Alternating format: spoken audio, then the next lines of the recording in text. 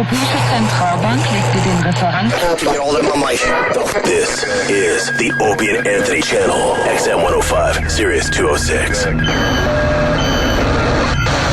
now, a show the likes of which America's never seen. So appalling, so offensive, yet so entertaining. It's not your normal show. Beamed from satellites in space down to you every single day. What planet are we living on? It's the Opie and Anthony show with Opie. We're experts and we already know this is going to be great radio, so shut the fuck up. And Anthony. I live in a big house, I make a lot of money, and I fuck attractive girls. And little Jimmy. I don't even like in our opening. It sounds like a little...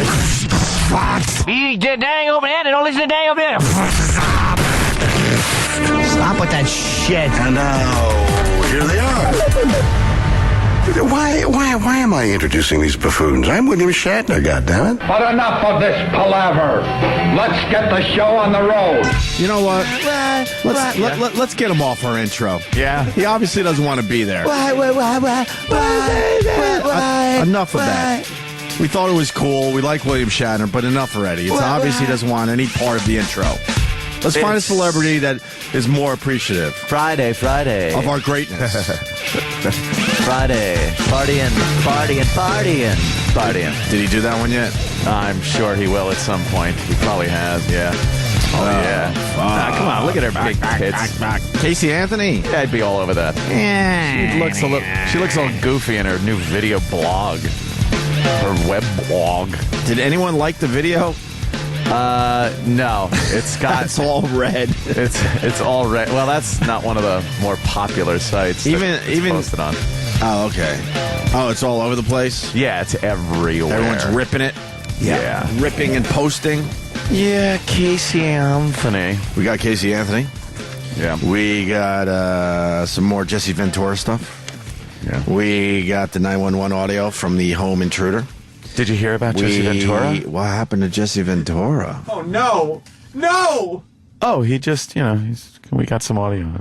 Yeah, well, fucking Sexy got a talking to this morning.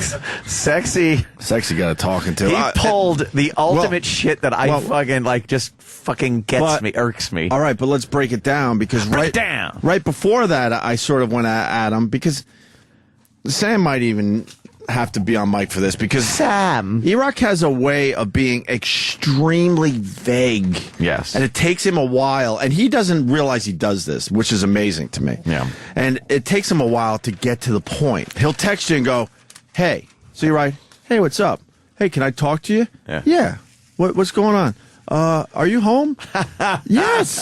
We're texting. What's going on? Well, that goes back to when he texted, hey, did you see the news? Yeah. And it's like, why would you text that? Why wouldn't you just say, hey, did you see the news? And then say what you saw in the news. Look, the first text you almost could, it's the, hey, what's up? You get the attention text, I get it. Yeah. And then you go, hey, I'm here. What's going on? And then, boom, your second text should be almost everything you need to say, right? Yeah. Isn't that how we all walk through life? Yeah. With Iraq, it's 3 or 4.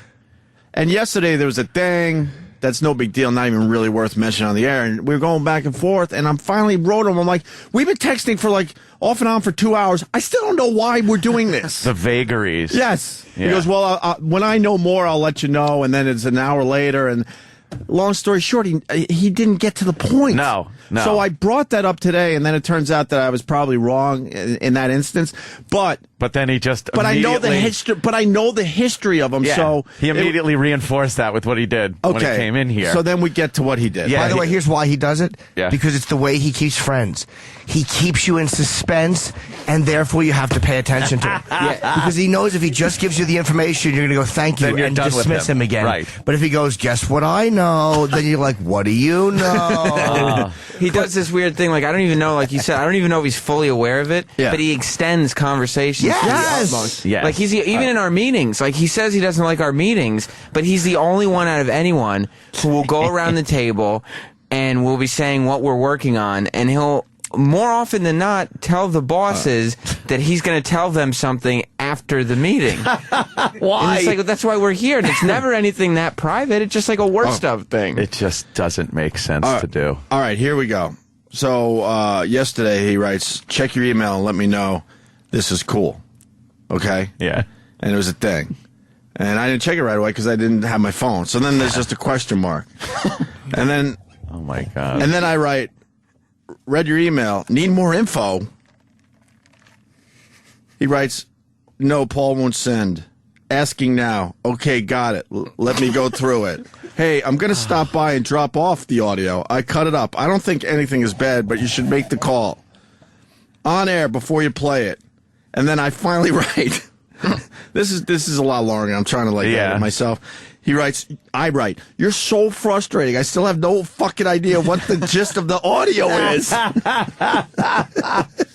Just fucking write it. It's like one sentence. It's like, hey, got the audio. It's not that bad. I'll send it to you. Right. And then it's There in you your go. court. Like, his job's done after that. But then he did explain himself, and in this case, he was probably right. What was his explanation? But once again, knowing that they were being vague on their end. Oh, okay. But the problem is, if you're a vague guy to begin with, I'm just going to assume you're doing the same shit you always do, Yeah. which is like you don't get to the point right away. Plus, he couldn't just say, they're being vague. Let me just text you when they give me all the info. Right. Like, I'm not going to text you until I know everything. And I didn't realize, no joke, that I just read text messages that went back and forth for 2 or 3 hours, and Yeah. and finally it hit me, like, I still don't know why we're texting. What is this about? He's the master at keeping you hooked on nothing. Yeah. He would be a great radio guy that just Absolutely. teases stuff but never gets to it. Well, He this teased morning, it, right? That's what he's doing. This morning, I'm sitting in here. E-Rock comes in. But this is right after I kind of went at it with him a little bit. Yeah. But then he explained himself, and I was like, okay, fair enough. I think you're right. But then immediately, that's what's important here. Immediately after, he's standing over there in the corner. He turns around, completely straight-faced, and says to me, hey, did you hear about Travis? and I get a whoosh of adrenaline, like, oh, fuck. You know, what happened? He's going to be late. I go, you mother... And I was like, well, you fucking guy. I go, I'm sitting here for that split second. I got a rush of adrenaline. I'm like, oh, fuck, what hospital, something, him, the family, whatever. It was more than a split second. Yes, because he And sat there looking at me, waiting for me to go, no, I haven't heard. Like, what the fuck are you doing to me? And all he had to say was, guys, Travis is going to be late. That's today." all. Which happens to Exactly. everybody. Exactly. But he goes, hey, did you hear, about, Travis? And then looks at me, waiting for an answer. And there wasn't even any about it. It was just Subway was delayed, so he's going to be late. Subway, he's going to be late. But I'm sitting there for that time, looking at him like, and he's just straight faced. I'm like, why? That motherfucker. He's the type of guy that would call you when he goes to the doctor's office. He's the type of guy that would call his wife and she'd go, how are you? He'd go, they found something. And she'd go, what? And he'd go, I'll be home. Oh, God, Jesus, yeah. And then when he got home, she'd be like, what did they find? Oh, his pen. He left it in the other room and he found his pen. Exactly. Yeah. Here's Travis. Thank God he's okay. Yay, the family's Travis! Travis, the family's fine. Everything's good. Yeah, you know. Jesus.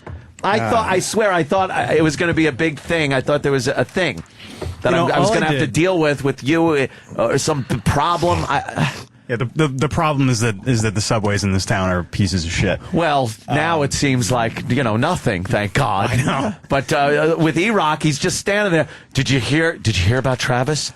I'm sitting waiting on a subway that's just not moving. And I'm like, okay, there's no way I'm going to be an hour late. There's no way I'm going to be here. So let me write an email to Sam, Danny, and Eric saying somebody just let the guys know that their prep sheets and stories will be there when I get in. Yeah. That's all. E-Rock let me know, all right. just let them know that if they're like, hey, where's the stuff? Nothing It'll be better like, than it's going to be 5 minutes late. Nothing better to wake up to than that rush of adrenaline when you think somebody is injured or there's all of a sudden a calamity in your life or something. But he also heightens the importance of stories too, because yeah, this isn't a new thing. Oh no, that's why everybody started laughing. Yeah. he either sets up for a story that's way too long that it has no information, like it doesn't matter, or he doesn't give you the information. Like I remember Jess one time got a text from him that just said Friday 8 o'clock. What the fuck And is she's that? like, what the hell is this? Is he a fighter? And no, 8 o'clock high. it turned out to be like a surprise party for his wife or something like that. It was a party for his wife, but he didn't write, hey Jess, we're having a party for my wife. This is the restaurant Friday at 8. He just writes Friday. 8 p.m. He wants you to answer back anything he texts you. All right. Now you got You watching the news? All right. You watching the news? I actually got to delete my conversation with Eric but this is good for today. Here's a perfect one. He writes, "You around?" What? There's no reason to text that. Right. I write. That's you know what that is. If you're back in the 80s, right, and the phone is ringing and the machine picks up, yeah. Then you can go, "Hey, hello, you around? Pick up." That would be like sending a text message that says, "Check your voicemail." Yes. Okay. Because simply by them texting yes, they are around. No. Right. There's no reason it's to ever write that. self-answering. Phone. Yes. This gets way better. You around?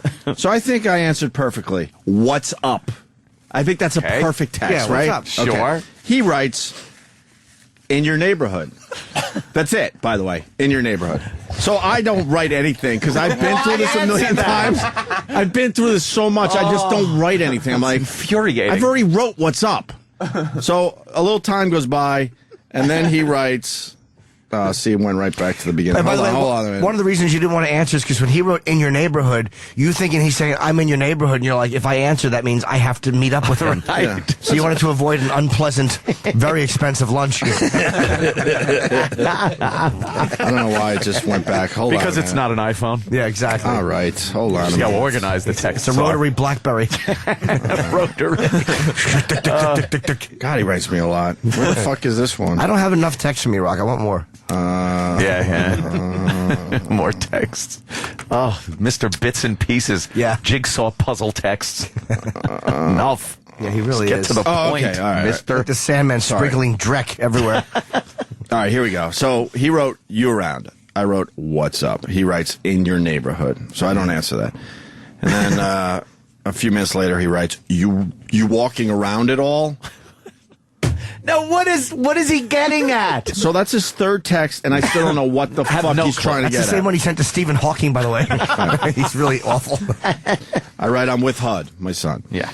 And I said, "He's starting to wake up." Meaning, get to the fucking point. I'm a father of a young child, so I don't have time to dilly-dally. He writes, "Never mind then."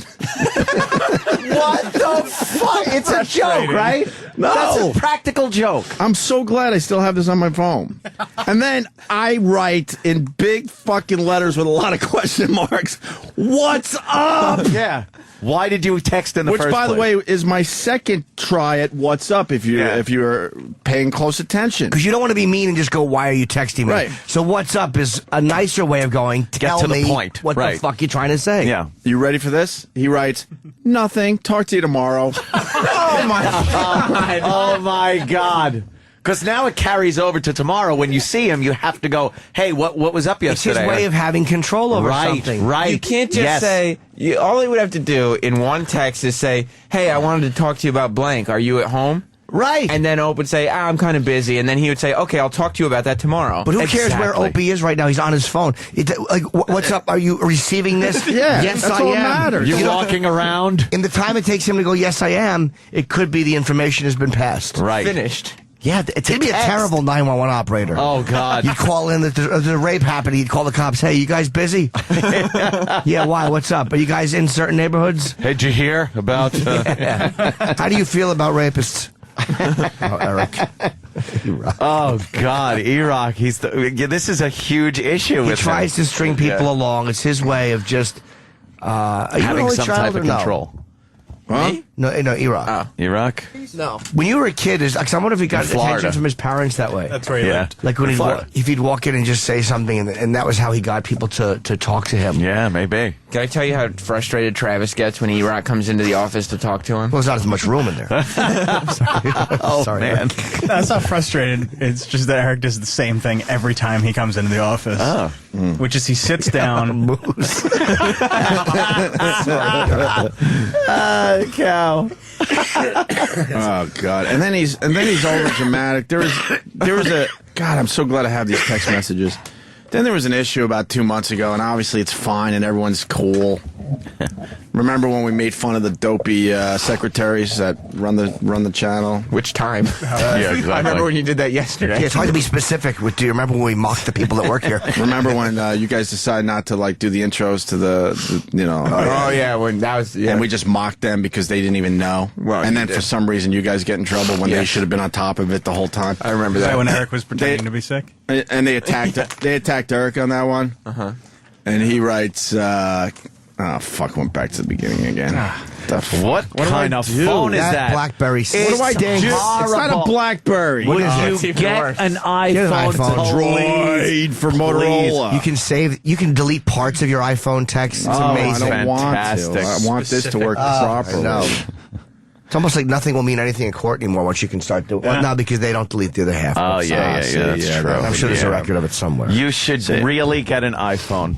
I don't know why you're clinging on to that I don't thing. want to. I know. It's a terrible, terrible thing. I don't want It's like you're holding a Walkman. Yes, that thing should be skipped The in the Tom river. Petty cassette. So E-Rock writes, I had a meeting.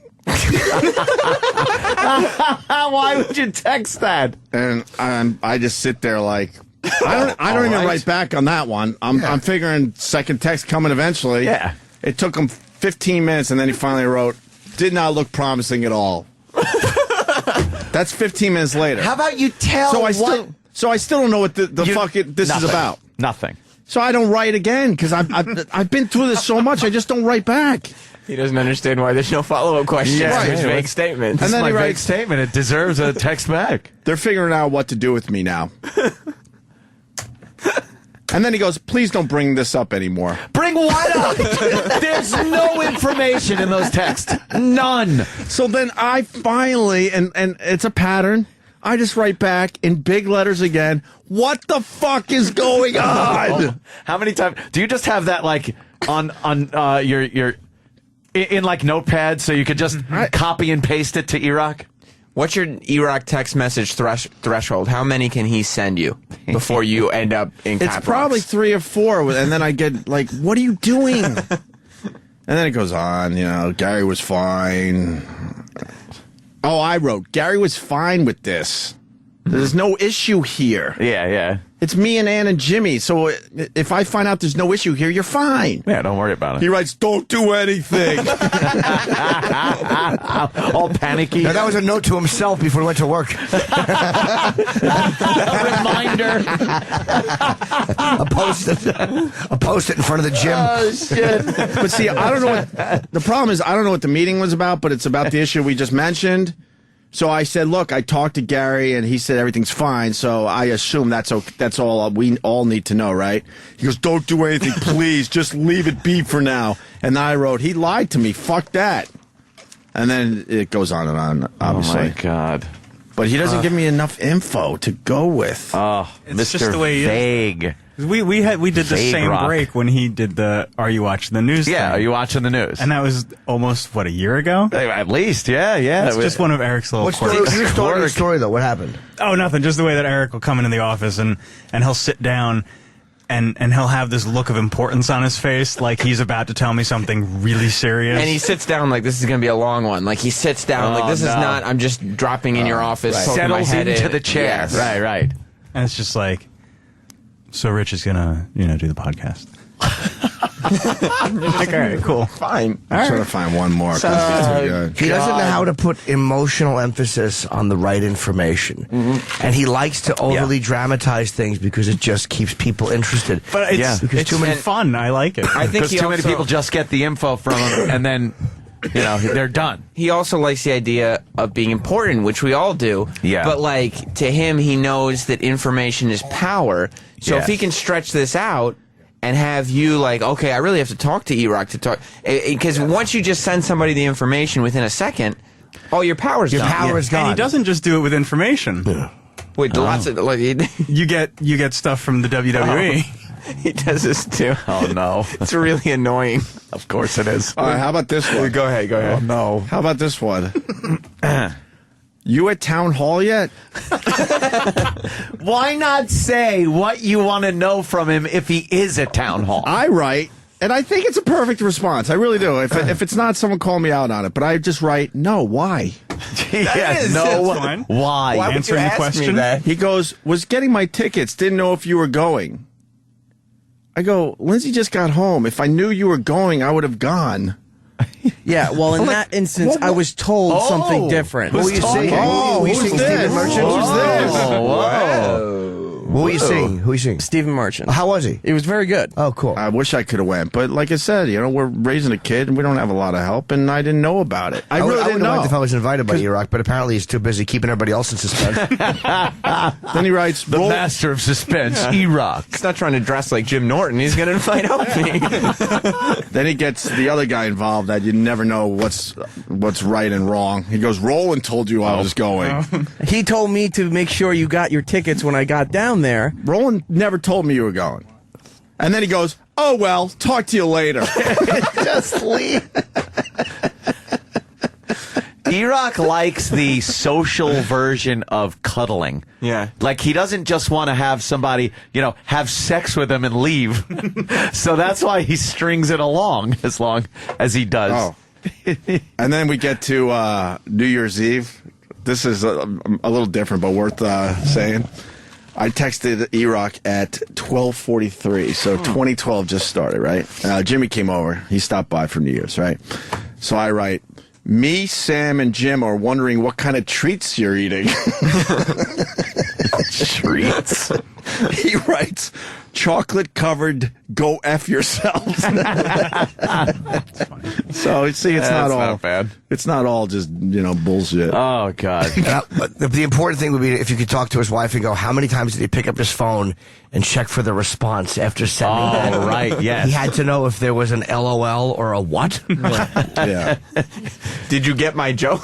Yeah. Yes. You think he restarted his phone Yes. thinking like, well, maybe it froze? Yes. There's a bar. 2 Jews are in the neighborhood. ... Did you hear about the 2 Jews? Yeah, there you go. What happened? There was an incident at the bar. What happened? They walked in. Why? They owned it. Oh, LOL. Yeah, why? I'll talk to you about it tomorrow. Oh, shit. God damn. Hear about the chicken? Yeah. A lot of traffic. JJ's got a good observation about E-Rock's texts. JJ, New Hampshire, what's up, buddy? JJ!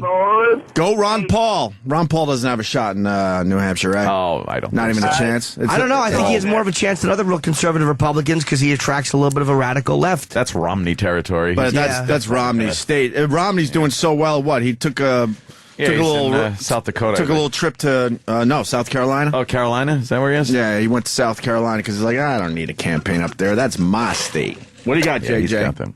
Hey, E-Rock texts like every drug dealer I've ever known. Yeah, all vague. Yeah. One and gone. Zing. Very good. But that's the thing about the importance. Like, with a drug dealer, they have to maintain this. They have to be anonymous. Very vague. They have to be vague because it's very important what they're doing, and it's a very delicate situation. Yeah, and they could, look at that. Sealed with a punch. Former sniper, I decked Jesse Ventura. Yeah, That's but he said it on O'Reilly, so they're I crediting know. O'Reilly. Yeah, fucking O'Reilly and what are we gonna do? This fucking O'Reilly sucked a dick. I'll tell you right now. O&A show story. Chris Kyle came in, the Navy SEAL sniper, and we're interviewing him about his book, which is an amazing read, and the guy was really fucking cool. great. I loved the interview.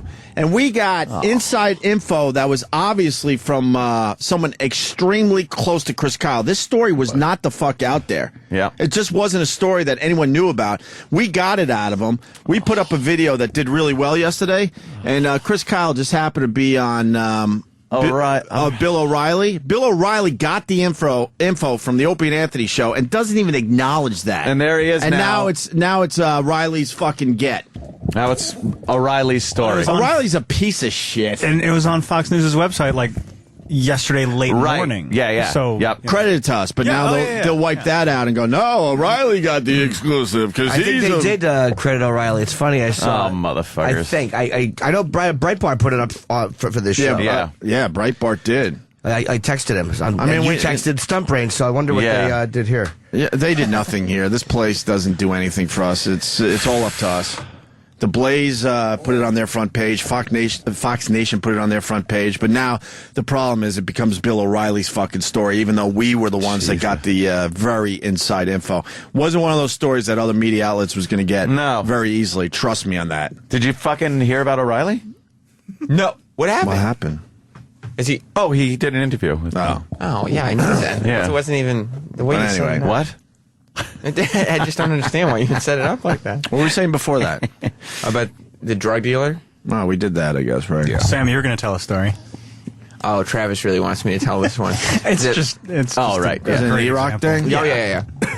When WWE sends packages of goodies to me and E-Rock. Goodies. Which they do. Ooh. That's like Plugola, by the way. Yeah. I'm calling the bosses. That's very illegal. What? Extremely illegal. The fact that you are giving them plugs for your treats. For favors and like giving them merchandise. Plugs. Whenever I bring up wrestling on this show, it takes 5 seconds before somebody destroys me and the industry. Yes. Did you hear about Sam? Oh, what happened? I don't know. He's going to tell us. I'll tell you tomorrow. But it gets sent to both our names, and like E-Rock gets the package, and more often than not, he'll open it up, and when there are multiple items, he will bring the items in one at a time. As if to say, this is from me. Oh, my God. Over the course of here's the a DVD, afternoon. and then he comes in with the second DVD. Why wouldn't he just... And then he walks back in with his shirt. Are you shitting me? No, that's what I did that once. No, you've done it Why'd you multiple do that, times. E-Rock? That was just to fuck with him. That was it. Travis, you've seen him do it multiple times. It's been more than one time. Oh, E-Rock. No, that was the last time I did that. E-Rock, why the vagary? I have no idea. I didn't What do you plan get all out this of it? out. Why the vagary? I'll tell you tomorrow. Yeah. Now, what is it that when you text people, why do you like to keep people in suspense? Come on, get to the bottom of this. I'm not trying to do that. But you are deep down. Little Eric. Well, obviously, but I'm not consciously trying to do that. This wouldn't be going on this many years if I was like, this plan's really coming together. Does she get nuts with that? Does she say the same thing to you? Like, just, Who? Your wife, does she tell you, like, just get to the point? Or you like that at home, I'm saying? I don't think so. Oh, what I wouldn't give to sit her down and talk to her for an hour. She would explode with information. Yeah. Who's being vague now? Yeah. You don't think it's like because you feel like it's more important when it's vague or when it's dragged out more, that there's more I'm of not thinking that, though. But like subconsciously then. Yeah. Like you're Well, like, obviously, yeah. yes, if this, because this has been going on, but I'm not sitting there going, hey, I should just do this and wait to see what he says or this Yeah, I don't think person this says. is a conscious No, thing. it's not. But he's a person who wants to seem like he's in the know when he's basically on the outside very almost secretive, all the very- time. yeah. E-Rock's a master at making you think that he's got the inside skinny, so to speak. Yeah. And Tinker Tailor Soldier Pie. He's very vague and very covert. And portly. Soldier Pie. Let's get a Bill in Georgia. Enough with E-Rock. Bill. Hey, Bill. Hey, did you hear who O'Reilly gave credit to for that story? Who? The book. No, he did. What book? He said, yeah, because this cocksucker. not in all the he had to book. do was go, hey, you were on Opie and Anthony earlier, and you told a story about punching Jesse Ventura, and you could get into it with him a little bit, right? I did hear this, Bill. He went to Chris Kyle. There's a story in your book how you punched Jesse Ventura. It's not in his book. Wait, is it in his book or no? No, it's not. it's not in his book. Yeah, what an abs. Oh God, look at that. It's there's the video clip is up online. The Factor. Yeah, it says right here that Kyle revealed to O'Reilly why he punched former Minnesota Governor Jesse Ventura, knocking him to the floor. It drives me nuts because we all know, in this room especially, where O'Reilly got the fucking story. Yeah. It was even on Fox Nation, which is obviously associated with Fox News. And this cunt can't do the right thing and just basically go, look, you talked to Opie and Anthony earlier, and this is what I heard. I want to get into this a little bit. Well, he's not good at crediting other people with anything. He's a piece of shit. He's just not good at that. It may seem petty to people out there, but it's all we got. It really is all we got. We got are these little moments that we kind of break something to the news and shit like that. We're just shitty radio guys. Yeah. Is what it comes down to. Exactly. And it was a legitimate thing. It wasn't like we tried to fish it out. It just came out, and you would like to at least have that acknowledged. Because we just happen to have a hardcore listener that knows Chris Kyle and said, well, I'm going to give you boys a little something. Yeah. And he was on the phones going, hey, please, ask him about Jesse Ventura. I hope it's not in the book. No, that would have been, if it was in the book, that would have been out there. But everyone would have known. Yep. Yeah, he was like surprised and a little bit embarrassed when it came up. Yeah. So if he had written that in the book, that would have been the press release item. Yeah, I think so. Right. Absolutely. I think so. And the way he was discussing it, and when the subject was brought up, he wasn't like, oh, yeah, that's, he was kind of like, well, yeah. Well, we know it really happened, at least. I mean, there's no doubt that it really happened, that he did say that, and I believe do it. Yeah. I mean, it's not like we talked about it beforehand. Oh, you want to get into this? Sure. All right, because I want to hear about your thing. But I can talk about that when we come back. Yeah, good, this just flows naturally into it. Yeah, it does flow nice, right? Alex Jones. God, this Alex Jones, man. A lot of people love Alex Jones. But this guy's another guy that's full of shit. And he's Ventura's asshole buddy, so, All right, well, take a different angle. Yeah? Yes. Take about Alex Jones?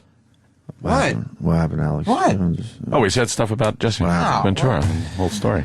Well, what happened? Alex Jones knows the truth about Chris Kyle's Jesse Ventura story. Ah, the truth. That Chris Kyle told us initially, and then Bill O'Reilly fucking ripped us off. Literally stole it. Stole it. I know, I hate that rip They it off thing. fabricated this story. So Alex Jones, this was his angle. His angle is it's all bullshit. We were in cahoots with Chris Kyle, even though we just met him, and I've never been to cahoots, by the way. Yes, I've flown over Cahoots. Have you? Yes. Yeah, I had a stopover in Cahoots. Yeah, it's once. next to Concert. Concert. L.A. Cahoots. Anyway, is that him? Wow. Yeah, that's Alex Jones. That's Alex Jones? You never seen him? You never seen Alex Jones? No, we want to look at him. I don't watch his He looks movies. like Bill Hicks. Yes, he does. Right there. A little chubby Bill Hicks. Chubby Bill Hicks. If Bill Hicks didn't have the Bill cancer. Hicks didn't die, he would have looked like that. Yeah, probably. Alex basically saying bullshit story made up. We're in cahoots with Chris Kyle, and it was actually scripted. We handed out scripts. Yeah. People love this guy. And people love Alex Jones. I'm just reading down here. Have you heard about Cahoots? Everybody's just pulling an E-Rock. Well, that's what started the whole, Did you see the news? Yeah. And we were all tweeting that for a while. We were nice to Alex Jones. The first time we called in. Right. Here's where I didn't like him, though, because he said that he had gotten some kind of an offer from somebody and to be involved with them, and he said no. And I said to him, who? And he goes, well, I can't reveal that. Right. And I'm like, well, your whole thing is revealing stuff. Why won't you reveal this if these are people? Well, Yeah, he never had this guy. Any person came off to me as very phony because really your whole thing is to expose this world government, and you got an offer from somebody to do some kind of a radio thing that you turned down for money, and you won't say who off. You won't be specific. Yeah. You phony mother. That was my interpretation of it. Yep. Well, I was telling Ann, when you when your show is based on something like exposing and conspiracies, that your whole show has to be about that. You paint yourself into a corner. So you start wrapping a lot of stuff with bullshit. Yeah. Yeah, you have to have a lot of bullshit to fill up your fucking radio show. Yep. And we are victims of that yesterday on Alex Jones. Listen to this. I started getting calls on the radio today. And at the end of the show, I was able to watch it. Fox News, Dallas newspapers, Minnesota newspapers, you name it, ran with a story today that this new Navy SEAL super sniper who was at the turkey shoots in Iraq and brags about shooting women with rifles. I mean, it's actually in Texas. We're going to stop now this a lot. Now he's got to bash him and try to undermine what Chris Kyle did. I didn't feel that Chris Kyle was bragging about anything. He was downplaying everything on our interview. Yeah. Yeah, he wasn't bragging. He was talking about the first one he shot was a woman, and how it was hard, and how he confirmed that she had a grenade. Right. And I asked him about it, and he talked about it. What a scumbag this guy is. I hate when people I'm going to say completely it for the push record. shit. Alex Jones is a scumbag. Yeah, because on the record now. He wasn't Yes. bragging about shooting women. It was really tough for him to tell a story because he's like, holy shit, I'm going to have to fucking shoot a woman. And then later in the interview, I don't know if he brings it up, he actually admits that he passed on shooting a kid. Yeah. You just don't lead him so much. You're going to knock a guy that went over there and he saved soldiers from being blown up by a fucking Chinese grenade, you dumb motherfucker. And he calls it the turkey shoot, totally downplaying what he did, making it sound like anyone could have gone there and just, you fire a round off and you're hitting somebody. Yeah. What a twat. And he's an asshole. And it was unbelievable when he was telling this, the kid's story. Knowing the kid was bringing back weapons that were going to be used against American soldiers, but his conscience basically told him that day, I can't do this. I can't shoot a kid. I said, were there times you missed or whatever? He's like, oh, absolutely. Were there times you didn't take the shot? Yeah. He wasn't bragging. He said, I'm not the best sniper out there by far. Right? I just had a lot of, there was a lot of situations where they needed me. Yeah. I thought he was very humble. Yeah, exactly. I thought so too. Considering what he's done. And the first thing he said was, the world's most proficient sniper. He goes, that was the book people wrote that. Yeah. And they probably did. Yeah. And he goes, I want it to be about this and what we went through over there. Yep. Fuck Alex Jones, man. It's like what I'm watching right now because we were in the room is just horse shit. And you guys that like him, but the guys that worship him and take what he says as gospel, you're dummies. Yep. Navy SEAL super sniper who was at the turkey shoots in Iraq and brags about shooting women with rifles. Didn't it's happen. actually in Texas Monthly. This guy is in there and he wears weird skull hats and black uniforms. Just kind of an adult, warmonger type guy. Gonna stop again. I didn't see where his dress was weird at all. This is him prefacing and trying to undermine the credibility of the guy that said he punched Jesse Ventura, so that when he now goes into the second part of this, he's already discredited the source. He's a warmonger. This is how he operates. Exactly. He's a guy who's over there shooting. Will you just talk like yourself? What an asshole. God, I fucking hate that affected radio voice. Dick. What? Well, this is going to drive you nuts then because we're just getting started. I didn't think Chris Kyle was dressed like a warmonger. No, he had like a Punisher hat on. He's a fucking Navy SEAL. He's an alpha male. That's what they do. It's the same group that killed Bin Laden or assassinated. He was dressed like he could be, I don't know, like a UFC fighter, like when they dress conservatively. Yeah. That type of thing. I didn't think anything was outrageous about what he was wearing. Look. And he has a security company, and he was wearing some of the stuff from his company. Right. So, like, what the fuck? Yeah. Why wouldn't you dummy? Who was the one that offered you money, Alex? Who was the big radio guy that offered you money, you shit talker? Yeah. Who was the one that you wouldn't say that? I don't like to say. Well, who was I? Ugh. And Bill O'Reilly's a cunt. Let's make sure we get that out on Twitter today. Fucking piece of shit. I fucking hate O'Reilly. He doesn't annoy me like this, though. I fucking hate O'Reilly. O'Reilly is just a guy who doesn't like anybody else to get credit but him and his giant cock. No spin zone. Well, that should bother you. Nah, I don't give a fuck. We had a massive exclusive, and all it takes is just a slight little. Earlier on Opie and Anthony, I'm not looking for like stop the program and make sure you show our faces. He and our spun it logos to be and his stuff. story. Exactly. The no spin zone. He spun it to be his fucking story. Cack. This guy annoys me a lot more. Yeah. That's fine, man. This guy really annoys me. Warmonger type guy. Ugh. I mean, war's fine if you're defending your family, but bragging about killing Iraqis that are undernourished and don't even know how to point a gun. I mean, it's well known from vets I've talked to that it's known as the turkey shoot over there. But what vets that you've talked to? Again. Thank you. No Enough sources. of that vague shit. What vets? Name them? When did you talk to Iraq?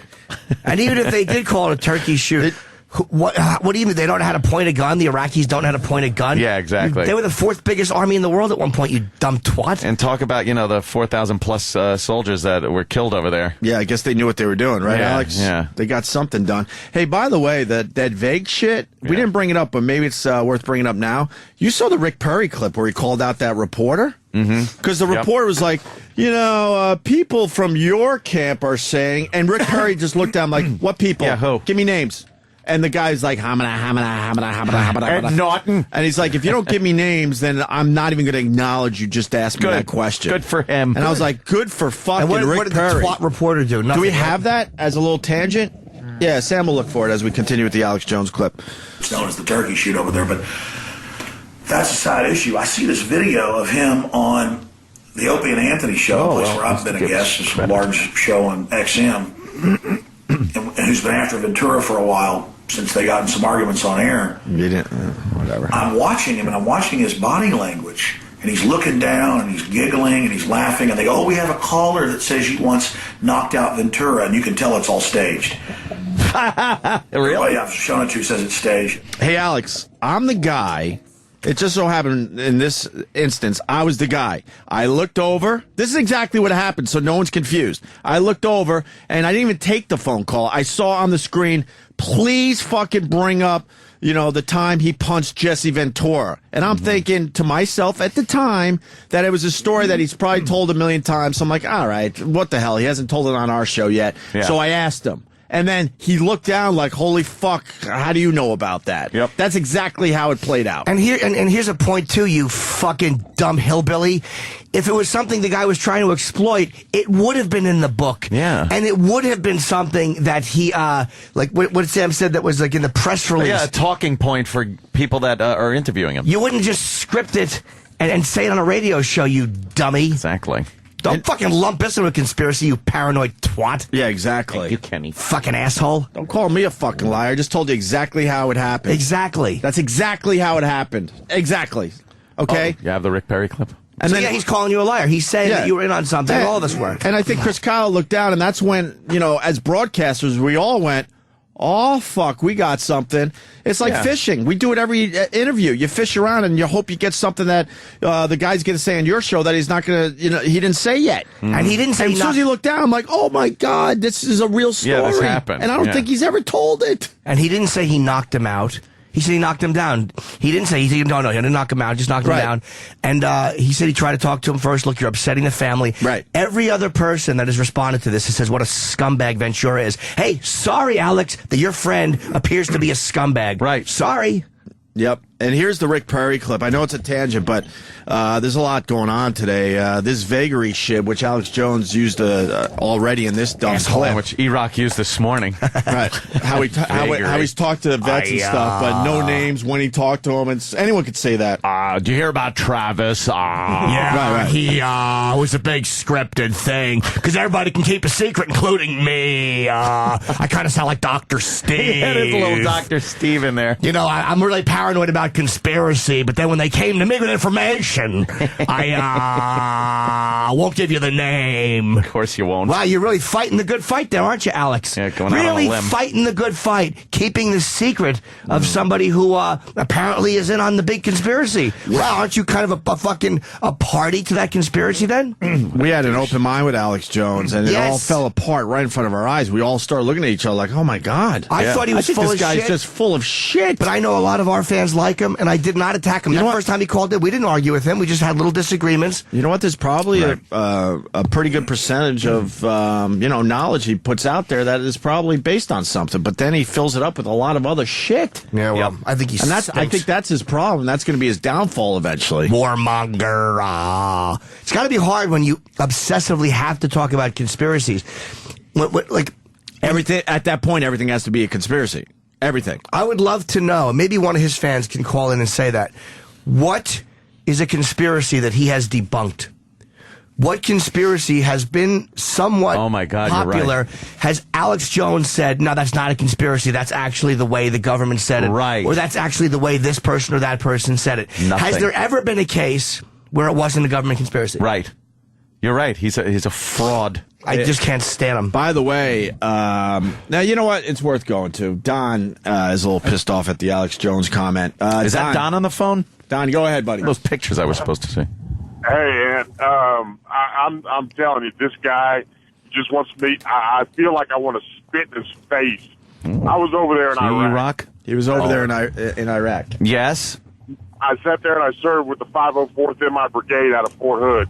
Because of one of them fuckers, that my Iraqi soldiers, that can't point a fucking gun, I almost lost my goddamn leg. Oh, this see? motherfucker is bullshit. It just pisses me the fuck off every time I hear him. Yeah. What vet wouldn't be infuriated by what this idiot is saying because you guys were in the line of fire and this motherfucker is downplaying it? That's what annoys me. Not that he's against the war, because that's certainly a fair opinion. Whatever. But the fact that he's implying that Chris Kyle just sat there in a turkey shoot and shot innocent people. It's like, you scumbag. That's all it was fucking scumbag. Yeah. Was just a turkey shoot of people that can't point guns, women and children. Yeah, who's the radio person that approached you, Alex? We have that audio. I would love to hear that again. Who is the radio person that approached you? Mister, I get to the bottom of things. What, you like to expose everybody else's shit, but when it's a piece of information you have, you'd rather keep your word and allow them to keep operating? Yeah. Oh, fuck yourself.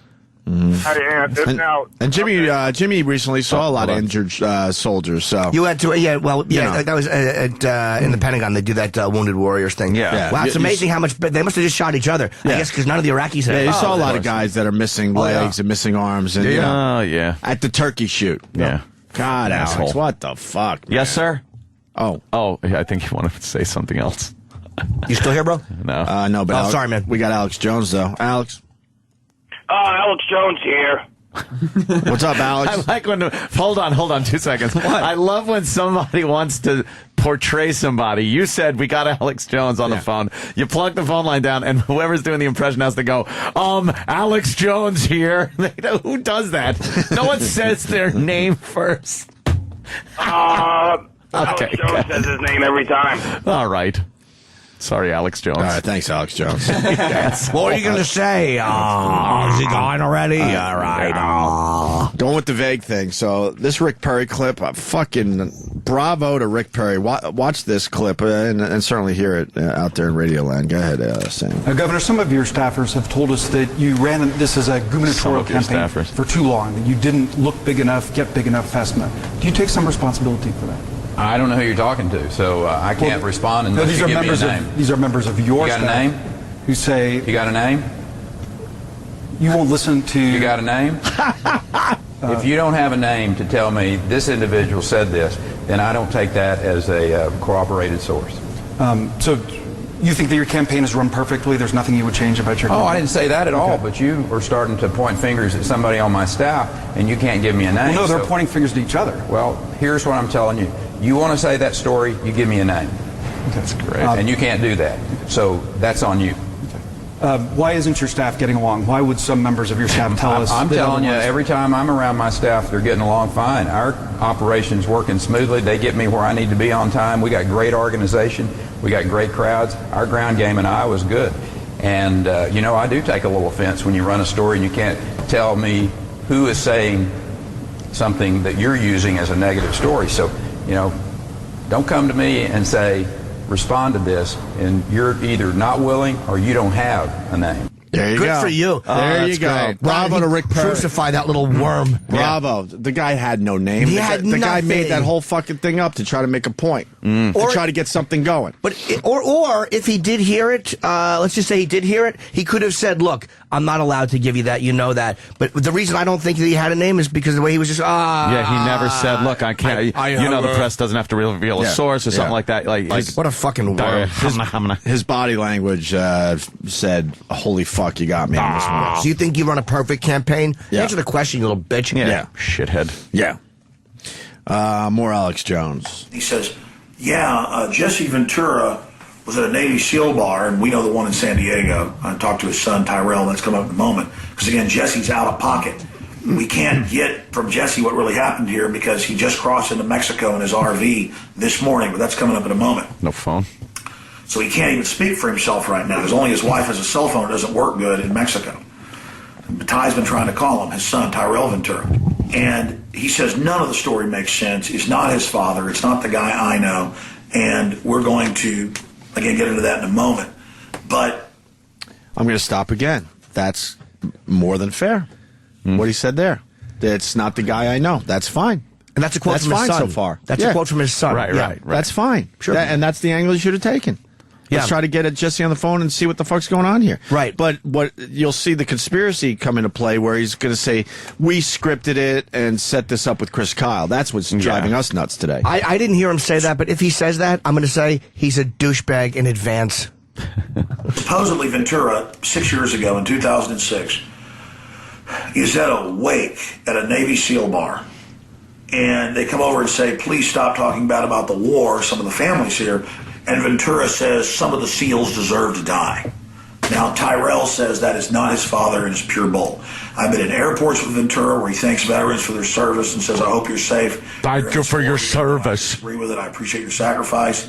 He talks positively about Pat Tillman. He speaks at funerals and things. He would never. I mean, he talks about how horrible it is that service people are dying in these wars. He would never say they deserve to die. All right. That's good stuff. Okay, that's how Alex sees it. That's fair. Sure. But he already said that, it was all made up, the first clip. Yeah. That we were in on it. It continues here. So Tyrell, in his words, says it's complete BS. And he said the guy's story where, he talks about sucker punching his dad and then running away. And when the guy's talking about it, he's looking down and acting like it's all scripted.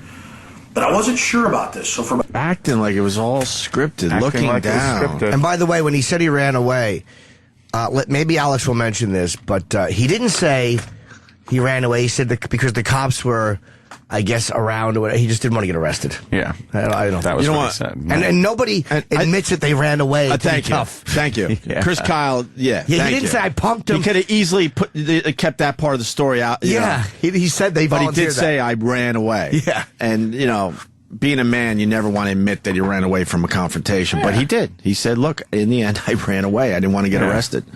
So. And acting like it's all scripted. It's not but I wasn't sure about this. So for about 4 or 5 hours, I studied it this afternoon. And it turns out that this Navy SEAL we're going to show you in a moment is hooked in with Richard Pearl and Dick Cheney and some high-powered neocon and Israeli lobby groups. Jews? The Jews? What? What is he saying? Get more conspiracy shit. But this is why it goes deep. What he does is so irritating because literally you could any connection he had to anybody. Yeah. He would say, and we did a little investigating, and apparently he's been in Georgia building houses with Jimmy Carter. We're gonna get back to you. We know more about that, which will be never. And you got to use Neo a lot. Yeah, you have Neo. to. If you talk conspiracy, you got to use Neo. Because neocon is kind of the slam. Neo-Nazi. Neo-Nazi. Yeah. Right. Neo the one. That even the Nation magazine and others have written about, and it's super creepy. And owns a defense contractor company with security, like Blackwater, training, sniper training, and weapons systems. And he's got a big book out, and in all the neocon publications, New York Post, Rupert Murdoch, Fox News, they have this rollout about him. And I remember seeing him last month in Texas Monthly, because I've been profiled in there, and we take the magazine, and it's him wearing a skull outfit and a skull hat. I mean, real men, real Navy SEALs and people I know, Green Berets, family members I've got, I mean, they're real quiet about combat. So it's a guy in a skull hat. Can you pause that for 1 second? The skull hat, by the way, just so you know, I guess that was his unit, the symbol of his unit. So he's proud of that. So he's wearing the symbol of his unit. That's what a couple guys have said. Why, as long as you're not giving away classified information, why do they have to be quiet about it? It's very funny how a guy who's a conspiracy guy like this, which implies that you hate secrecy, is now shit-talking him because he's not being secretive. For not being secretive, How you're about right. you take a consistent moral point of view, shithead? Also, if it was scripted, you see Jim Norton in the video. If it was scripted, you would see Jim doing stupid shit with his hands. My acting sucks. That's true. He would be doing stupid shit with his hands. Do you know how annoying it is to see my fucking fish-like body in that video? I had nothing.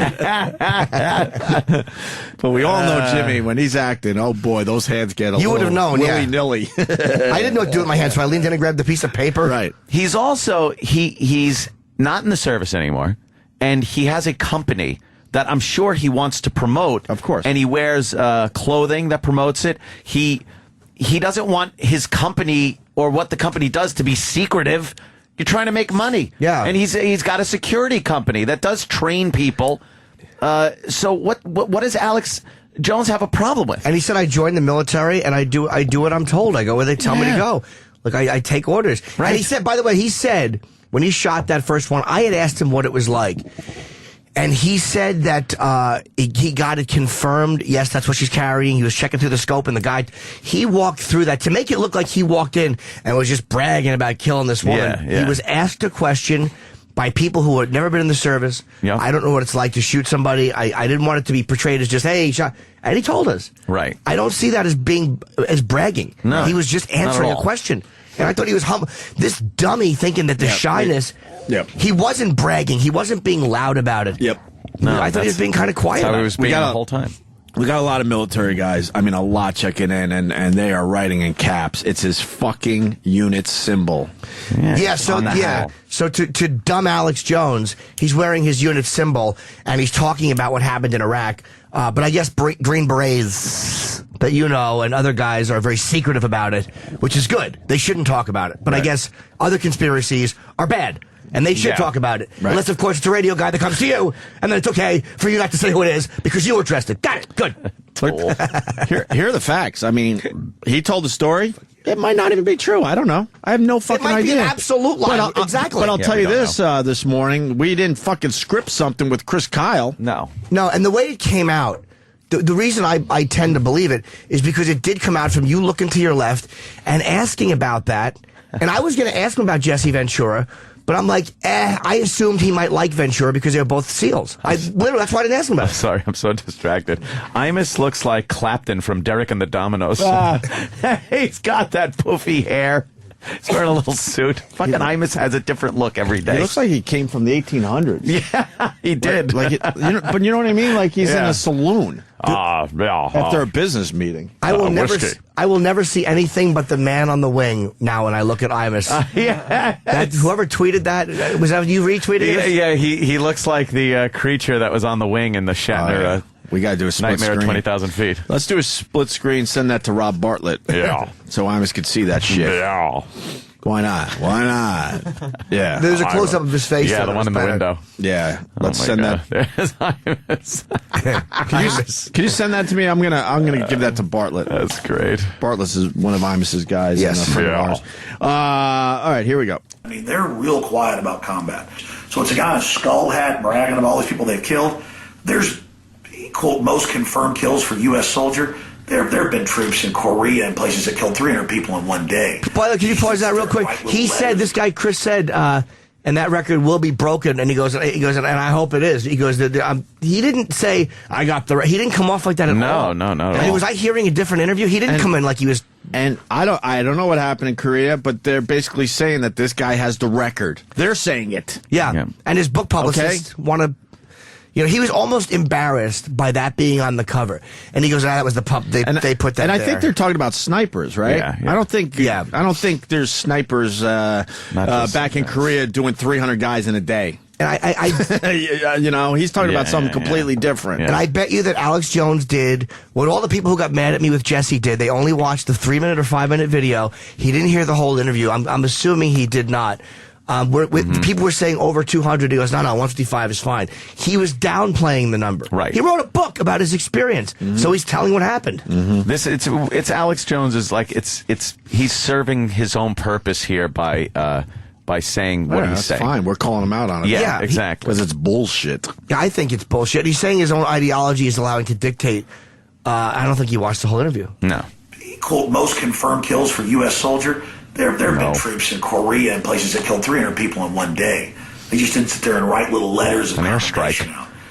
Yeah, but we're talking guy about with an airstrike killed the gay guy has got the record, stupid. Yeah. That bombardier has the fucking record. Fucking Colonel Tibbets has a great record dropping the A-bomb on fucking Hiroshima. This is about snipers. Yeah. He doesn't even have the basic info right. No.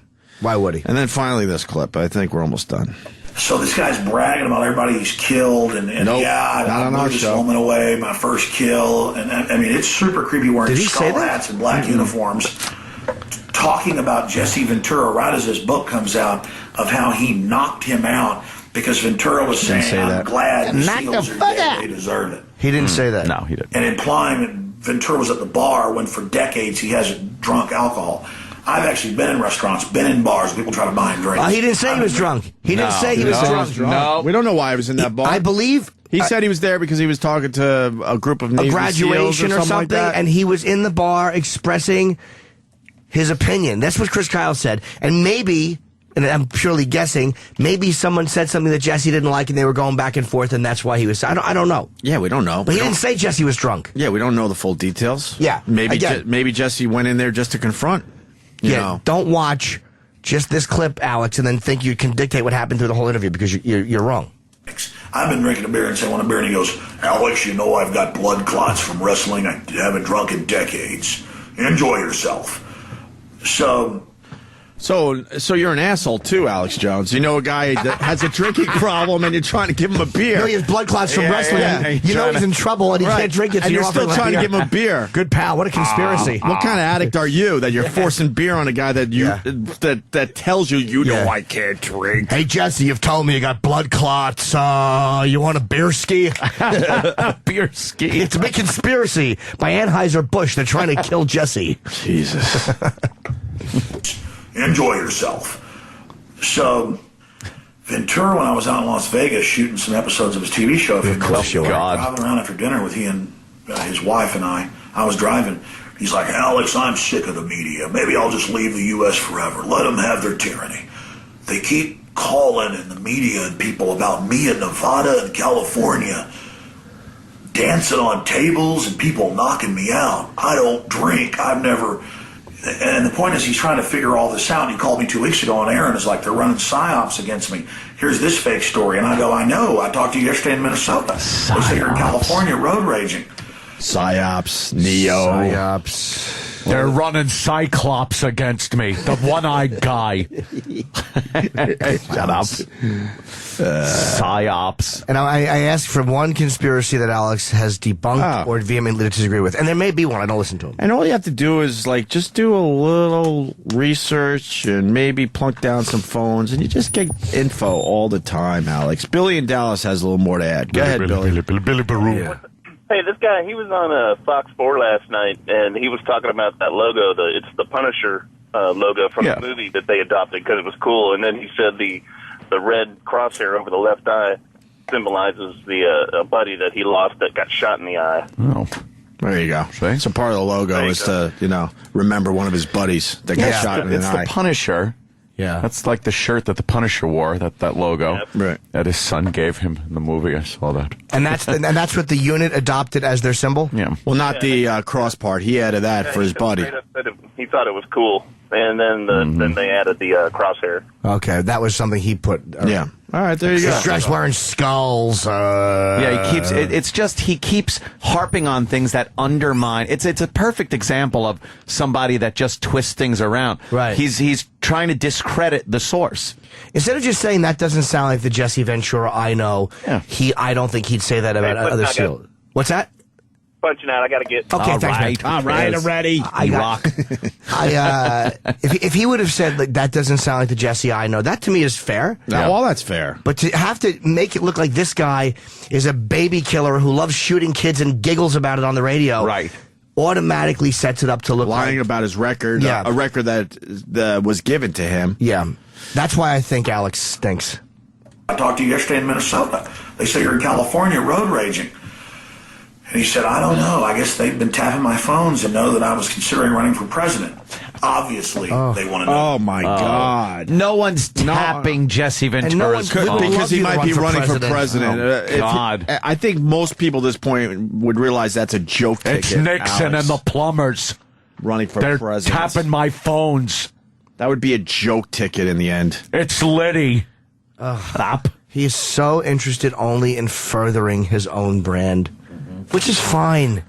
Yeah, whatever. I don't mind that. Just, I mean, Jesse. We got a Fort Hood guy checking in. Sam, he writes, PSYOPs is mental terrorism. Oh, okay. PSYOPs. Tapping my phones and know that I was considering running for president. Obviously, they want to know they're running for president. So all of this has been happening, and then this really creepy guy, who's clearly part of this big psyop, is pushing, calling anybody they kill savages, and war is great, let's kill them all, and all this really creepy stuff. and wearing skull hats, and he's tied said into all that? these big groups. War is great. He didn't even come close to saying that, Chris Kyle. And I've seen a few other interviews with this guy. He downplays all of this. What Alex should, Alex He's doing is just the complete opposite, actually, Alex. Hey, by the way, for a guy who's so into conspiracy and facts, how about you stop paraphrasing like a douche? How about you stop just paraphrasing?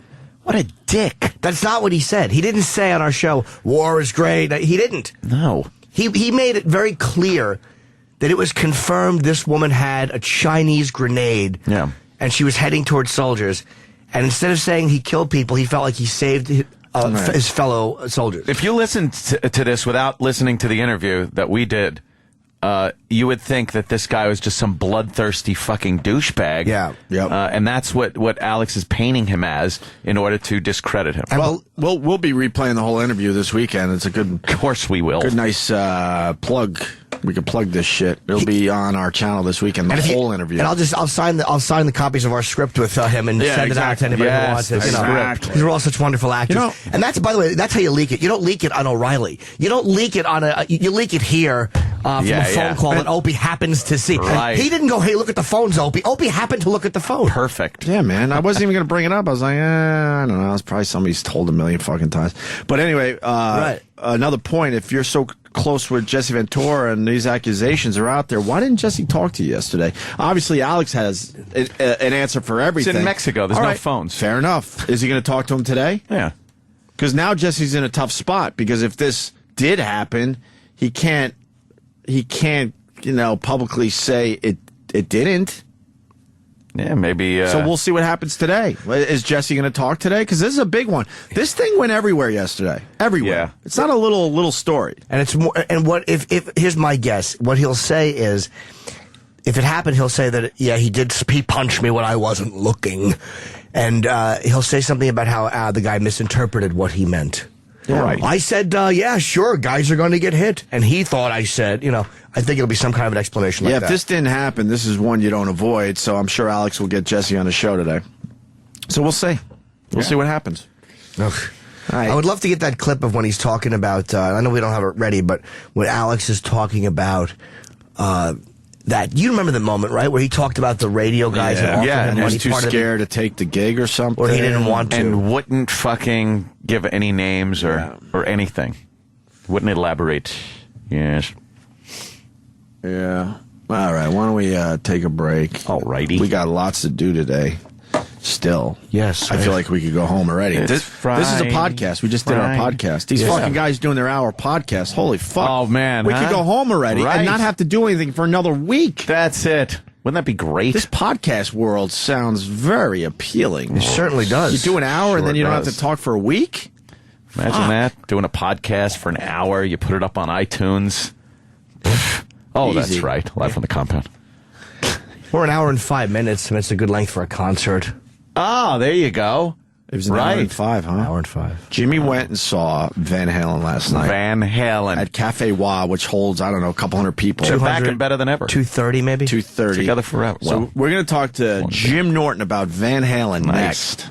We're all being targeted, and they are putting soft-kill binary weapons in the food and water.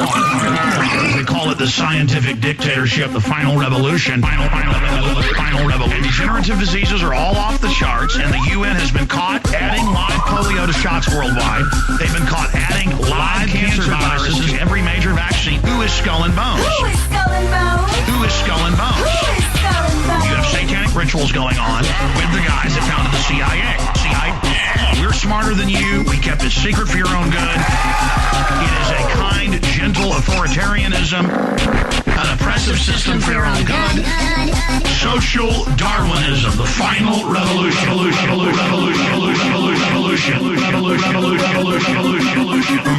going to have a one-world government that enforces a one-world, one-child policy. Who is Skull and Bones? Who is Skull and Bones? Who is Skull and Bones? Who is Skull and Bones? Al-Qaeda, Al-CIA-da, that we admittedly created in the 80s. Created in the 80s. Al-Qaeda. Al-CIA-da. There's war, famine, and sterilization programs to reach the goals. Social Darwinism, the final final revolution. So they pump the poisons into you and the soft kill degenerative weapons that take time, and so no one notices it until decades later. Then they use high-tech science and expensive drugs, now that you're a retiree, to suck all the money out of you in the process of slowly killing you. Who is Skull and Bones? Who is Skull and Bones? Who is Skull and Bones? Who is Skull and Bones? This is the Opie and Anthony channel. 对不起，我迷了路，请你帮忙。 On Sirius XM. Well, finally happened. I got a ticket. I call you the bandit. Finally got, finally got it. Got pulled over last night driving home. And, I got 95 and a 55. You wear no man's chain. Some say they despise 95 miles an hour, God forbid you hit somebody. And the arrogance with all your cash, you think you're an IndyCar driver. down inside them. I mean, you should be embarrassed. I bet they wish they were You shouldn't have those things in the first place. What? I would give you double the ticket. You're reckless. This one is a biggie. You got to slow down just a little bit there, Anthony. You gotta be aware of the signs. Not only do you have to pay the fine, you got to pay the state for the privilege of keeping your license. You're at risk of losing your license, my friend. God damn, I can't lose my license. You had it coming your way, buddy. You were pushing in everybody's face how you were getting off the hook. I wasn't pushing anything in anyone's face. I was trying to drive home. I'm really grateful he did what he did. Shut up, mister. Educate me. And we're trying to slow me down. Listen to the signs. They're all around you. Come on. I was going home. Who's that old guy over there? Uncle Paul, with the creepy old guy stare. Uncle Paul, now he's coming over here, slowly limping down the hall. It's too late now, 'cause here comes Uncle Paul. Let me show you how to make a big boy love you. In today's episode, Uncle Paul reminisces about a young Macaulay Culkin in the movie My Girl. I was crying a lot in the theater when I seen that one. I couldn't see through my tears. I had such a big lump in my sweatpants. I love that movie. Look at that. You're all rough. You got leaves on you. Come here. Let me muss your hair up. Come here, Macaulay. Look at your denim coat. I cried so hard. He got the bees all over him. I was like, be careful.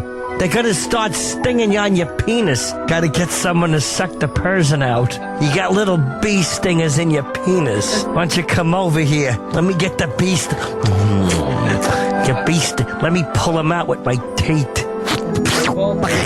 I'll rescue you. Who's that old guy over there? Uncle Paul, with the creepy old guy stare. Uncle Paul, now he's coming over here, slowly limping down the hall. It's too late now, 'cause here comes Uncle Paul. Sirius XM. The Opie and Anthony Show.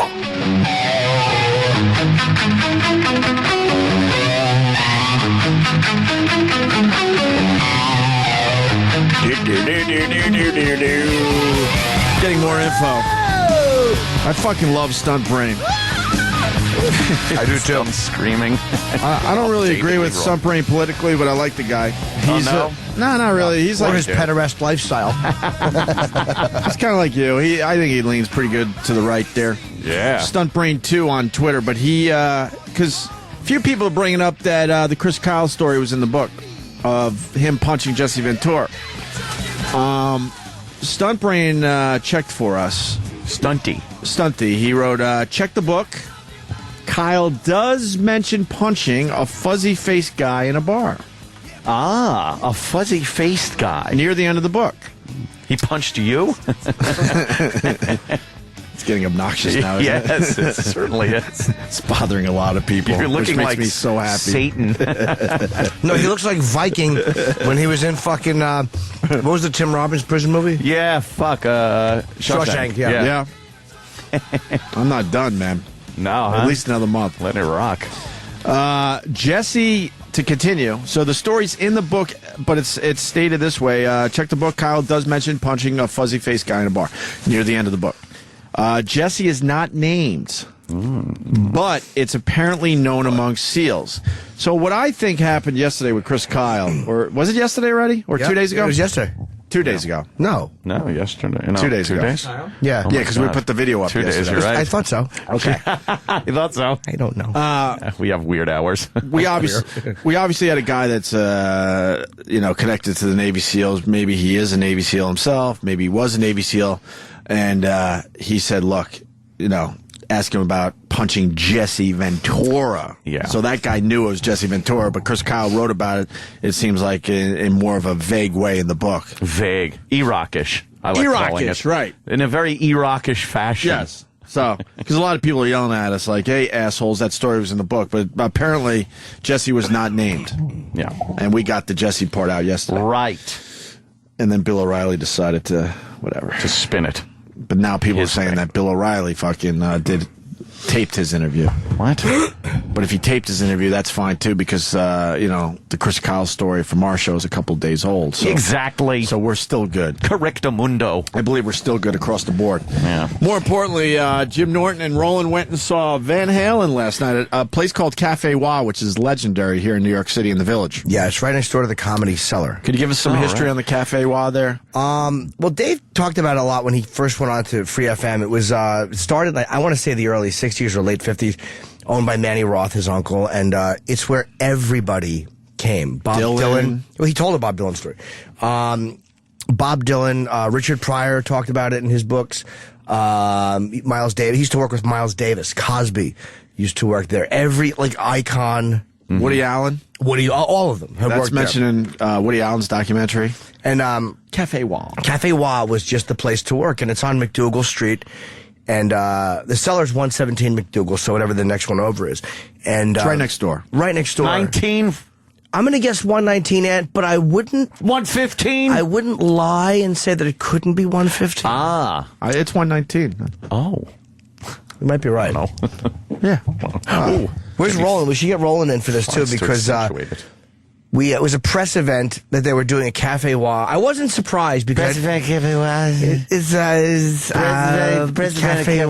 Cafe Wah? And it wasn't surprising to me because he loves Cafe Wah and he loves the Cellar. He loves them. Yeah. But to go see Van Halen in a 230-seat venue. Amazing.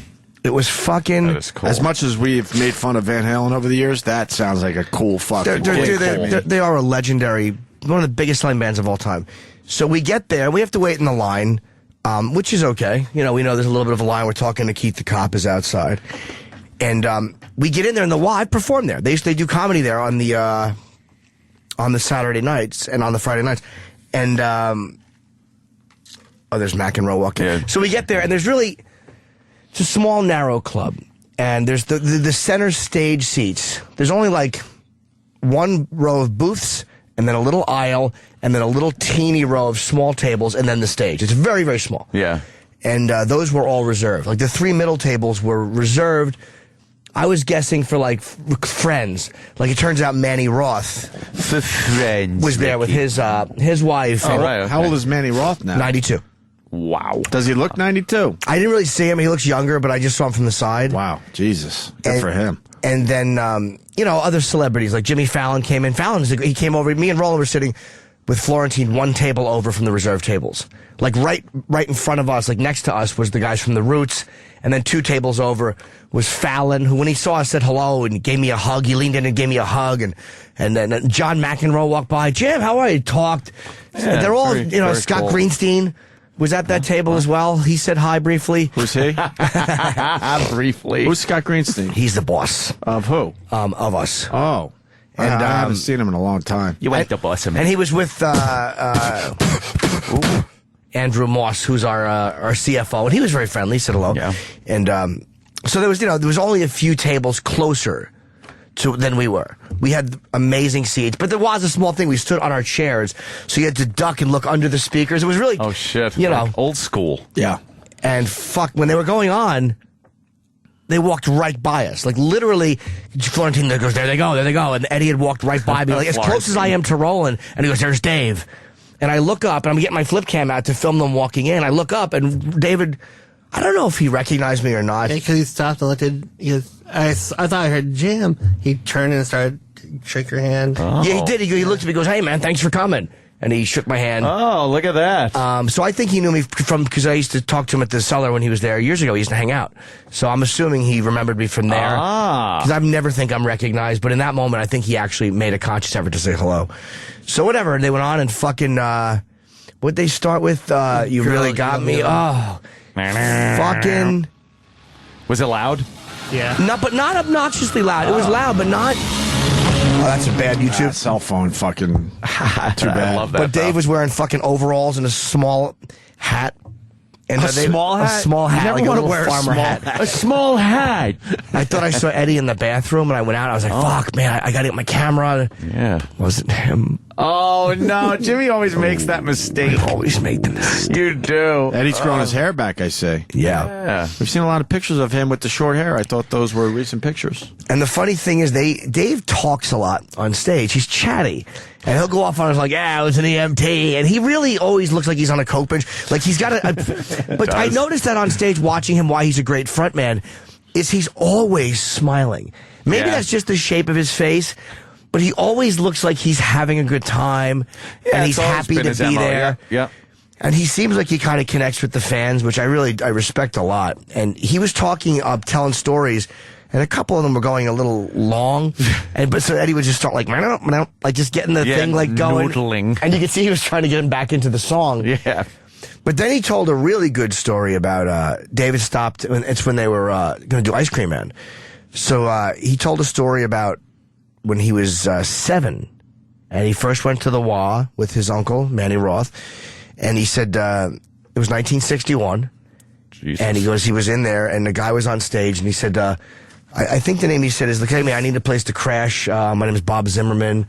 And I guess that's we all know who that is. Bob Dylan. I didn't know who it was, but everybody did there. But he remembered when he was there looking for a place to sleep when he started at the WA. And he said, I'm more nervous tonight than I could ever be at the Garden. He was more nervous doing that gig. And he introduced his Uncle Manny. And I do love the fact that he's so connected to his uncle. And he's so doting over this little fucking place. And he still gives it so much respect. And it was really nice to see. And they were great. He sounded good. I could see the weird dynamics in the band. You can see that they get weird when he talks a lot. Because sometimes Dave's just one of those guys. He just talks about, like when he stopped with the guitar, when David had the guitar, and he told the story about, because he made a cool analogy. I was like, oh, fuck, where's he going with this? Because he goes, there's a movie called, what was it, something in Commander, Master and Commander? Oh, yeah, the one with the ship and... Yeah, where he puts he writes his name in the banister, and then he becomes the captain all those years later. And you're like, uh-oh, where's this one going? But then he goes, when I was 7, I wrote my name in this club's banister. And then he talked about coming in as a kid. And it was an amazing story. Oh. And but other times you could see the band wanted to get back. Yeah, to the fucking music. Because you don't know where he's going with stuff. Wolfgang, he went boom, boom, boom with the bass. He goes, hold on, son. Yeah, he goes, hold on, son. Oh, shit. Yeah, like, know your place right now. Damn. So it's weird dynamics. I would see Van Halen immediately because this whole thing will fall apart.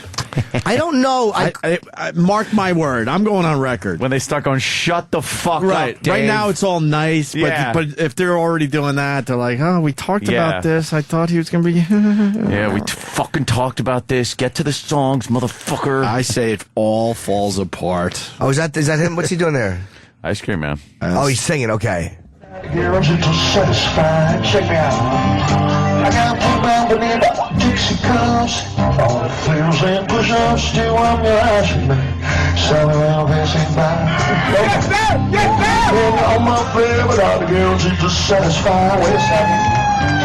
I'm your ice cream man. Selling around I'm passing by. I know ice cream man. Selling around I'm passing by. That was just a little clip. But he hit a lot of the high notes. He sounded good, man. And they look, because he couldn't jump around in the Y. He would have broke his neck. I asked you earlier, did it sound good because you were there, Jimmy, in this nice small setting? That was such a great question to ask, too, because it was Because sometimes we get tricked knowing that we're getting some nice treatment. Dude, but that was such a smart question because I was saying to Roland last night, what a brilliant move that was by Van Halen. They didn't need to do that. But they did one new song called I Think She's a Woman. It was actually a good song. And it sounded like old Van Halen. And but there's no one that's going to give them a bad review because it was such an... You're seeing rock icons. I mean, they are icons in a 230-seat. Yep. We got the new song. E-Rock, you got it? Oh, yeah, this is it. Oh yeah, wow, this is great. This is the new Van Halen song? They did have a little of that silly interaction, though. Him and they kind of smiling at each other. Were you laughing?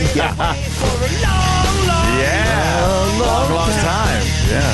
Back to back. We've been through changes. Yeah, they we have. played some games. Sure. The more things change, the more things stay the same. That's about the same. You don't like that line? I hate it. Cam hates that line. I hate it. Yeah. They were, yes. Together forever. We're back. Yeah. Back. We're back. We're back. I like how you emphasize that. Yeah. Great song. Yeah, it's really heavy. We're back. How many times do I say it? We're back.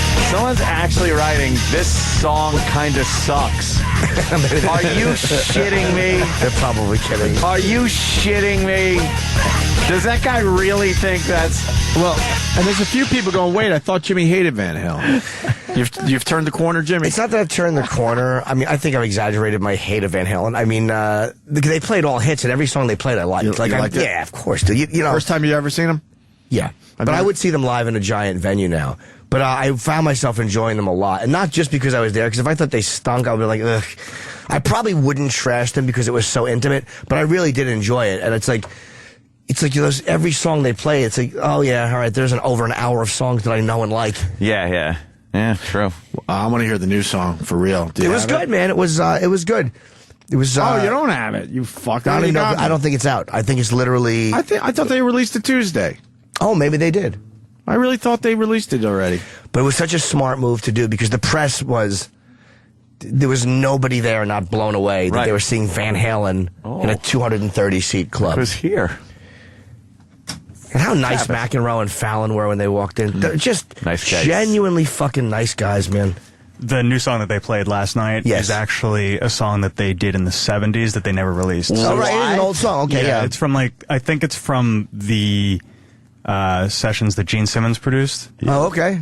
So it wasn't technically a new song. It's from 76. Why didn't they release it, though? I don't know. Well, maybe just Fans didn't don't now they release a ton it. of stuff.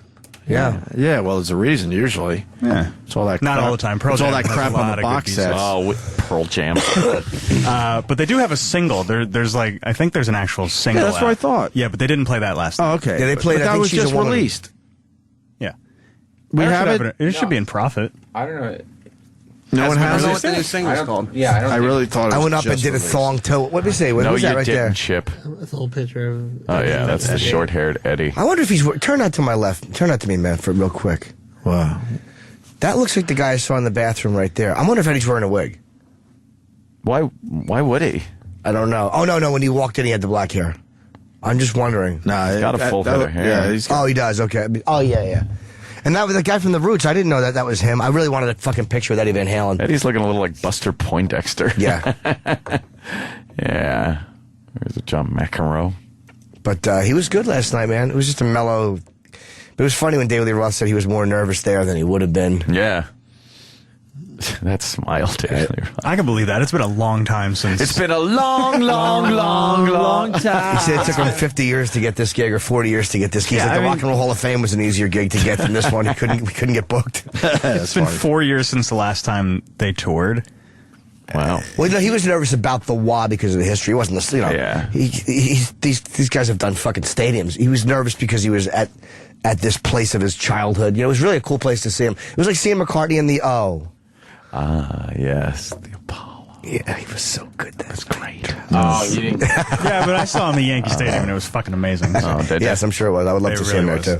Where'd you see it from? Small. Fucking The cheap seats? No, I was down. I paid a good price because I knew that might be the only time I'd see him. He wanted to say a hefty fee, but he knew coffee would be thrown at him, so he changed the good price. I was actually going to say a pretty penny. A pretty penny. All pennies are pretty. And I find myself for a moment obsessing over getting pictures, and I'm like, just enjoy it, you fag. Very good that you actually thought that. Like, yeah, hey, I did. just like, enjoy your time. I'm like, just seeing this band. Yeah, don't worry about pictures and. Yeah. There's still got a lot of pictures, I would assume. No, I got none. You got none? There was no one to get. I didn't realize those guys were the Roots. I already got Fallon and McEnroe. I kind of, I've chatted with him. He's. Yeah.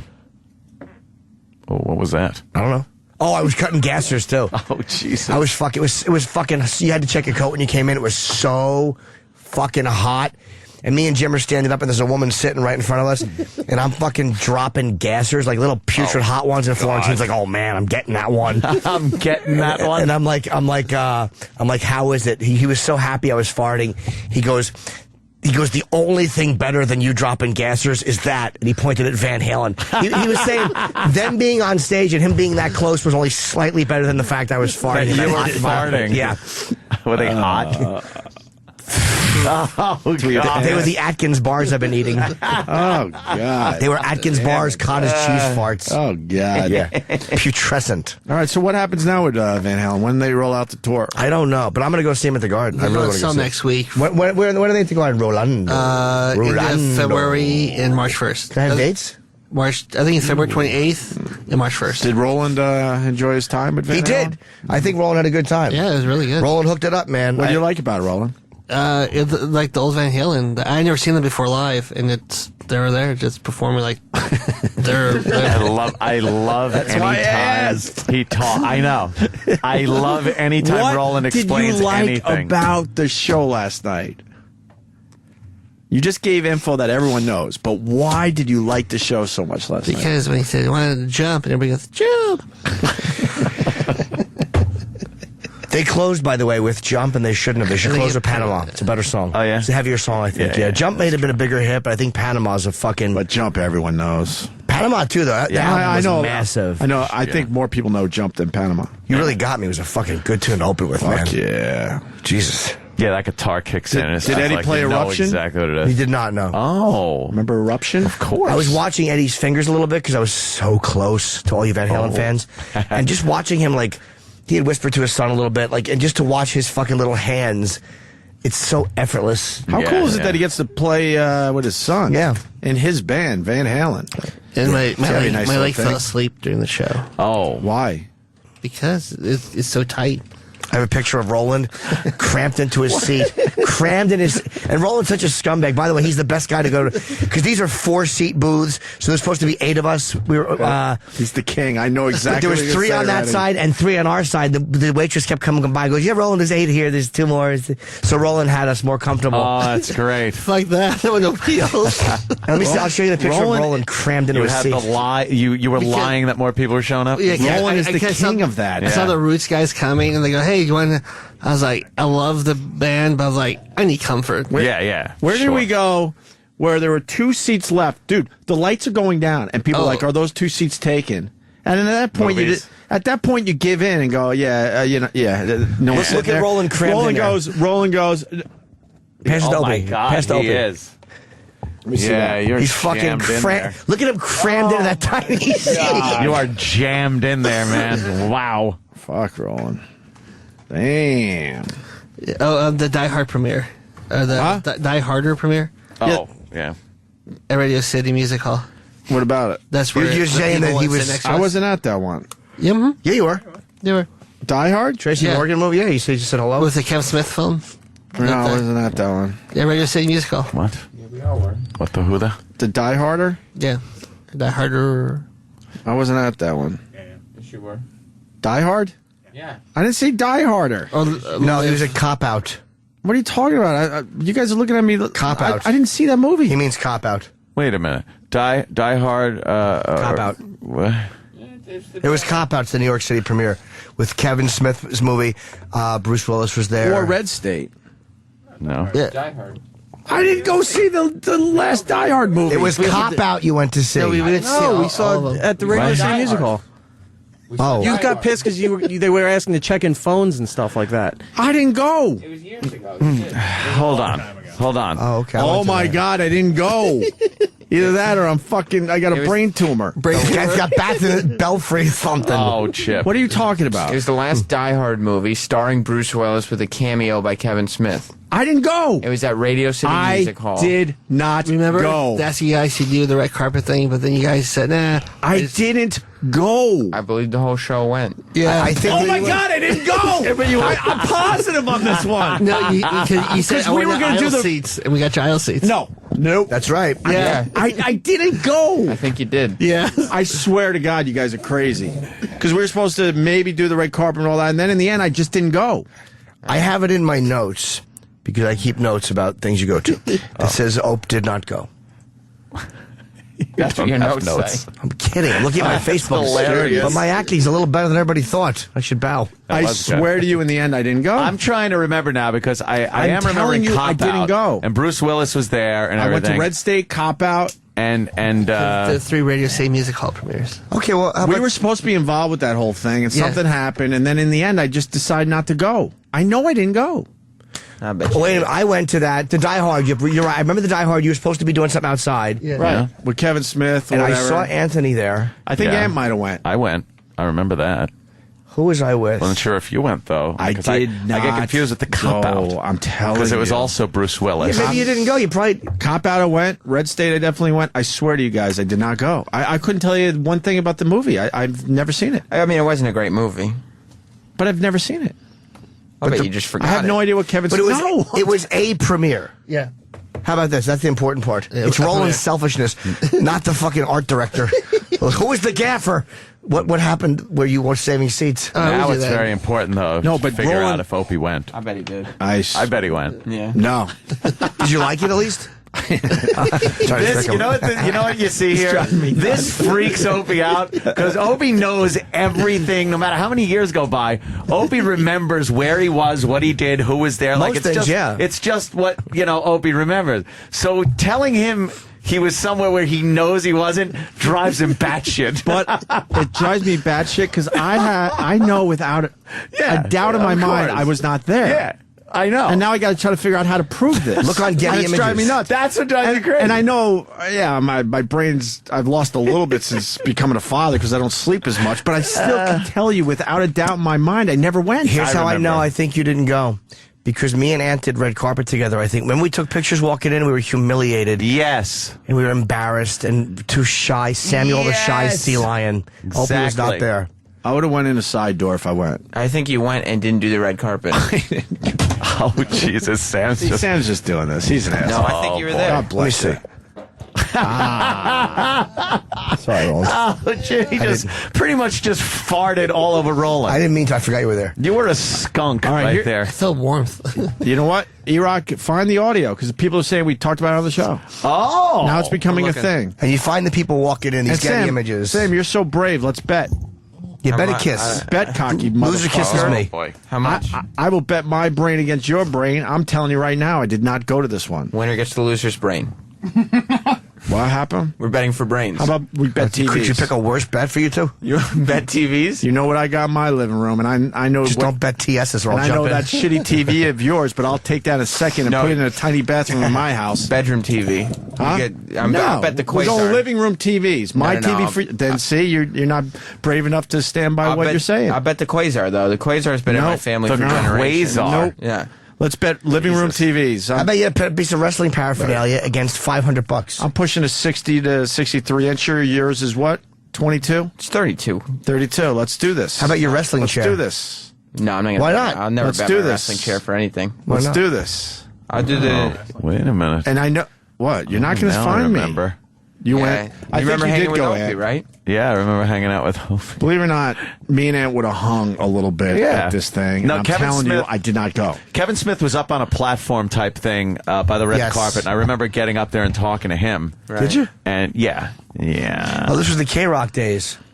I've gone to a bunch of these and they're great, but I did not go to that one. And, No and photos. Sam is not brave enough to bet living room TVs. Bedroom TVs. I said living room TVs. I want to go bedroom Same TVs. size.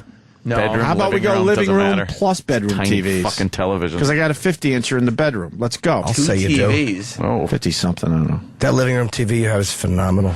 Going bigger. Fuck. Are you? You don't need to. I think it's the perfect size. No, you No, have to because go those bigger. 70-inchers look great. Do you like it that Sharp height? 80. Is that height the right height? I like the height you have it at. It's low. It's good until your kid starts, hammering into it with whatever he can find. It's that low? No, do you want it higher though? Like mine is above like neck level. We have to look up. Mine, if you're sitting on the couch, is just Yeah. right Is that the there. way it should be?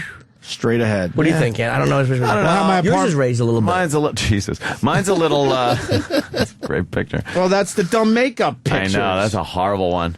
They put the Ronald Reagan look on me, yes. Hello. It stretched my neck. I'll never forgive that fucking Oh, guy. God. Look at the horrible makeup. Photoshopped. I weighed 3 see. pounds.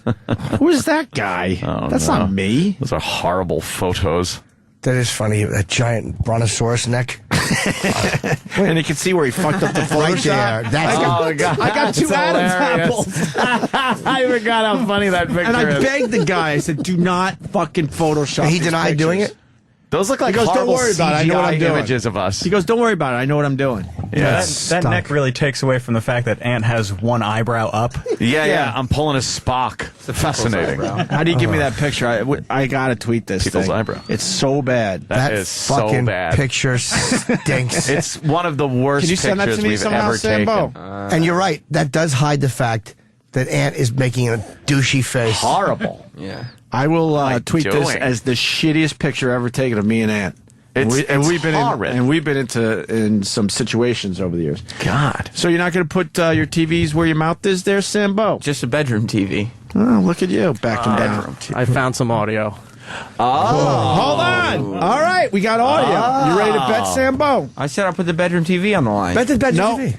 Bedroom / I can't bet 2 TVs. I don't have a lot going on right now. You didn't pay for either one of them, did you? Russell Simmons helped out with the. Let the living room. record state that he already pussied out from living room TV to bedroom TV, but What's a bedroom TV? I will take that bet. Okay. What bedroom size TV. is the bedroom TV? Begrudgingly, I will take that bet. And I'm telling you right now, this is not a radio. Let's have fun. Okay. You're bringing in that fucking TV on Monday, and I'm going to smash it with my hammer that I got close to me. I thought you didn't Hammer like to do smells that. delicious. I would love to smash your TV. I know I don't like smashing things these days, but I will fucking What smash size? your TV. What size is it? Did I mention? It's the shittiest TV you'll ever see. Yeah. Technically, I'm going to be doing him a favor. I want to know what size it is. it's technically 12 inches, but there is a built-in VCR, so you give a little, you get a little. It's a What block. kind of definition do you have on there? It's SD. Oh, okay. SD. Wait, is it a tube TV? Yeah. What are you doing? But if you plug God. a It's a All right, so square. it's a flint. bedroom TV. I still have a tube You're a TV in my cheapo. bedroom. if you We don't use it. No, it's You a do? it's a 12-inch by 12-inch by 12-inch. Just a It's a room. block. Yeah, a block. But if you plug a Blu-ray player into even the SD TV, it does look a little crisper. No, the it movies, no, it doesn't. The movies look a little better. No, it doesn't. Just the fact that you're taking up that room. By the way, Yeah, I what are gotta you doing? Watch something in the bedroom. They're so cheap Yeah, watch your now. cock going in and out of a moist vagina. Your big cock. is this an official bet? Yeah, Yeah. it is. You have to bring this TV Okay. in. I will not. I don't. I'm not letting this one go. Yeah, Hey, I- that's I'm not if letting you this win, one go. Opie. That's That's if you if you win. win. I'm getting it. E-Rock seemed to have, the way he said, I got some audio, it made it sound like, Opie, uh-oh. And No, you know, but E-Rock would love to smash me today. Oh, That's wait, what I wait, did to sorry. him earlier. Smash me. So This is a that's no-lose for E-Rock. Yeah, he doesn't. Much like weight. He would- Really? Sorry, Eric. I apologize. and Pat Duffy just tweeted me. Can I read what he said? Pat Duffy? This is not a guarantee, by the way, but he does tweet. It's Pat fucking Duffy on Twitter, and fucking doesn't have the G. It's Fuckin, so it's Pat fucking Duffy. Right. He writes, "Ope, I could back you up. You weren't there. I was, and I got a handy in the theater." Wow. Oh, yeah, Bruce Willis jerked him off.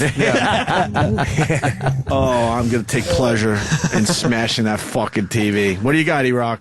Let's hear it. All right, here we go. This is from June 25th of 2007. But more importantly, Die Hard. You guys went to the premiere on Friday. I Well, decided I of wasn't course. going to be part of that.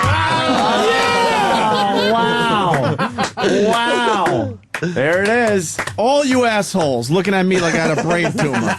Isn't it fucked Travis, up that there's Roland, a and record- fucking Sam. There's a record of everything we fucking do? How scary is that? Well, not as much for us as it is for you when hard drives are eventually raided by the FBI. Did you guys hear about Sam's TV? What happened? it's going to be smashed. Oh shit! You have to bring that TV in tomorrow. Oh, Monday. Monday. Yeah. And Monday, Kenny will the be TV outside comes. this building. If you don't have that TV, then he's going to send Then you go home. He's sending you home. It's fair. I wouldn't bring the TV because I could use some sleep. I would just go home. Yeah, purposefully forgetting, right? Selective. That's right. Selective. Shut up. Why don't you put the TV? Can we hear that again? Yes, we can. But more importantly, Die Hard. You guys went to the premiere on Friday. I Well, decided I of wasn't going course. to be part of that crap. Live free or die hard. How could you not want to be part of that crap? Because we've been part of that crap many times, But it's fun when it's we've all, looked kind of all stupid. of us. But it's fun when we look stupid together because it really makes for fun radio. Wow, look at that. When was that, Iraq? When in 07? That was from June 25th, 2007. My bad. Yeah, I'll say. I learned my place a long time ago. That's a long time. You go to those things and you walk the red carpet and you're like, no one gives a fuck. You know what? It is really, really embarrassing. Yeah. They put their cameras down sometimes. But when you do it, I just joke with them about please take a picture of me. Yeah. And please photograph. And they do. They'll always take one. You're loitering. Because they want you to just get out of there. Yeah. But you know what? They wind up on Getty Images and you wind up getting the shots. Yeah. Exactly. Why don't you put the TV? Don't smash the TV. Who said he's going to smash it? I might want it. Boy. Opie said he was going to smash Now it. he's He's kidding.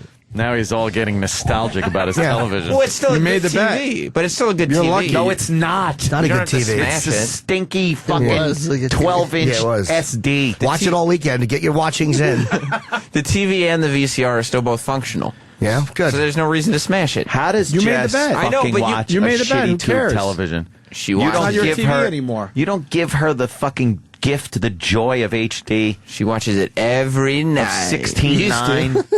Come on, 16:9, motherfucker. No, we go full screen. Full screen? What? You're a full screen family. What do you? The Roberts are full screen people. We don't like those pesky bars above, you know. You don't get bars at 16:9. It's the way the movie's supposed to fucking look. You're a pan and scan family. Yeah. Oh, pan and scan nausea. Pan and scan. Who the fuck has seen a pan We and have- scan we have in 5 years? 32-inch Sony HD TV in the living room, and then for bedtime we'll watch on the 12-inch Quasar. Quasar. Yeah. Are they even in business anymore? I can't confirm 12-inch it. though. I can't confirm it today. That's smaller than that computer monitor. yes. Yeah, I would say my TV's small. Oh my God. But that's the bedroom TV. You'd have a better time with your iPad in bed than that dumb TV. Exactly. At least you can play chess with friends. Yep. True. Hey, let me go to Kevin from Connecticut. Kevin, iPad doesn't have a VCR built in. first phone call of the new year. Kevin. Hello? You guys are betting on which fucking movie premiere you went to? We left over the go fuck yourselves part of Go the phone fuck call. yourselves. I guess our jobs are pretty cool in the end. Yeah. You know what? I know that. Believe me, I know that.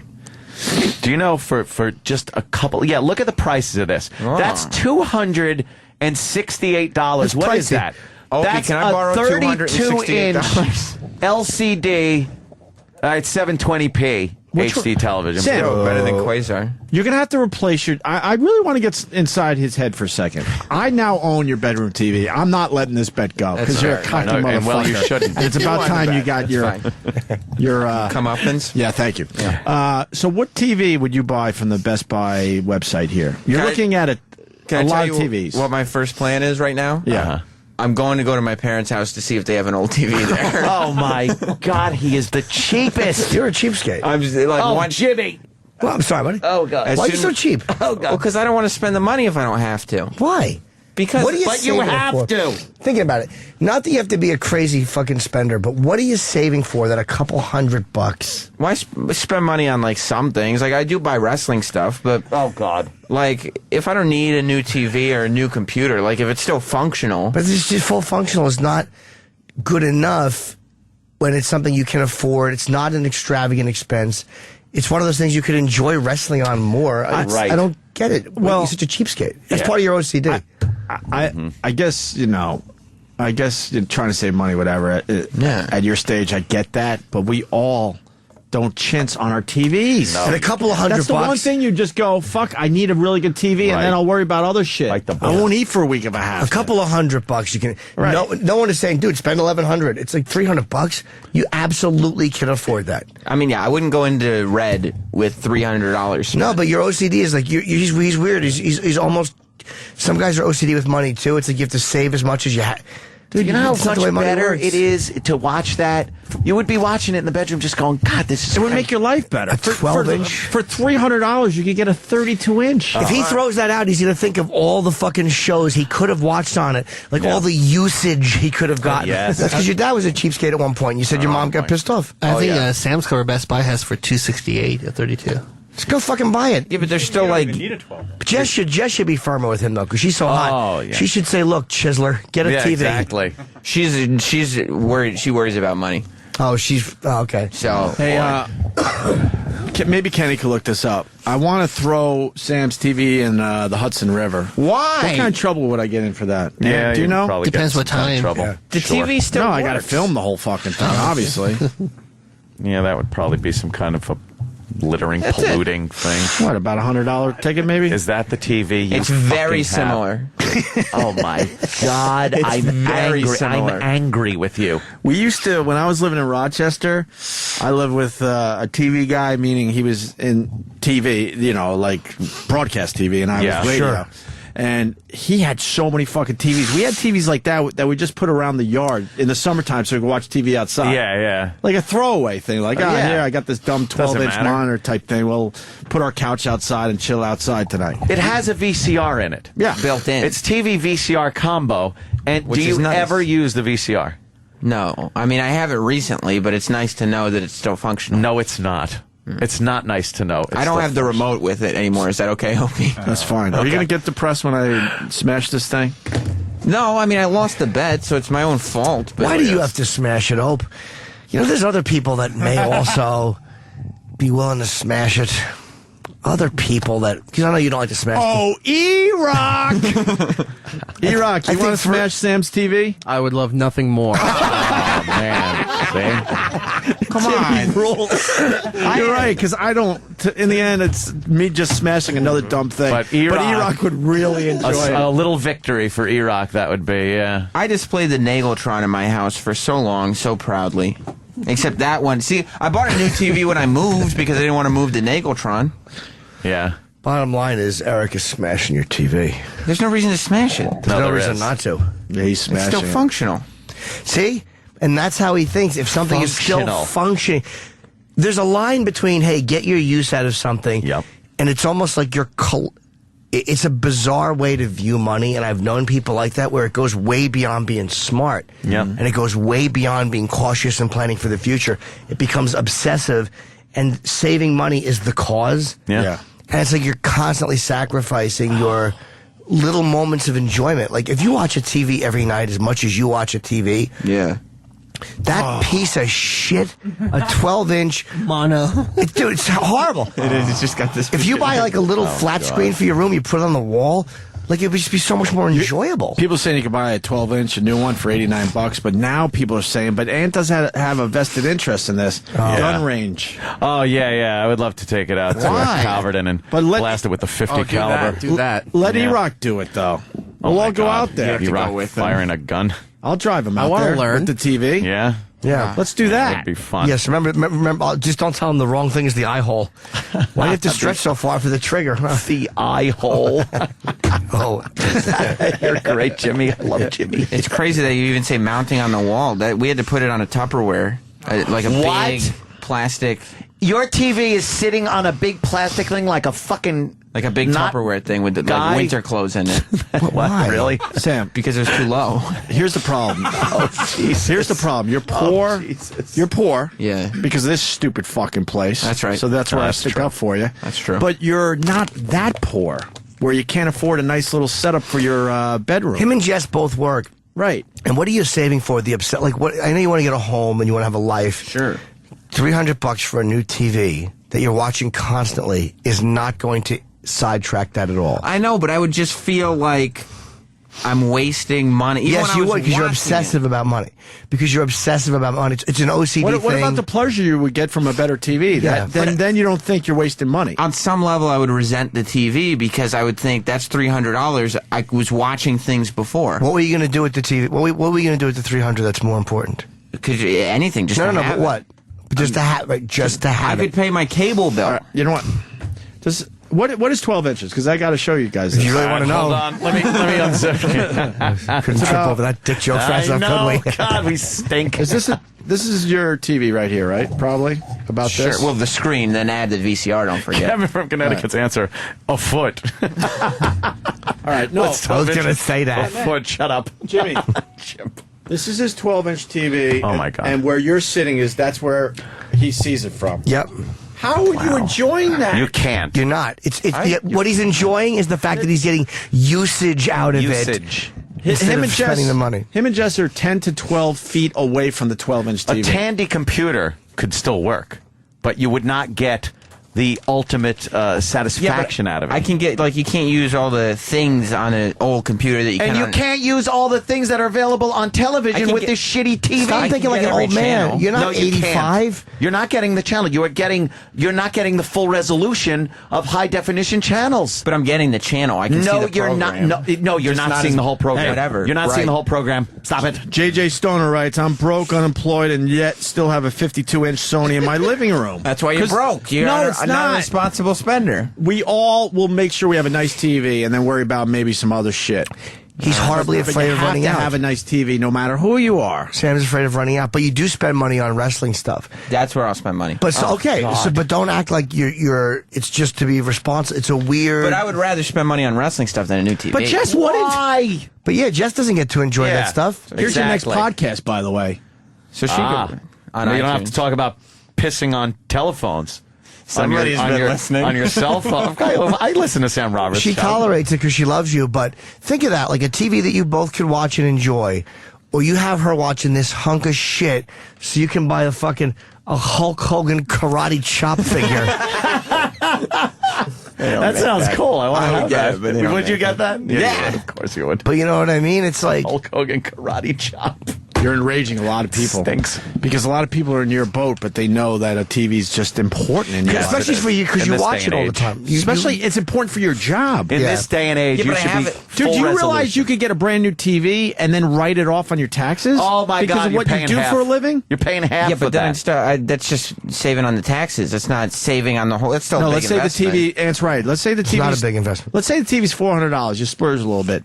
You could pretty much write off about $200. We Yeah. needed an accountant to make this official, but about you could write off half of it. Right. So now it's only $200 to you to get a nice TV for your living room for you and Jess. Yeah, but keep in mind, I also bedroom. for the living room, I wasn't going to go above 18 inches or something unless Russell Simmons chipped in money. But What's your, that? But your living room TV is a little small too. It's 32 inches. Yeah, but your couch is too far back. Russell chipping in enables you. He Yeah, shouldn't that's right. have. Yep. And you realize Sam knows that people will eventually come to his rescue. Yeah. Or I'll just sit there. He will. I'll just watch the Quasar if nobody comes to my rescue. Quasar. And then my first stop is going to be finding out if my parents have an old TV because we don't throw anything out. Exactly. That's a lesson you learn from home, where there's a value to it to a point where Yeah. it makes sense and it's good financial. My mother was very fiscally responsible. She taught me I don't fucking throw money around. I'm not an asshole with money, but I do live a good life within my thing. You know what I mean? Believe me, I don't go ballistic. But if a nice TV is a nice TV. Dude. Right. And for years I would have done that. When you were bringing up the electronics yesterday, saying you save old electronics and then eventually throw them out, I was with you until eventually because I have like 3 VCRs in my house. For and what? You're going to be a hoarder. Just in case. For what? In case what? Think about it. Walk through this. For what? Just in case at some point, what if Opie brings in an old tape and says, oh, can you pull audio off this, or can we transfer it to DVD, or if my dad finds an old home movie or something, then I can say, yeah, I have a VCR in the closet, I can hook it up to a DVD but recorder. you have 3. Yeah, you have 3. So why don't you get rid of 2? There you go. Because if one of them stops working. No, Oh, no. God. Now you're Oh, my putting God. you're It's making total contingency. hoarder You're shit. making contingency plans for Oh, something my that God. probably wouldn't happen anyway. And it's also part of his food thing is OCD as well. It's an Yeah. OCD with texture and weird stuff. That would drive me nuts. Clutter. That's Clutter. my problem. Stop saving that. And I get it because I'm kind of like that. Order. I'm kind of like that. It's this irrational fear of running out of not having enough of needing and not getting. It's a really weird fear that you don't need to have. You're not going to be broke. You're not going to need 3 fucking VCRs. I have a VCR hooked up. I might have one. Because I have a lot of old stand-up tapes I was converting. Yeah. I think I only have one now. It's a VCR DVD conversion thing in my bedroom. That's it. So why do you need another one? I have a VCR that came with my apartment, and everyone just laughs at it. It's part of the wall unit or whatever, and I never took it out, and people just laugh. Like, why do you have that? I'm like, it's just there. Because I have thousands of wrestling tapes. And by the way, here's what you want to do with those tapes. No, we get why you need a VCR. You don't need 3. But he doesn't even need one. You could give those tapes. And you're going to be missing one. Yes, you could actually have people. You could have people put them on DVD for you. But you have to. If I can have the equipment myself because I didn't throw anything out, then I don't have to pay somebody to do it. Yeah, but you do pay somebody to do it because you're not going to do it. Yeah. You're not going to invest that kind of time. Right. And your time is worth something. See, money is not just spent for bare necessities. You know what I mean? It's like you have to eat, but sometimes you have to. You give yourself a margin for life comfort, for things that you can afford, that are within your means, that make sense. You're surviving. You're not living. Dude, you're not just, every dollar you make is not just for bare necessities. Food, drink, water. Food, water, medicine. Food, rent, water, medicine. Bare necessities. It's not that cut and dry. Do you understand? That's not what, that's not what living is. Sam, here's $2. That's $129 less than I need for the cable bill. It's exhausting. And so many people want to give you a TV, and I'm not asking for it. I beg you, Rock, to hang up on all those people. They shouldn't give them a TV. Because don't enable this sick thinking. Sam's going to be minus a TV on Monday. Yeah, I don't want anything from any. The listeners don't have to get. You're setting yourself up for years and years and years of just struggles mentally that you don't need to have. You're already fiscally responsible enough where when you make extra money and you own a home, you'll put it into your principal. When you make extra money, you'll pay a month in advance. You're already good like that. Yeah. But you've gotten past what is good and what is smart and being a good consumer into needlessly denying yourself just to satisfy that little tick in the brain. People are yelling, my fucking laptop screen is 17 inches. Yes! Laptop screen. I have the 32. And it's HD. And it's fucking 16:9. They're yelling through instant feedback. But there's a line you have, like, I have a laptop, it's 2 years old. And a part of me knows that there's a faster one out, and there was 6 months after I bought it. Yeah. But I'm like, you know what? I can get 3 years out of this. It's really a good laptop. Yeah, I'm not going to throw money away. But that's reasonable. It's reasonable. We all have that reasoning in our brains. I have about 20 computers in my house. Yeah, I don't go crazy like that. I do heavy video editing, and I have my iMac from when I graduated college. An iMac from when you graduated college. But it's starting to get very slow. Yeah, but for your job, to be more effective at your job, you should have a better computer. It is a write-off. A better computer and a better TV that you could write off. Because you're not bullshitting the government. You're legitimately using it for work. That's true. It's hampering your work. And you don't want to get into a thing where satisfying the little tick in the brain hampers things like that. I would pay for work. Like, if I needed new stuff for whatever, recording stuff at home, I would pay for it. But I don't think I'm watching TV adequately for the show on standard definition. I don't think it would help my work. Can you run tape from your TV to your computer and just grab something off the TV? But what you're missing out, Jim, he doesn't feel like he's bothered by this or affected by this. No, you don't feel like you're affected by watching a tiny 12-inch screen TV every night from your bed? I've never felt that way. Holy fuck, that would drive me. Well, he's not a baby about it. I'll say this. No, he's not honest, at least. He's not, but he's not complaining that he wants more. He's okay with that. He's okay with spending his money. So, I mean, it is up to him. But it's like, there's no way Jess is happy with that. I'm telling you, it's going to annoy her. There's no woman that's happy with that. Yeah, maybe we should do it for her then. Yeah. She doesn't care about the I think TV. she might, though. I disagree, because she thinks you're buying wrestling figures. How much is a wrestling figure? Depends on the one, but say $12 to $15. I used to go at it with Sam about food. I'm like, do you understand when you're missing, when you don't eat steak and this and that? And I would just talk about simple things. And I finally realized, hanging out with Sam enough, that he feels like he's missing nothing. Yeah, he doesn't care. He feels like he's missing nothing. I finally got that. Like, okay, I'm going to leave him alone. He doesn't feel like he's suffering or missing out tasty food. And he doesn't nag other people about what we're eating. Like, I've eaten with Sam many times, and never once has he said, well, let me see if they have what I want. He's like, I'll find something. You know, the people you're with and they're dieting or whatever, and you could look in their eyes and they're just missing out, and they know they're missing out. Sam has not even a hint that he's missing out on what he could be eating. I get really annoyed, number one, when people ask me, will you be able to find something there? And number two, when people read chicken items off the menu to me. Oh, as if I can't read the menu. Oh, right, yeah. I'm like, just leave me alone. If I can't find anything, I just won't eat. I know some people that are that were like that. Yes. Completely leave me alone. Like, don't treat me special just because. Yeah, I finally get that. But I guess it goes further with this TV and stuff. What happened? I don't know. Kurt Angle, speaking of wrestling. Whoa. He's talking about the Jesse Ventura. Sealed with a punch. Yeah. Oh, it's Kurt so, Angle's involved now. It's so good that hold on. So now, Kurt, you made this transition from Olympic wrestler to pro wrestler, and a lot of people just got to know you then because.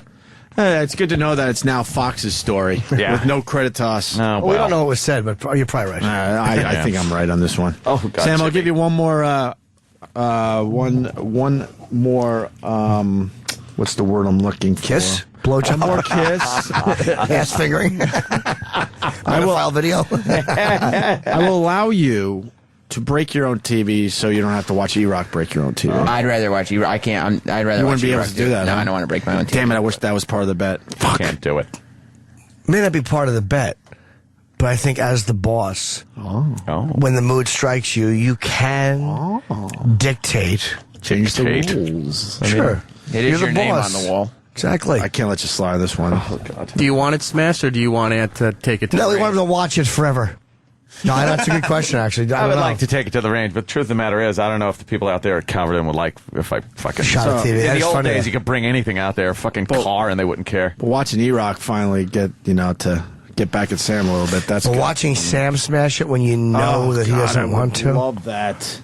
Just, I mean, even just give it to someone else who can watch it. No one wants to. Do you realize? Like, I understand that I lost it in the bet, but just somebody will find use in it. No one wants that. You don't like waste. You don't like waste, do you? Of shit television. His dad drilled that into him. How did your mom react to your dad being cheap? Because you talked about this on the air. She would get very, very frustrated So with it. what makes you think that while you have that tick in the brain, why don't you realize you're doing the same thing to an irrational place? Right. Because I don't think I'm as bad as No one he ever was. thinks that. No one ever says I'm as bad.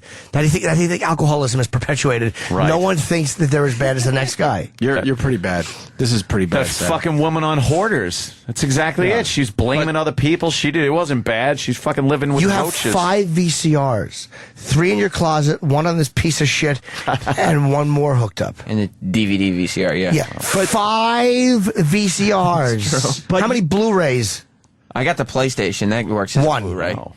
But you need us to take your TV and give it to someone else. I would prefer that. Holy fuck, that's so fucked He's up. a weirdo. Yeah, I understand that, though. Kid's a weirdo. I get it. Really? There's a way to break the pattern, though, is to start forcing yourself to do what is unnatural.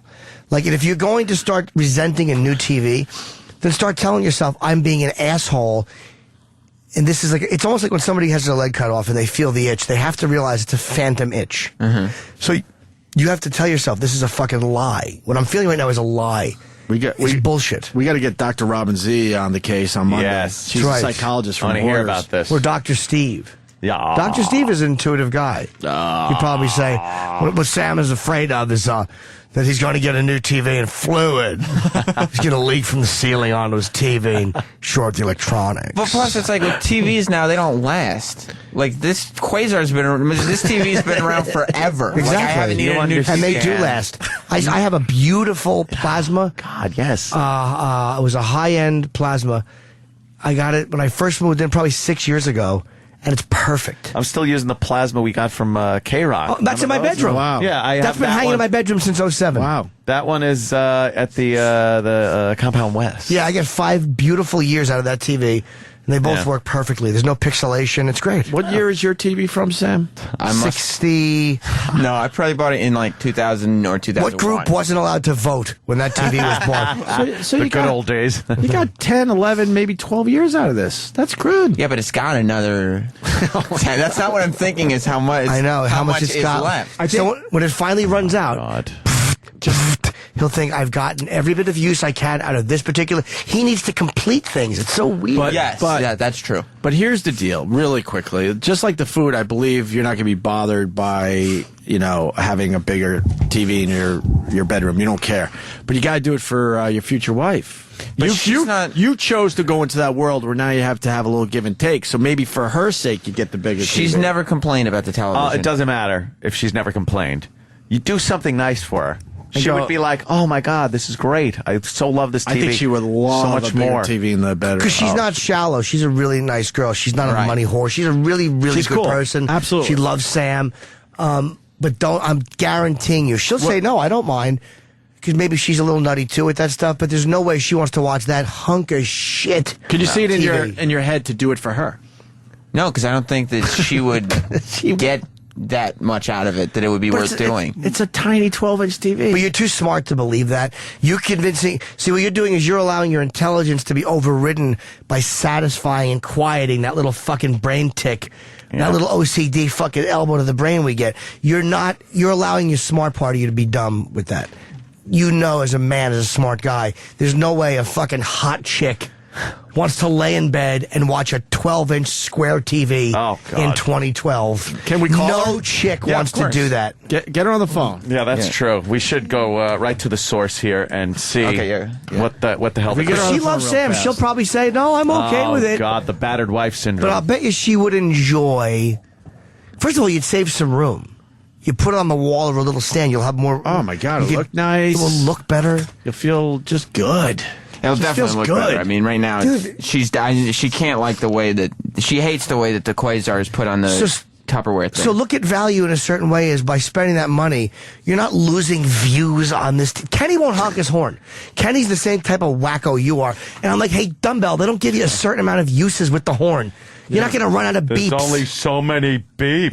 I don't know if we talked about it on the air, but he lost a suit New Year's Eve. He did a gig at the at the Wax Museum. But the dollar store won it back? And he threw a guy out, and then on the way back in, I guess it got caught on a thing and ripped his suit.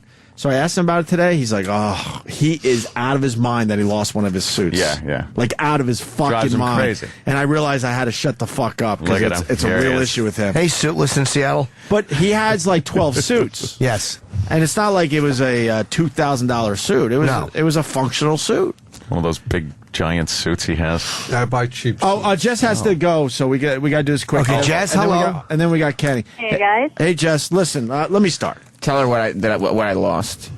Jess, I officially own your bedroom TV. How's that? Did you just buy it from us? A bet. She's hoping you bought it from her. No. Who would buy that? Sam lost it in a bet. Sam was stupid enough to make a bet. He lost, and what we bet was bedroom TV. So if I lost, you guys would have got that sick TV I got in my bedroom. Oh. I'm sorry we lost. So Sam's got to bring in the TV Monday, and I'm going to smash it in front of his face, or E-Rock is, because I have I no... don't even... What? I don't know how that's possible because it weighs like 60, 70 pounds. Yeah, no shit. Do you like the way it looks on the Tupperware? Yeah, it's the only thing we had. Sam wouldn't put it elevated, so I had to finally do that myself. It's really a heavy TV. So you have a heavy TV elevated on Tupperware. 12-inch TV's heavy. I can carry most of my TVs under my right arm. TVs now, they're like credit cards. I remember buying one, and I was on the subway. I brought it home and just carried it under my... Right. Anyway, listen, Jess, really quickly. Yes. Wouldn't you enjoy... Let's just... We don't even have to go crazy. A 32-inch flat-screen TV mounted on the wall in your bedroom. I would absolutely enjoy that. I would love that. Sam, what happened, Sam? Why aren't you seeing the obvious? Why don't you? We said you would say that, by the way. Do you want me to go buy one? They're very inexpensive. By the way, I think you should buy one today. Wait, and Jess, because we don't deal with that fake radio bullshit. Yeah. This is how you really feel. You're not just saying it thinking this is what we want, right? Yeah. No, why would I want a humongously heavy, boxy TV in my bedroom? And so little, too. And by the way, did you see that interaction they just had? The Jess is a nice girl. Sam just went, you'd want me to buy it? in that moment, that's how they operate, where he'll let her know, he'll let her think that she's siding with him, right? But realize he's manipulating her into saying, no, I guess it's okay, because then she Exactly. feels like she's calling him cheap or something, or being disloyal by saying, Right. it stinks. Our whole point, Jess, just to summarize, we feel like Sam should do it for you because we don't think Sam is suffering at all. Like, he's totally fine with the 12-inch, 70-pound TV or whatever it weighs. And we're saying, all right, at least do it for your future wife because she would enjoy it in the bedroom. Yeah, I think he likes it. I think he feels like it's a rat trap. No, he doesn't. He's cheap. But you hear how enthusiastic she didn't say, hey, that'd be cool. I would love that. Yeah. She's tolerating this for you. Do you want your wife to tolerate this? She's missing part of the picture on television. You're looking at a square fucking picture when you could be in that lovely 16:9 ratio. Can you letterbox that shit? Oh, God, letterbox a 12-inch television. Wow. I was watching American Beauty on DVD the other night on the 12-inch with the letterbox. Oh, my God. It was hard to see some of it. You're looking at a picture that has got to be 8 inches high. Yeah, Are you surprised at her reaction? Yeah, I was quite surprised, yeah. You're not seeing the obvious with her, and she loves you very much. You're a good couple, but you're going to build up a lot of, she's going to be annoyed in years to come. I'm telling you, nip this in the bud. You're not married yet. You can nip it in the bud. Yeah, this and kind of got fucking- real. No, but it's good, though. This is kind of real. They're a Sam. good couple together. Yeah, she's going to tolerate She's a your nice stuff, girl.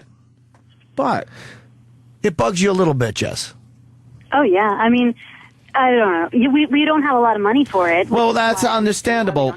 But there are certain, things in life that you should enjoy. Can I say this, Jess? Could you guys find $300 for a 32-inch flat screen TV? I mean, we could if we really thought about it. Yes. This fucking place has got to start paying people. No, but she's a little panicky about. What were you going to ask her? No, Sam? they don't have a lot of money. Does it bother you that I have like VCRs and stuff in the closet? Honestly, the fact that you have two TVs on all the time, VCRs in the closet that you've never touched, and electronics in boxes that I don't even know what they are, does bother me. It's almost this hoarding mentality. Yeah, you see it as being irrational, and you love Sam, and you know he's responsible with money. But don't you think it goes a little bit beyond being responsible with money and into a little bit of too much holding on to it? Yeah, and I mean, he's still taping wrestling from, months and months ago. I don't understand why he does that. It's OCD. Why do you do that? I DVR every wrestling show and then record it onto DVDs. And then he burns it Holy onto shit, we got to get them on hoarders. Do And they then I just keep do them. they do some of this shit on hoarders? They're all available online, Sam. You can get all of them. Why do you keep them? Because what if they go offline? I don't So have what? possession of it. Why do you? It's OCD. He has that. Have you ever? Do you watch these? I don't have time. I'm recording. The wrestling thing is a big obsession because weird. I was at Sam's over the summer, and his father. I didn't ask. He goes, "I want to show you some stuff." And he took me on a tour of the house where Sam has taken over complete closets and and said, "This is all wrestling here." I don't want to exaggerate, but he's like, "This used to be our hallway closet. As you can see, it's all Sam's wrestling stuff." And then he took me into a bunch of other rooms where Sam has pretty much taken over his parents' house with wrestling things. You're living your life, Sam, for the day that never comes. Right. It's all setting up for that magic day when you get to watch all these things, you get to enjoy all these things, and everything you're doing is setting up for a day that will never arrive. So months go by and years go by, collect, save, and the day to enjoy them never comes. And I was like that at one point. Well, you're like that with your pictures. In a I way. am. You're not enjoying events because you're too busy obsessing about getting celebrity I'm photos. thinking about what I won't get, We or all what have I can problems here, collect by the way. and get. So I'm not judging you. I get it. No. But I'm telling you, you're setting yourself up. Like I caught myself last night. Asshole, enjoy what you're experiencing. Yeah.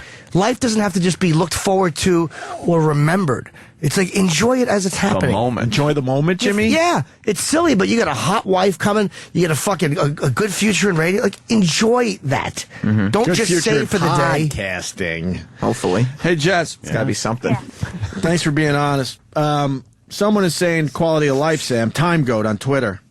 Quality of life is important as well. There's equity in it's quality not just of life. about saving money. You got to have quality of life. Absolutely. And if you're not bothered by quality of life, you might want to at least do it for your wife or your future She wife. surprised you. I think we have different points on what makes quality of life that I wasn't.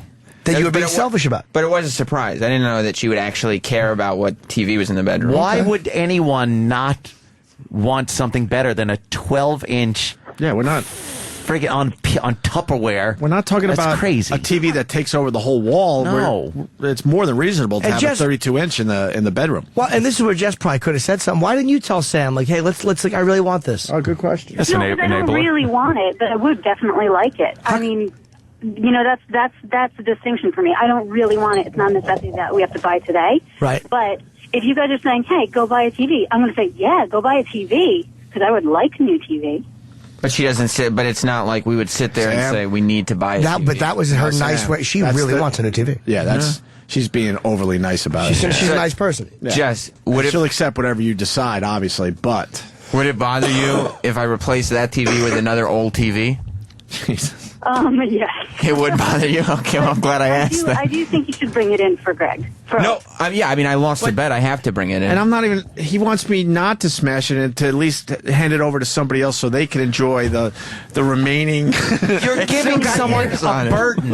Right. It's not a gift. That's a burden. And then there's another secret thing that I think deep down, maybe Sam would love a new TV too, and need it. Maybe deep down, because Sam has a pretty good show memory.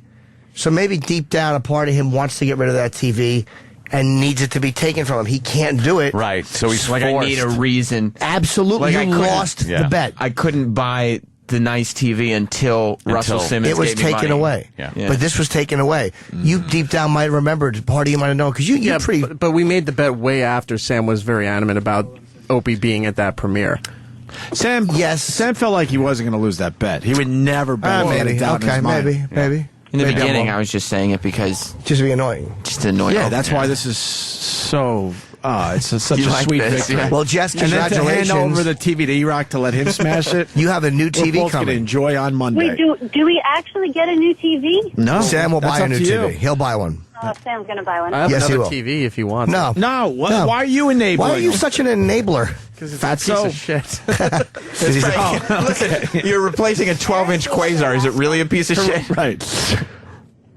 All right, guys. Bye, Jess. Thank you. Thank you, Jess. Bye. All right, we could talk about. She really wants a new TV. Yeah, she That does. is a surprise. You really were surprised? That's strange. Yeah, I didn't to think me. that she cared it almost at all.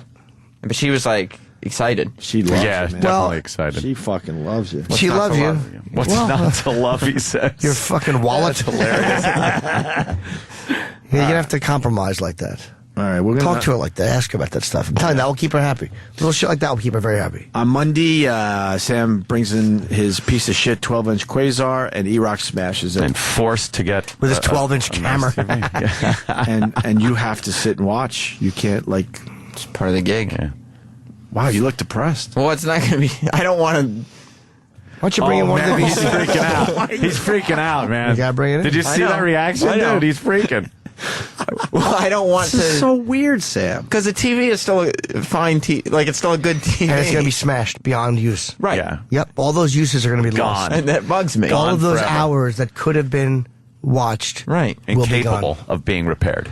Will be gone. Yeah. See, because every time you start to satisfy it and get whatever the itch is scratched, it requests more. Right. Like, if I get something autographed, I start to think, why did I get the other thing autographed? If I get a picture with each member of a band, I'm like, why don't I have the whole band? Right. There's never the moment, that day never comes Of where you're satisfaction. fucking satisfied.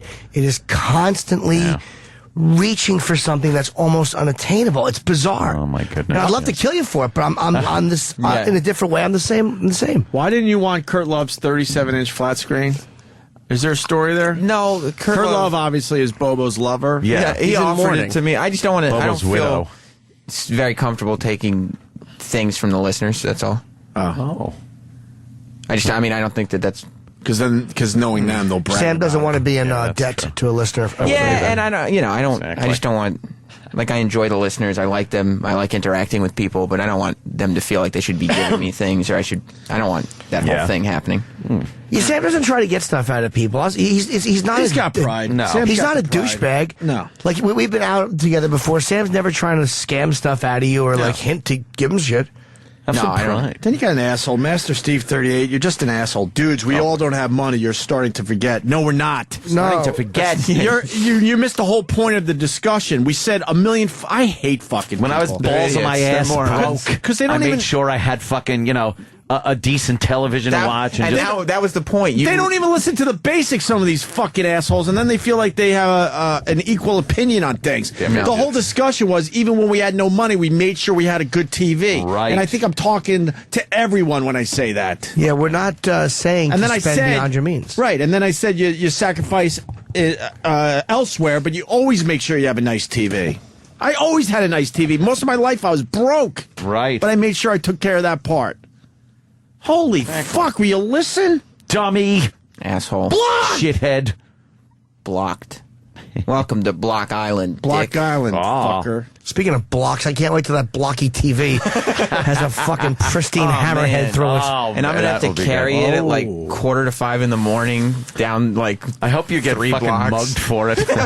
That would be funny. How great would it be if they punched him and it broke when it fell on his foot and shattered his ankle?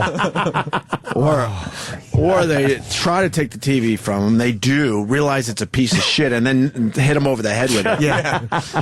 Asshole. Yeah. Let's go to Sue. This is very important, then we can finally go to breaks. Was she a lawyer or something? Sue, go ahead. Oh, I went the other ankle. Oh. Hi, Sue. Yellow. Sue? Hey guys, how you doing? Good, how are you? Good. Happy New Year. You too. I'm getting divorced. Oh. Because my ex-husband was super frugal and never wanted to spend a dime, and I had a totally different attitude. Oh, boy. See? Yeah. Well, no, I mean, I try to be very aware. Like, now that Jess has Obviously said you that. weren't. Now that Jess has specifically said that is something she would like, that's become a different thing. I think Like, all kidding aside, eventually this could be a problem. Yeah. Your mom started to resent it. She definitely did. But my dad was also aware. Like, she was making people very aware. I resent this. And, like, when somebody says they resent something about me that's close to me, boy. I generally make a change. All right. I resent you being alive. Never said. Make a change. Luckily, you're not close to me. What's Sue? No, I was saying I never said anything. I kind of like just kept my mouth shut and tried Well, then to that's your avoid the fault. fight. Like, How why is would my you? fault? You got to say something. If You open somebody's your mouth up bothering for you. prick. But Yeah. Sam, in all fairness, Jess kept her mouth shut until today. That's right. And you guys been together a while now. Because a woman doesn't want to raise. You don't want to fight for stupid things, and you think that it's important to him. So you want to be True. supportive. And Yeah, you but think, then you're not just being be frugal, supportive just because you're smart. letting it bother you until you're divorcing people. That's well, not supportive. that's how resentment is. Resentment is never all out in the open. It's always something that festers Fester. and eventually Yeah. it explodes. I mean, it's, you know, like a vicious pimple.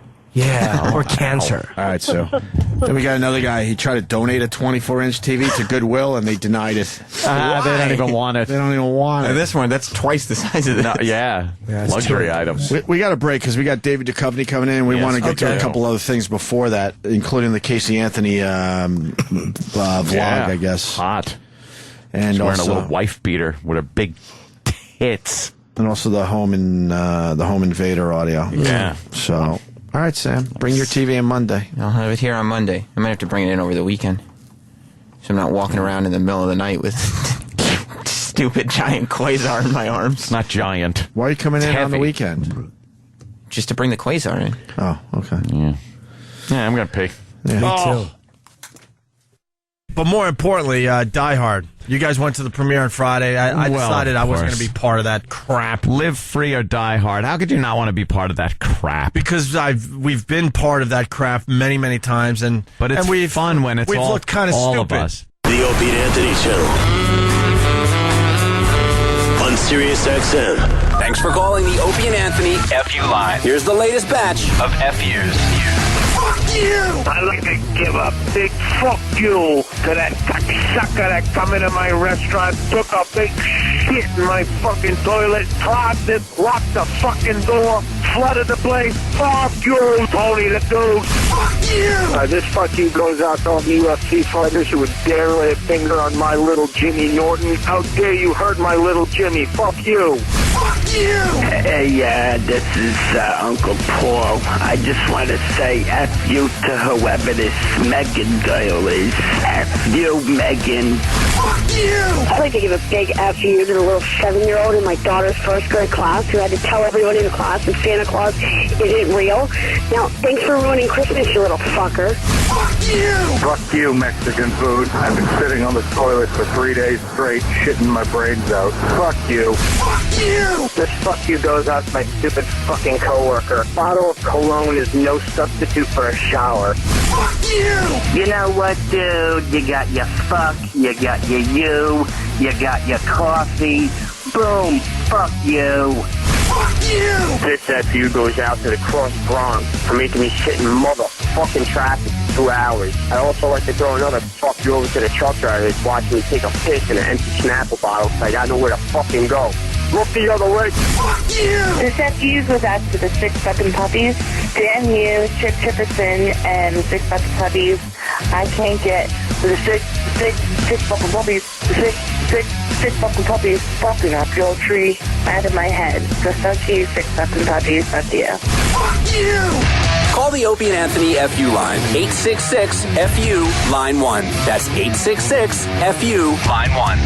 Coming up on the next episode of The Spectacular Suicide, Police Commissioner Vic Dunn grills our young hero about his mishandling of the Angerman incident. Meanwhile, a deadly new temptress lurks in the shadows. Goddamn suicide! How many times have I told you? I know, but the children! That's enough. You screwed up the entire operation and Angerman managed to escape. He escaped? How'd that happen? I'm unstoppable. Never mind that. It's our case now. Stay the hell out of the way. But... That's enough. Stay here. I'm not finished with you. I have to go take a shit.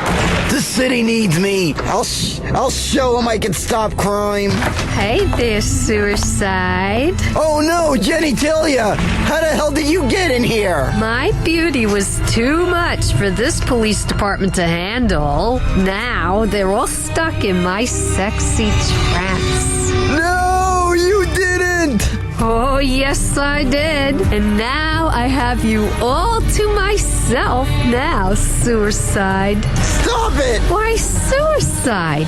Aren't you getting turned on? No! I can't let this happen! Stop it! Get away from me! That's right, suicide. Stare through my horn-rimmed glasses and into my eyes. Oh, God! Hands getting too tight! That's right. No! Yes. No! Come on, suicide. Oh, my God! I'm coming! Oh, my sweet suicide. Now, with you out of the way, this city will finally be under my control. Mwah. What the hell happened here? Suicide? Wake up! Wake up! No, this can't be happening. It was Jenny Tilia! She's gonna pay for this! Stay tuned for an all-new adventure of the Spectacular Suicide. And now, 88 seconds of former Minnesota governor, professional wrestler, and Navy SEAL Jesse Ventura talking crazy. And go. Were they testing out HARP and it created this tsunami that later killed hundreds and thousands of people? They have such power. Our president goes to it and our president has to sign a no-talk thing. And the real guy is this character called Maurice Strong. That's the big point. What if it is? No. Say that. No. No. It shows how they could shoot these things down to masses of people and literally affect your emotions with them. They can cause you anxiety. They can cause you fear. And that was on the night that Jesus Christ supposedly rose from the dead. Both. Yeah. Both. Really? Both. Yep. With this satellite, if they want to, they can follow you and know right where you're at. It's eye-opening. I don't do computers. I'm computer illiterate happily. Probably. But trust me, I can do you in and not think twice about it. Oswald couldn't make the shots. You know that as well as I do. This thing's set up on the same frequency as the human brain. Do you think that's by happenstance or by design? Why would everything have to be locked up in national security for 50 years? That's because you're not seeing the real medical evidence. Could that be part of it, that they're heating up the ionosphere up there by using this thing? Ford changed where the bullet hit. They put him in the MRI and the machine went ballistic. You know why? 5 chips in his body. Oh, yeah. Oh, yeah. Oh, yeah. That was 88 seconds of former Minnesota governor, professional wrestler, and Navy SEAL Jesse Ventura talking crazy. Oh, yeah. Oh, yeah. Oh, yeah. On the Opie and Anthony Show. Sirius XM. The Opie and Anthony Show.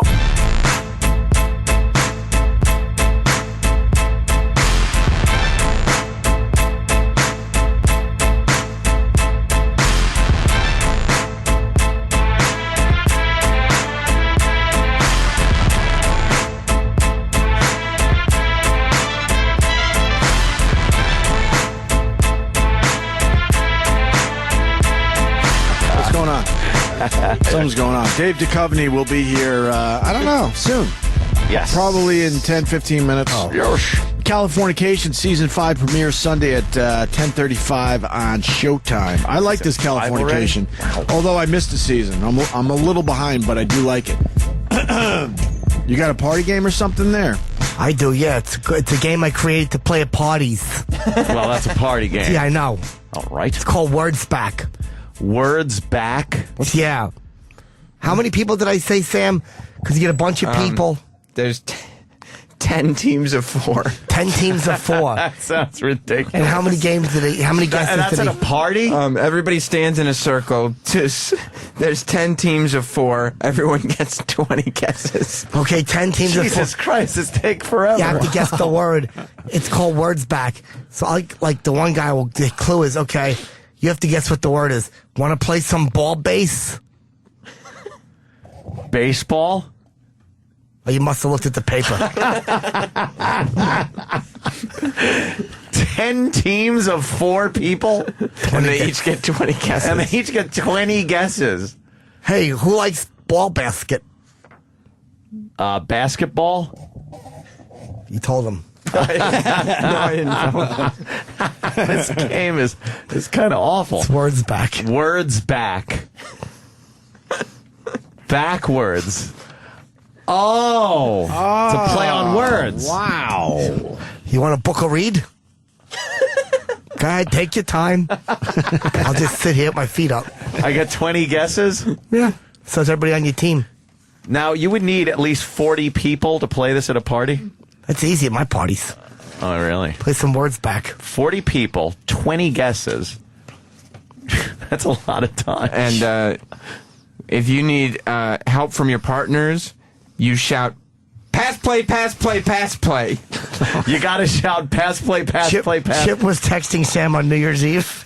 And No, on Christmas Eve. Christmas Eve, this is what you have to deal with? I was having dinner with my family, and Chip kept sending me different words packs. Pass, play, pass, play, pass, play. Oh, is that what you have to yell?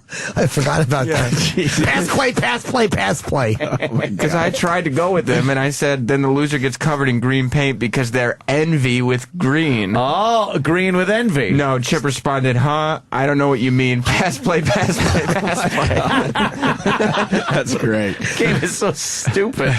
Hey, I gotta ask Ann about Rick Santorum because you know way more about this shit than me. Well, yeah, kind of. He's not for same-sex marriages.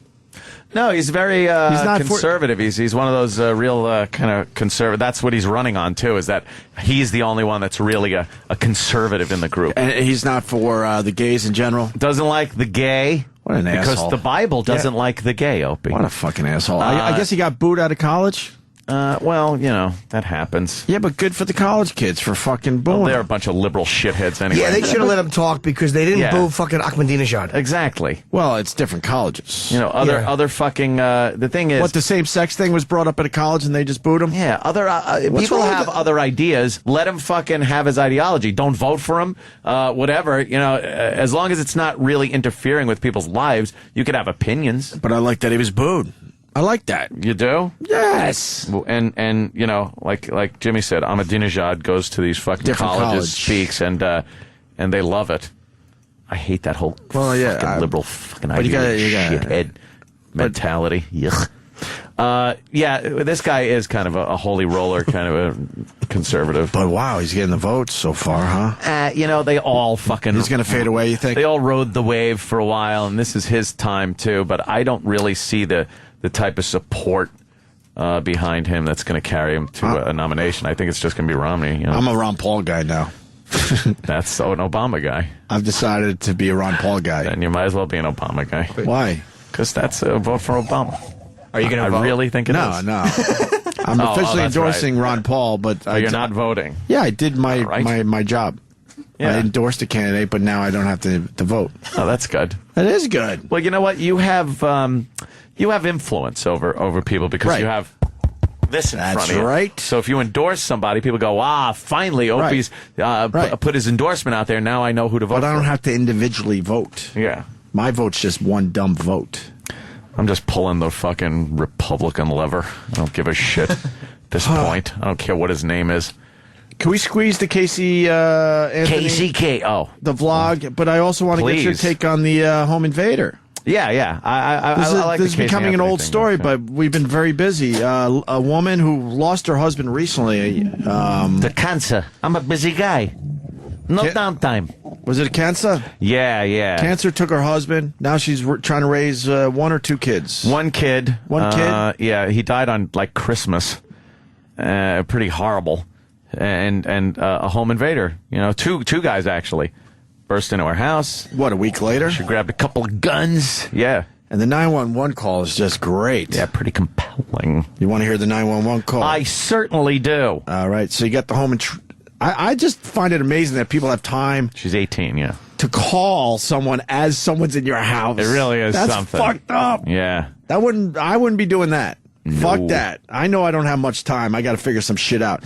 And I might have a gun now, too. Go right for the arms. Sam's not sure about the gun thing, but I might have a gun now, too, Sam. I don't think you do. There you go. I mean, I'm Ron Paul, and I might have a gun. I was wrong about you today before, but I don't think you have a gun. And I might have one.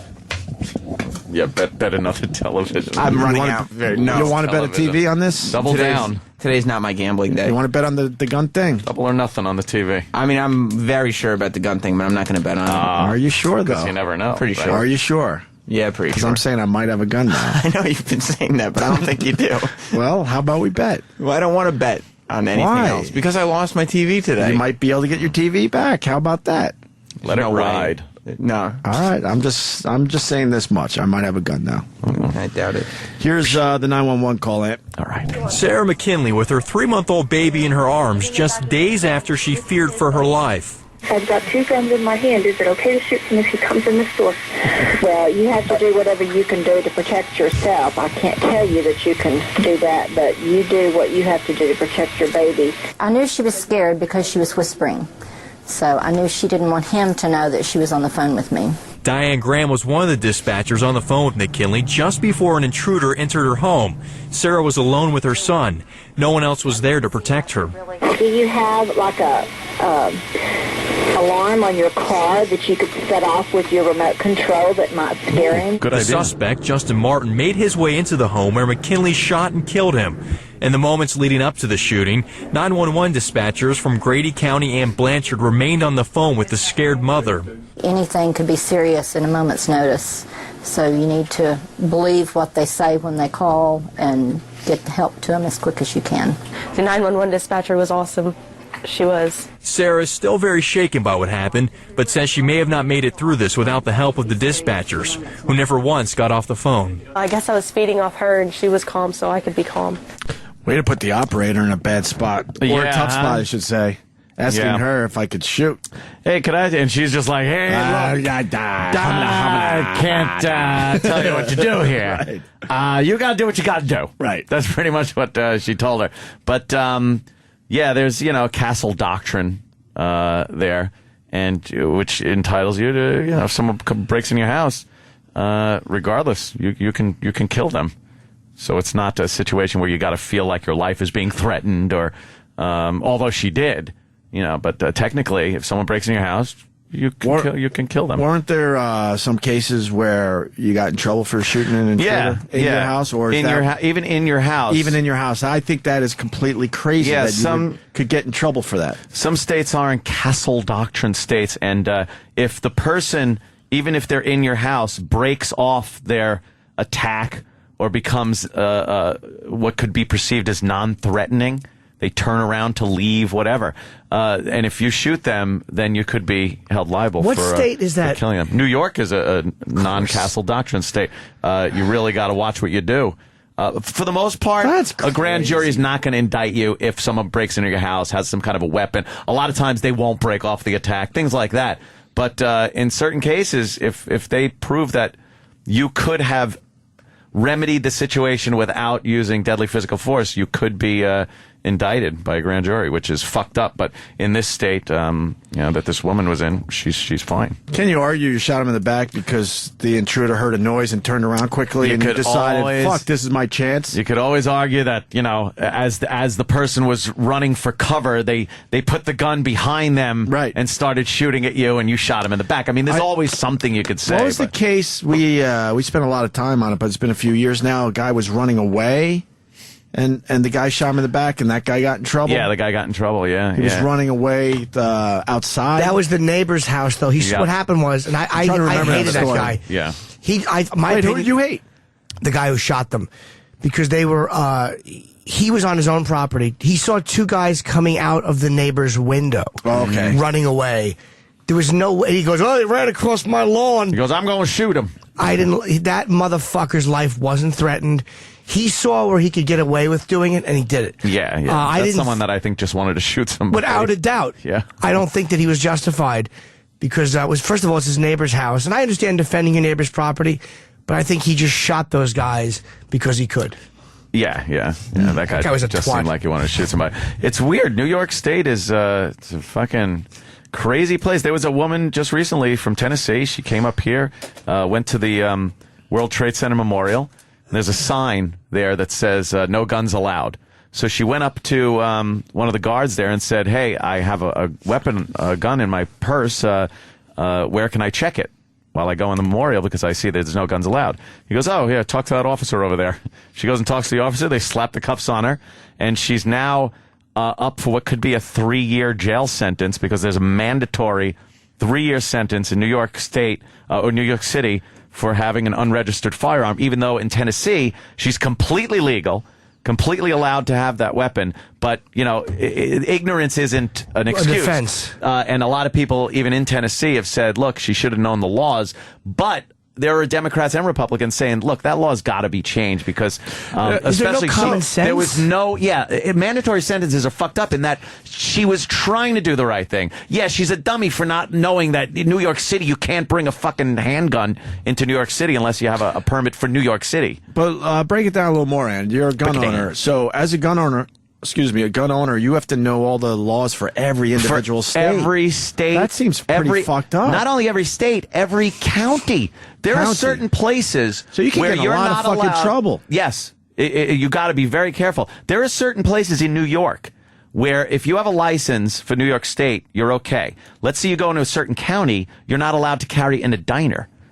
So you gotta and you're supposed to know all this shit, which no one could know every county by county law for concealed carry. That seems pretty fucked up. It is fucked up. Is there an app for that? There is actually an app. That's not even a joke. That would be a great business for someone to come up with that app. There is a Second Amendment check app on everything, where you can check state by state. You can check reciprocity between states, and But one thing about New York City, boy, you should know is that you don't have to check anything. You're probably not allowed. You're just not allowed to have it's pretty one. strict, huh? It's crazy. And this woman that was arrested for having the handgun, a lot of people want to, it kind of brought up that a lot of people want to change that law. I guarantee you Bloomberg won't do it. Is against her. He only changes a law if he wants the third term. He's a cocksucker. Yeah. And he's part of Mayors Against Gun Violence, which is a fake sounding fucking, it sounds great. All right, who's for gun violence? No one. But he's for stricter gun control when some of the strictest gun controls in a lot of these cities are some of the worst cities for gun crime. So the laws don't work. It's enforcing the laws that are already there and not putting more laws on people that are actually legitimate, legal, safe gun owners. Whatever laws you put there, they don't do anything to deter bad guys from carrying guns and using them. Another thing, Marcos, who I don't have time to take his phone call, but he's saying shoot to kill if someone breaks in because, they could sue you if they live. Well, even if you kill them, their family's probably going to sue you. Yeah, okay. So you're fucked anyway around it, but the thing is you're still alive, so hopefully, Let's go to Chris in Wisconsin. Chris? Hey, Wisconsin was a no-castle law until recently, and the law was if you had any other egress out of the house, you had to take it. You had to take it. Or you could be up on charges. Yeah. And now that the governor everybody hates has overturned that, everybody's saying, now people are going to shoot their kids coming in late. And stupid liberals are fucking retarded. They really are annoying. Why should you have to run out of your own fucking house when someone's in there? Why should you have to run out of your own house? That seems so black and white to me. Someone comes in your house, you fucking kill them. Defend yourself. If that's what you want to do. Defend your house, defend your family. You shouldn't have to worry what that means later. Yeah, why the fuck did you have to run out of your own home? Yeah. Fuck that. It's unrealistic. It is ridiculous. I mean, we're in a pretty secure building, and when I hear noises at night, it freaks me the fuck out, right? Yeah. And now you have to overthink everything? Yeah. Fuck that. They're able to fucking kill whoever comes in your house like that. And believe me, when you're a responsible gun owner, you're not just firing through doors and firing in the darkness at a sound. It's ridiculous, and that's what a lot of these anti-gun people paint gun owners as. Is just these crazy people that leave loaded weapons laying around for children, shoot through doors. I mean, it does happen. People are irresponsible with anything that's out there. Cars, fucking refrigerators, it doesn't matter. People will get killed with everything, and guns are no exception. You're going to get dumb people that are dangerous, and people will get killed. But the majority of people are safe, responsible gun owners that are being villainized because they are gun owners. It's amazing.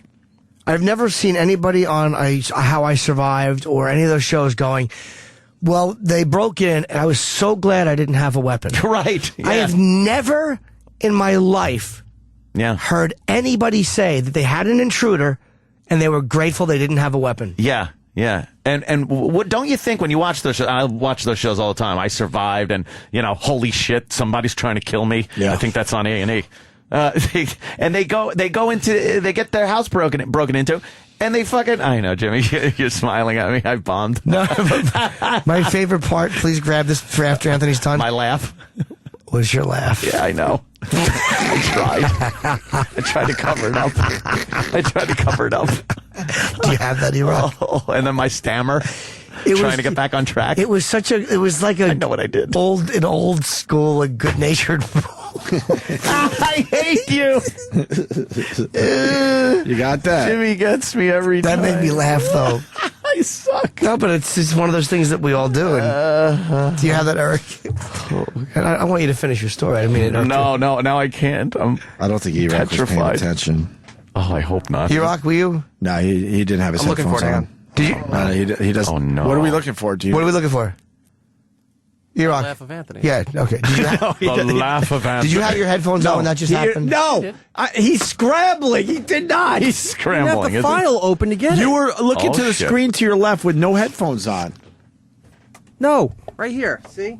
Ooh, like that. Oh man, he's okay. Rambunctious. You continue with that attitude, you're not breaking Sam's TV on Monday. Oh, then I apologize. All right, you have it. I'm sorry. Oh no. Oh, I'm looking for it. Hang on. Oh, Because he didn't. Because he he didn't. doesn't know what we were talking I asked for it 5 seconds after it happened. I'm telling you. You're right. I know We you're caught right. him off guard. Eric, 5 seconds after it happened, I'm like, you got that? It's been 4 hours. What were we discussing? Did you hear Ant's mistake? What was it? Oh, okay. No, E-Rock, do you have it? He doesn't know what No, he's looking listening for. as I'm we're telling going. you. We caught him. Eric, what are we looking for? Hang on. Oh man, know. he doesn't know where he'd say it. Were you taking a part where big you said duty? What? The part what? I was playing this in my headphones. It's the part where you said, I think it's on A&E, and then Jimmy starts throwing Anthony off track, and you go, you know what the best part is? With his little laugh there. I don't think he knows. He has no time. idea.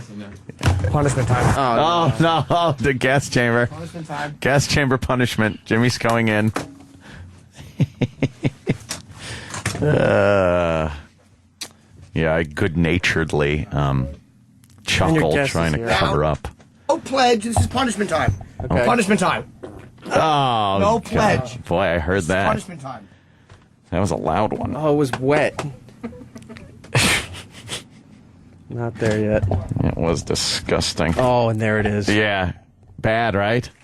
He's got some fucking stinkers today. Oh, my God. He's got stinkers. I'm getting all sweaty thinking about like him playing that now. Did he find it? Oh, I'm sure he did. Oh God, I'm getting sweaty. He doesn't have it. I'm telling you, we caught him. We caught him. Did I not say it like right? I didn't even want to interrupt your story, but it was it was I so know. funny because you looked.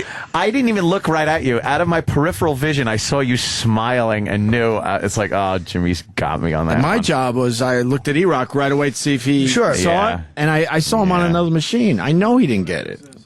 I have it. Okay, well, play. now you play have it. it. Stinks really bad in here. Exactly. the workmanship coming out of that room. Now it's smelling like you burnt paper. Okay, play it. Oh no! Play it because you got it. Oh no! Oh, hide! I gotta hide. Don't. I gotta hide. You know, will good-natured holy shit, laugh. Somebody's trying to kill me. Yeah. I think that's on A&E. And they go into.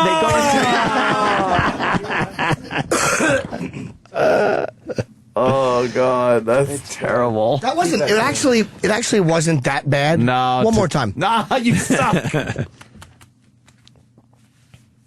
And holy shit, somebody's trying to kill me. Yeah. I think that's on A&E. And they go and oh God, douche.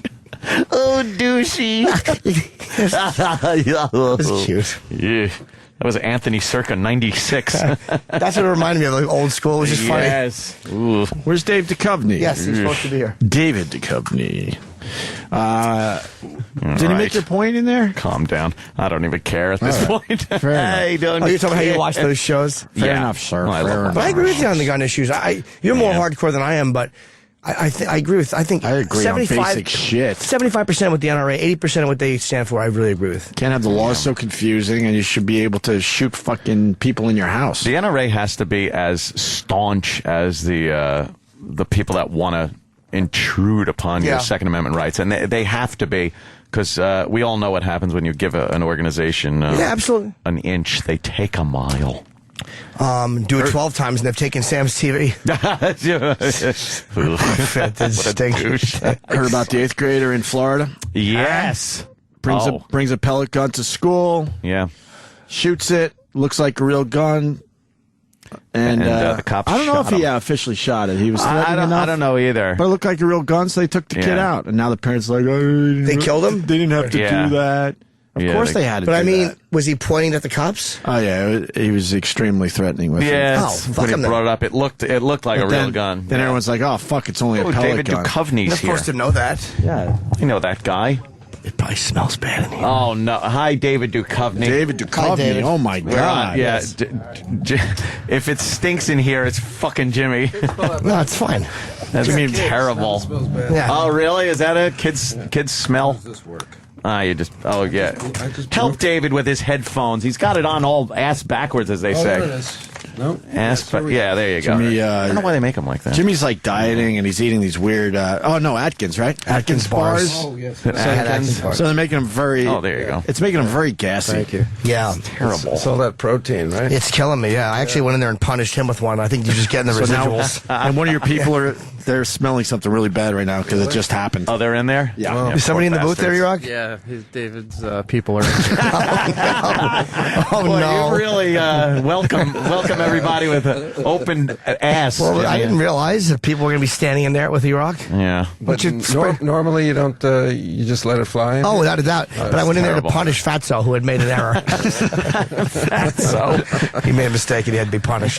This is just like every other interview you're going to do, right? Yeah. Well, we can only go up from there. Yeah, I hope That's true. We like to set the bar real Set it at low, so flatulence you have a and then move great up. day, Yeah. great rest of the day doing interviews. David Duchovny, of course. What is the scene? I've seen Californication, season 5? 5. You're up to 5 already. Wow. I've been seeing promos for that. And what is the scene where you're sitting there shirtless with a guy and he slaps you? Yeah, that was Evan Handler, and we slap each other. Okay, what happened? I think I'm just messing around with him, and I slap him because he's chubby and bald. Because he's there. Yeah, and he's actually not chubby this year. He lost a lot of weight. Evan did, but and then he slaps him back. It's just like a little Three Stooges routine. Oh, it wasn't like a sexual. I didn't see that episode. What are they doing shirtless? Yeah. We're just a couple of guys. You never hang out shirtless with? I never don't. That's why I thought it was something else. One misbehaves on purpose. You know how it is. I was just discussing this yesterday. I think it's an older generation thing. I was at my gym yesterday, and I might as well bring it up now. Right. Bring it up now. 2 old guys, completely naked, watching CNBC discussing stocks. In the locker room? I'm like, I hope it was in the Out locker in front room. of the gym, yeah. It was actually on the treadmills. And I'm thinking, like, there's no fucking way I would do No, that. But no. they were so comfortable. I don't think it was a gay thing or anything. I think it's just they're older men. guys, and that's what they do. That's the old school thought. Yeah, well, probably. I went to the Y with my dad on 14th Street. I think it's still there when I was a kid. Yeah. And it was just all balls, all the time. All Yeah, balls just- all the time. It is an old school kind of a thing where it was sauna, fine. You know, it was the sauna too, and they had those old exercise machines. Remember that belt? Yeah, the Right. belt Like that would shake your Remember fat away. The roller thing for your ass? Yeah. I think it was supposed to make your ass smaller Sure. just by smacking it a lot. I think you get to a point you don't give a fuck about your body anymore, and that's what you just do, I guess. Just hang out. It's not even that. I don't think it's vanity. I just think it's, as you say, it's old school. Where It's old school. That's what you do. It didn't mean anything. When you go to the sauna, when you go to the steam, now it seems people are just, well, not that I'm looking so much, but they're just getting that towel on. Nobody wants to be looked at anymore. It's like your genitals. Yeah. Well, old school, they'd put a foot up on the bench, just start yapping each Well, other. they do this one thing. I have a steam room in my building, and they do this one thing where they'll sit there with the towel, and they open a little bit to intrigue with you and see if you're in the steam room for the. Oh, for a little. That's a little different. Yeah. Where, There's been where are you some- taking a steam? I've seen that in the Borgata. I've seen in his house. Yeah, it's in my company. The male escorts I invite over. But no, it's amazing how people will just will do that, and then if you don't react, they stop. Yeah. I've seen a few dicey things in casino steam rooms. Dicey. Yeah. Some dicey things.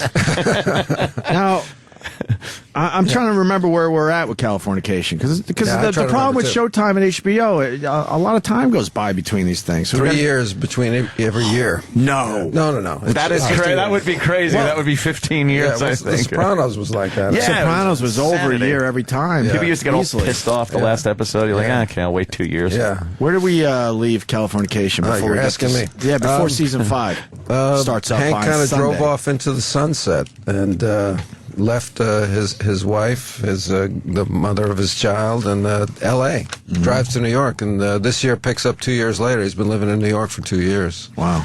Oh, that's kind of cool. Yeah. So Whole not nother- in real time, and in fake time, it's been 2 years. In real time, it's just been a year. So what kind of shenanigans? The usual. Yeah. The usual In the steam shenanigans. room, in the steam room. Stuff like that. Yeah, balls out. Yeah, the first episode, the first scene begins with classic kind of Hank Moody stuff, which I can't actually even say on the radio. So well, on this radio, you can say anything you want. Real? I don't know. You'll see it and you'll tell me, and then I'll come back and talk about. Oh, really? it. Yeah, I'm not Can you sure give us a that I hint? I guess you want people to watch, obviously, but give us a hint. Yeah.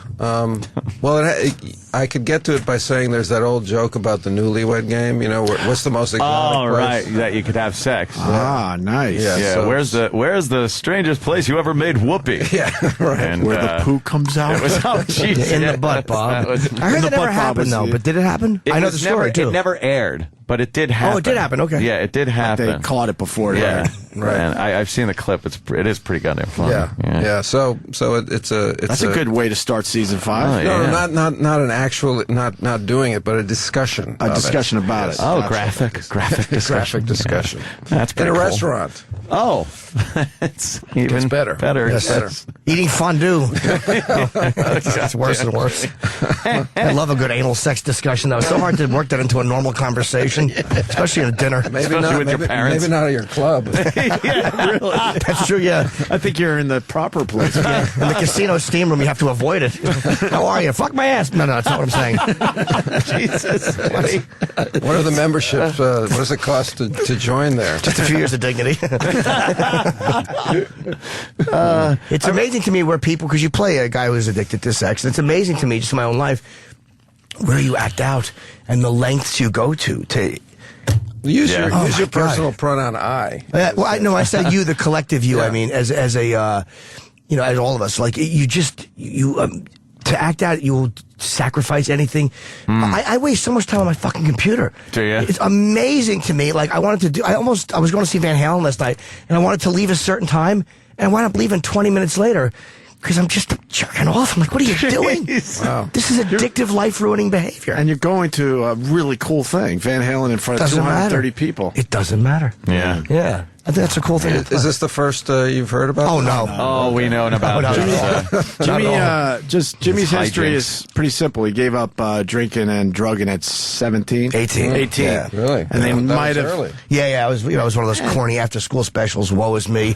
Right. And then I'm like, well, what else can I do to make me forget myself? Aha. And then I ran into the... He might have replaced it with all Sure. Right. A little like that. But at least they addressed that on Californication. Did you have to research the character at all like that? No, not like that. Not like that. Because it's, it's a serious subject, but we're a comedy. We kind of play it for laughs. Absolutely. So it's not about that in a sense. Yeah. It's just we're trying to make people laugh. Right. And I went to let's just say a place once many years ago. I was probably 19 or something. I went to just a 12-step fellowship where I tried it. And just hearing some of the things these guys were talking about, I'm like, oof, that's not me. Yeah, you always find somebody worse than you. Someone worse. Yeah. It's a lot worse. But it's an interesting subject in the comedy. Yeah. And I think it should be talked about. It's fun. Yeah. How many women do you think you've been with on the show? Oh God, I don't know. I think Candler's been with more though. Really? That's the interesting thing. Yeah. Is that over the years, the guy who plays Charlie, he seems to have taken over the mantle. Yeah. So I don't know. You started off strong, though. Yes. That first season, into the second season, wow. Yes, yeah. How would you explain your character? Would you say it's a caring guy who just has this... Well, I think what happens, the way I look at him is, he's in love with Karen, and they haven't been able to work it out. And as he's waiting, I think he is waiting. He's just he kind of just slides into situations. He's not very aggressive. He doesn't seek them out. He's just, I just see him as a guy who can't say no, basically, and then he's very passive in that way, so that's the way I always looked at him. He's just like, well, whatever. It helps looking like David Duchovny. Well, that kind of helps with, women coming up to you and not having to say no. I get a lot of makeup. And, Jim Norton never slides passively into situations. Jim Norton pokes his newt face into them and begs for them to happen. But I guess for a guy who's really handsome, it does work a little bit. Did you say differently? Newt? Yeah, newt. Yeah, I have a bit of a newtish. N-E-W-T? Yeah. Wow. It's an awful thing. I wouldn't have thought that. Thank you. You're very kind. You're a nice man, though. How are the doing the sex scenes? gotten any easier? No, well- Was it nerve-wracking at first, but now it's just like, let's hop into bed? It's not so much the sex scenes. It's just, being mostly unclothed in front of all your friends that you work with. It's That much is like true, being in yeah. in the steam room. It's hot. and honestly, the thing that we're most concerned with, and I'm most concerned with, is just making sure everybody's comfortable and can do their job. Because it is difficult to work like that in front of people, and also to think, you're very vulnerable, just in the fundamental sense of the word. You're mostly naked. That is an not really odd naked, so- thing with that. Like you're the people you work with, you don't even think about it when you watch the show. That there's people around there, but to do that, and for so many years, just hey, he's naked again. You must pray it gets picked up every year. Like, oh, please God, just one more season. It's like the DP. Yeah, every year the DP will say, "Well, your ass has fallen another couple inches." And I'll say, "Well, let me see your ass." Yeah, exactly. Yeah, so. Do you? I had one kissing scene. It was in a short comedy, and I was so worried about, like, your breath.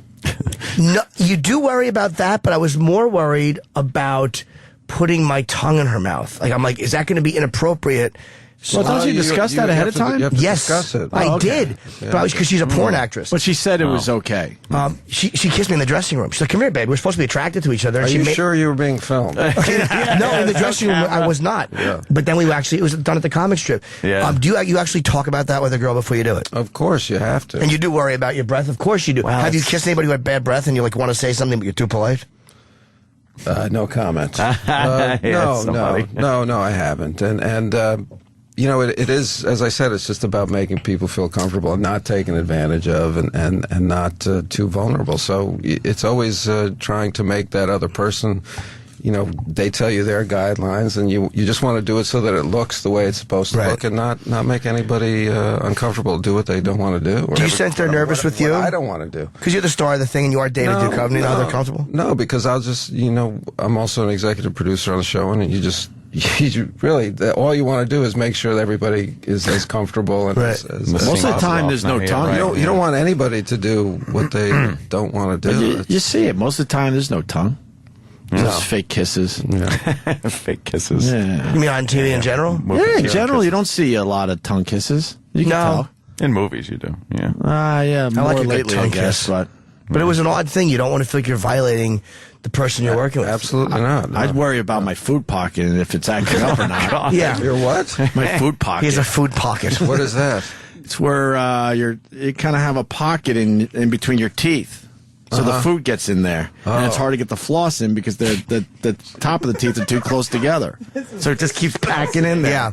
See, this is the kind of discussion you want to have. Absolutely. Exactly. To help promote the show. With the co-star. Yeah. So what my food pocket. I still joke about the food pocket, but I had to get it taken care of. Where they maybe open up the space a little bit more so you get some floss. Get in there. But for a while, I had a nasty food pocket. And was it? It would act up. Smelling a bit. Woo! Yeah. Really. Didn't matter what I did. Really. Yeah. Where was it exactly? It was on the right side. In the back. In the back, yeah. They didn't give you some kind of instrument to get in there? Oh, we tried everything. We tried everything. What do you mean we? Me, the dentist. There's a whole team. My girl. Yeah. Did you? Oh, your girl was bugged by it? No. Okay.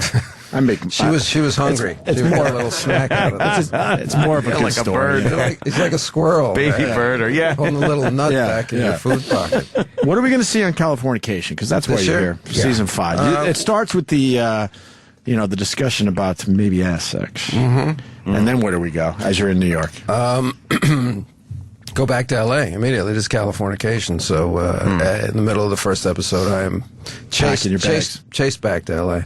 And I end up getting involved with RZA from Wu-Tang Clan. He plays. He's like the guy that I'm palling around with for the whole year. Oh, very cool. So I get involved trying to write him a movie, and I get involved in his rap world a little bit. Right on. And he's a terrific actor and just a really interesting guy. I don't know if you know their music. Of course. Yeah. So it was real education for me because I haven't listened so much to that, and I really liked his stuff a lot, and I really liked him. Rappers can make good actors. So a lot of them can. Odd, though. Well, I think it works. like comedians, I think often they're playing persona already. Yeah. You know, they're playing a part. You know, you know, RZA. He told me he had 16 names, so that's in a way that's 16 characters he's already got. Right, funny. I find acting much harder and scarier than stand-up, though, because you're trapped in the scene. I mean, you can't get out of it by acknowledging if it's bad. You have to finish it. Right, if you're bombing on stage, you could just be like, there's a freedom in stand-up that I find I'm not afraid of it. You can save it. Like, you know how to save yourself. Stand-up, yeah. Like sucking is okay sometimes. Yeah. It's funny. Well, because you go in other directions, right, Jimmy? Yeah, But, I mean, the script is what it is. You got to deal with it. Especially when you're standing there and you just, I'm sure you haven't had this experience of many years, if ever, but when you're standing there, you just feel like your arms are heavy and you're just dead in the scene. You're a twig. You're fucking just dead. Well, how about when you realize that you don't know what to do with your hands? Oh, we talked about that, yes. Talk about that one. Dude, I never know what Put to them in my pockets. Put them on my head. Yeah. What am I going to do? Like in life, you're not really concerned about your hands. No, not at all. You don't even think about them. it. Someone said Pacino does that. It's like he'll analyze why he does this really weird thing where he'll like rub his hands together. Yeah. And he caught himself doing it and he wondered why he does it and he does it in scenes. And I could never just be that comfortable to do those little behaviors in scenes. I like, it's nice to have a pen like Bob Dole. Yeah, hold on to that. just for dear life, just hanging on to something. What I do is I hold a water always bottle. had a cell phone and a flashlight. Phone is good, a flashlight, hands in pockets, Works an great. umbrella. I hold Umbrella. my water bottle works whenever I want to express surprise. People just, it lets people know that I didn't know something was coming. Well done. Is there? I've heard rumors about another X-Files movie. Is that anything? I think there'll always be rumors of that. And we'd love to. Yeah. But, it's a matter of getting Fox to do it, getting all of us together at the same time. So many fans of the show still. It's amazing. It was something I always wanted to keep doing till I, was in a wheelchair with a girdle. And that time is rapidly approaching. So you haven't aged at all, though. I don't know what the hell you're doing right, man, but it's creepy. Well, I got a food pocket, though. You got a food pocket? That's probably what does it. It's all on the inside.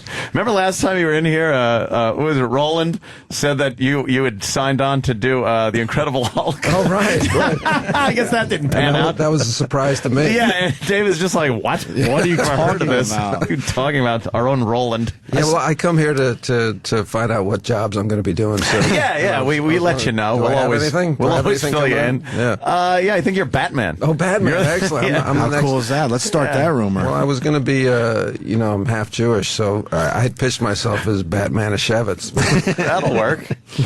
I want to ask you, any chuckle after that? Half Jewish is nice. Batman? No, it's like Superman. Superman? Yeah. Batman? Who did that bit? Speederman? Spiderman? Can I ask you about meditation? Sure. Are you into it? Yeah. A lot? Because I want to get into it. Well, yeah. The trick is doing it every day. I mean, it's the discipline. Does it chill you out?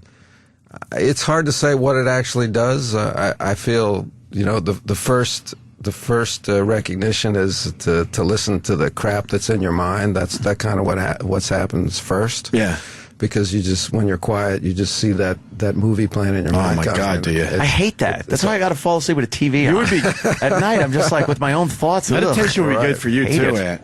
But no, people that talk about it, they'll say how amazing it is. Yeah. My wife's into it. She's like, shit happens. Like, what the fuck? Yeah. How long do you do it for? 30 minutes in the morning. Didn't you do it in New York at the a monastery or something? Yeah, I went away for a weekend to do like an intensive up in upstate New York. Really? Yeah. Sounds peaceful. Was it? It's hard on the knees, Yeah. when you're sitting that long. It was. That's very interesting because it's really like that's really like a military. They're like serious about some their hardcore zen people out there, right? So. A lot of it is the discipline of just, sitting down to face yourself. Somebody described meditation as one insult after another, and I think that's pretty much the way it is. Are you thinking consciously, though? Or because I've tried it. It's so hard to just... I don't know what to do when I'm in it. Well, at first you just concentrate on your breath. That's what you try to do. You're just counting. Or you got a food pocket. It's terrible. Well, that'll come up. It all comes up. The crap that comes up and just the repetitive nature of the crap you tell yourself is, as I'm sure you know, is it's phenomenal. And at some point it just becomes laughable. Really? And you're comfortable with that? No, I hate it. It's one insult after another. Yeah, it just seems, I don't know. Do you itch a lot when you're doing it? It seems like I would get distracted and Itchy? Yeah, like whenever you're sitting still, you have to itch or something. You try to. That's a way to get yourself out of it. You know, when I was up there, and I told the story, and I can't remember where, but we were sitting for like 45 minutes, which is longer than I do. So I was in pain, and they wanted you to be really still. And there's a guy that walks around with kind of a stick who'll smack you on the shoulders to kind of relax you. That's not relaxing. Thanks. Well, yeah, exactly. It is relaxing because it's the only way that you can actually adjust your position. When he comes by, you go like this, and that means smack me, right? But when you do that, you can kind of go like that, so you can get a better angle on you. So I feel Also, it makes you comfortable to move a little bit. Well, I could, then it was an excuse to kind of readjust. You could hide it. What does that do to be so still for such a long period of time? It just brings you up against your own unquiet that you because you could probably do it just talking. I'll do it when I play Xbox. I don't move. I'm hunched over. I just sit there forever. Exactly. Same position. You get up and go. Oh, exactly. I guess you focus on stuff you avoid, right? Well, you don't try to focus on anything. I mean, then what comes out? That's so hard to do. It is. Well, that's where the breath starts. It's a waste of time. I got enough knowledge. It's a waste of time. I've done it after yoga class, and it's kind of fucking relaxing and in a weird way freeing. But we only do it for like 10, 15 minutes. That's okay. Just start. I want to go deeper, I think. I got chill the fuck out. The regular working out is like that is good. When you're done, you're like, okay. Yeah. And then it's not as crazy. You're relaxed. You feel good about yourself that you did it. Right. So that kind of works, for getting rid of any demons in your head. Yeah, I mean, you seek these experiences where you lose self-consciousness in life. So working out is one, or playing Xbox. There are healthier ways to do it, and unhealthier ways to do it. That's true. And did they make you garden up there? Yes, I gardened up there. Shoveled a lot of horse shit. Yeah. You don't make David. So we do every day. You don't make David Duchovny garden. Yeah, they do. Yeah. That was as I was leaving the second day. I enjoyed being out in the garden because the other stuff was basically cleaning toilets and things like that, which I don't need the experience of. I don't think. And this guy was leaving with me when we were finished gardening, and he said, I can't wait to tell my girlfriend I was shoveling horse shit with David Duchovny. Like, you're not the first. Right? Yeah, they give everyone chores because I guess that's important too for some reason. I know a little more bit of the about this. discipline thing. Discipline and humility. Yeah. A lot of life is humility. So you want to attain humility before you're forced to be humiliated, right? Isn't that the idea? That makes sense. Yeah. Do you like being one of many? Is it hard? Because you're a very recognizable guy. And at what point do you like when somebody is not recognizing you or not treating you special? You're like, ugh, a little special would be nice. That's hysterical, Jimmy. That's so you. A little special. Well, it always seems that the times that you do want to be treated special, that nobody's recognizing you. Like if you want to sit down at a restaurant that you're not getting seated at. It's not happening. Or you're trying to get past the line in the airport, it's not happening. That's special treatment, yeah. And then you find yourself getting really kind of ridiculously nasty within yourself. I should be more famous. If I was more famous, I'd get a seat. Well, everyone has. It all depends on what level you're on. Like for me, I'm on a much, much lower level, so I see guys above me and go, "Wow, I would love to." But on your level, I'm sure there's things that you look at and go, "Like, oh man, if I had that." Yeah, I would be like, what is it that you look to and go, shit, like that would be something? Oh, I don't know. I don't really. Yeah, I have everything. No, but he's in a place where he does. But I used to, long ago when I first became famous or whatever, known. When I get on a plane, I used to think. Because before that, when I'd get on a plane, if I saw a famous person, I go, "Oh, we're not going down." This is good. This plane wouldn't have the balls to go down. and then I realized at some point that people were looking at me like you're the guy, right? And there was a lot of responsibility. That's a lot of pressure. And then I thought if the plane was going down, they were going to look at me like, "You fucker, you screwed us all." Couldn't you be more famous? You're like the Big Bopper all of a sudden. Yeah. You're not the guy. This wouldn't have gone down with Pacino on it.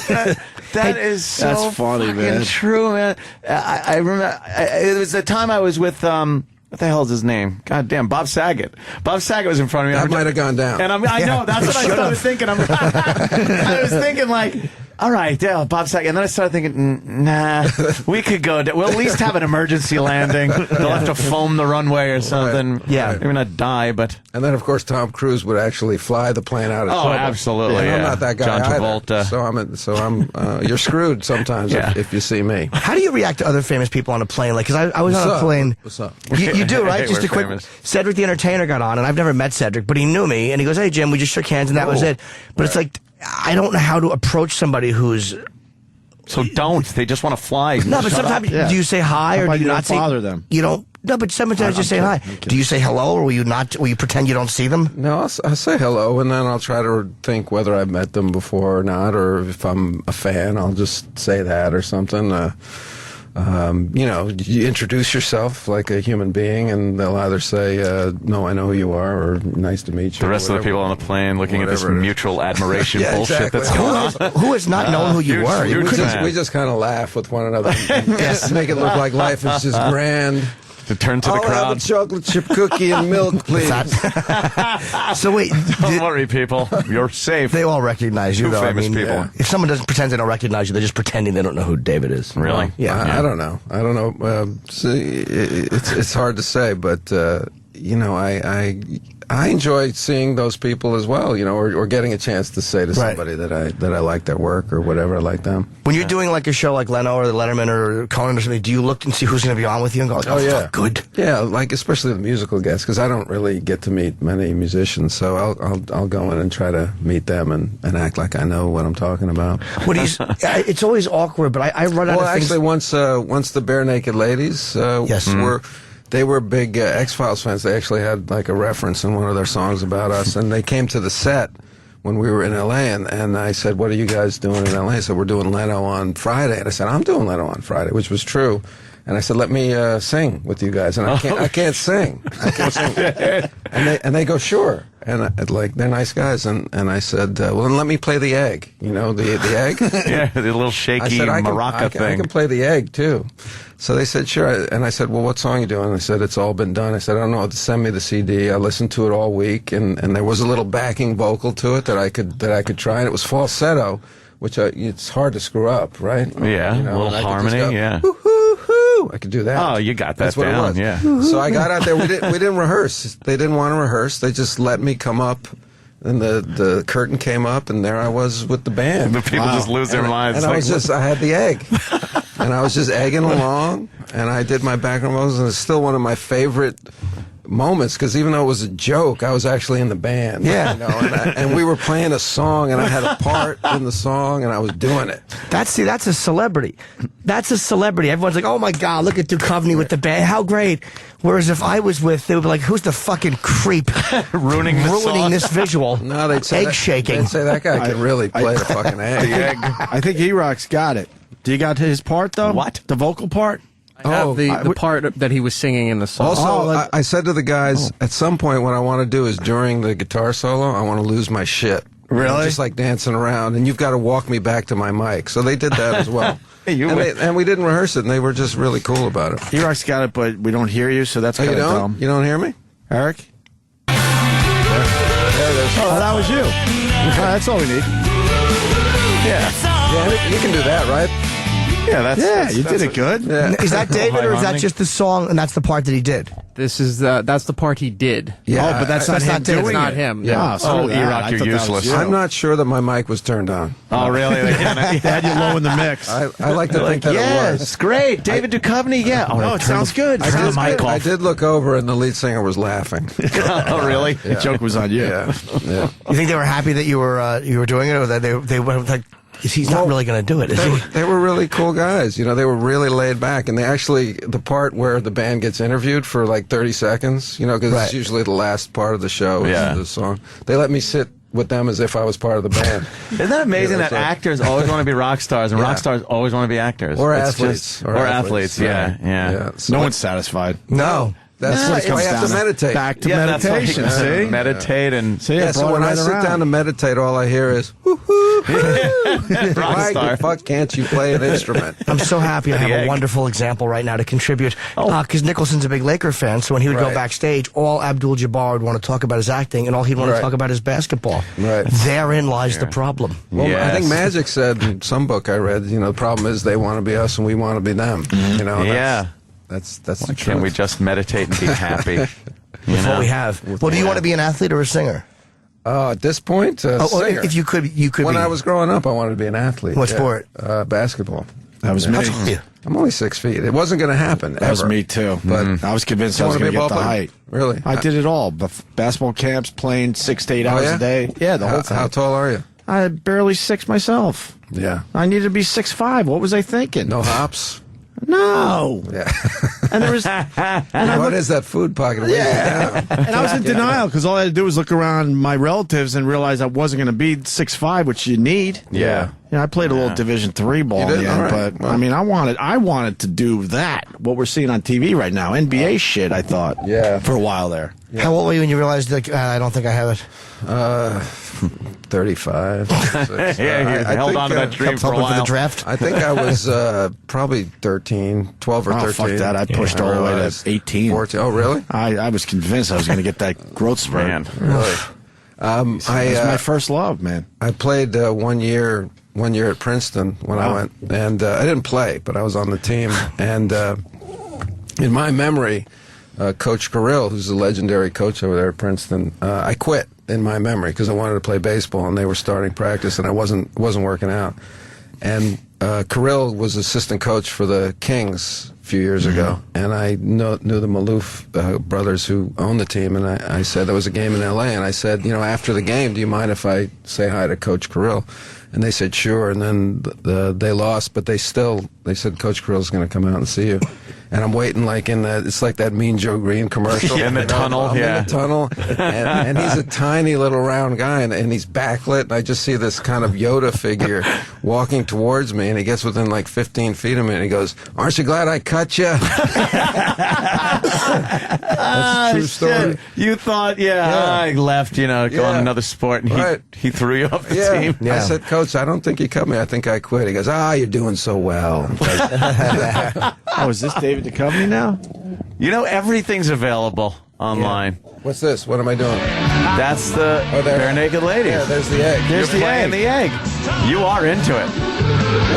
Oh, yeah, you're just singing. Yeah. Come on, there's me. There you go. Holy shit. This is the guitar solo where I'm going to lose my shit. It's on YouTube, I think so. This is... He's swinging his arms around. Working it. Yeah. See, I go over to his mic. I do a little Jagger and Richards here. You lean into the mic. Yeah, that's a Jagger move. Yeah. Wow. It's got the egg. I should have had a scarf like Steven Tyler. You are really into it. Oh, you could tell. That's like a moment for you. You were enjoying It yourself. was somewhat serious, but I knew I was funny, but I was also having a great time. How long ago was that? That's got to be 12 years ago. Really? Oh, really? Yeah. God, you don't fucking age. I'm going to say it again. That's a good band, though. Bare Naked Ladies. Yeah. I saw them recently. They kind of clown around on stage. I had never watched them. They were funny. Guys. They were funny. It was like HD net shows. There we go. He's dancing around. Wow.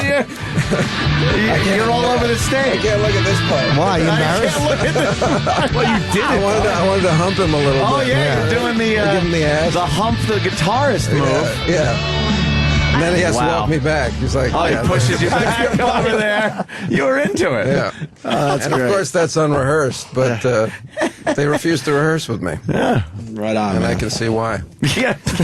Well, Californication. Does that work on radio, that clip? Yeah, we don't even care, though. Yeah. We watch more television Yeah, we and watch a lot videos of on the TV. radio. And That's really funny. I always like it when they play a clip of a show on the radio. That's my favorite. Yeah. Hey, part. we're going to play a clip. It's But- like, That sounded great. yeah. That sounds But everyone's got their fantastic. phones and stuff, so right now someone else is, they're finding it for Right, themselves. right. To That's fill in true. the blank. That's I'm what we just assume amazed, anyway. like, no matter what you mention, Somebody you has can a clip find of it. it. You Yeah. can find it on YouTube. Or, Amazed is a word, and distressed would be another. Yeah, it is a bit alarming that your whole life is pretty much up there somewhere. Stuff that was in a box forever is now somehow made it to the internet. Things Just that were 'cause some impossible to find. Just because some other idiot in your life decided, I'm going to put this up online on my Facebook. Yeah. It's like, that was in a box for 20 years. No one was supposed to see those pictures. I remember when I was a kid, I went to the movies and saw like Planet of the Apes or something, and thought like.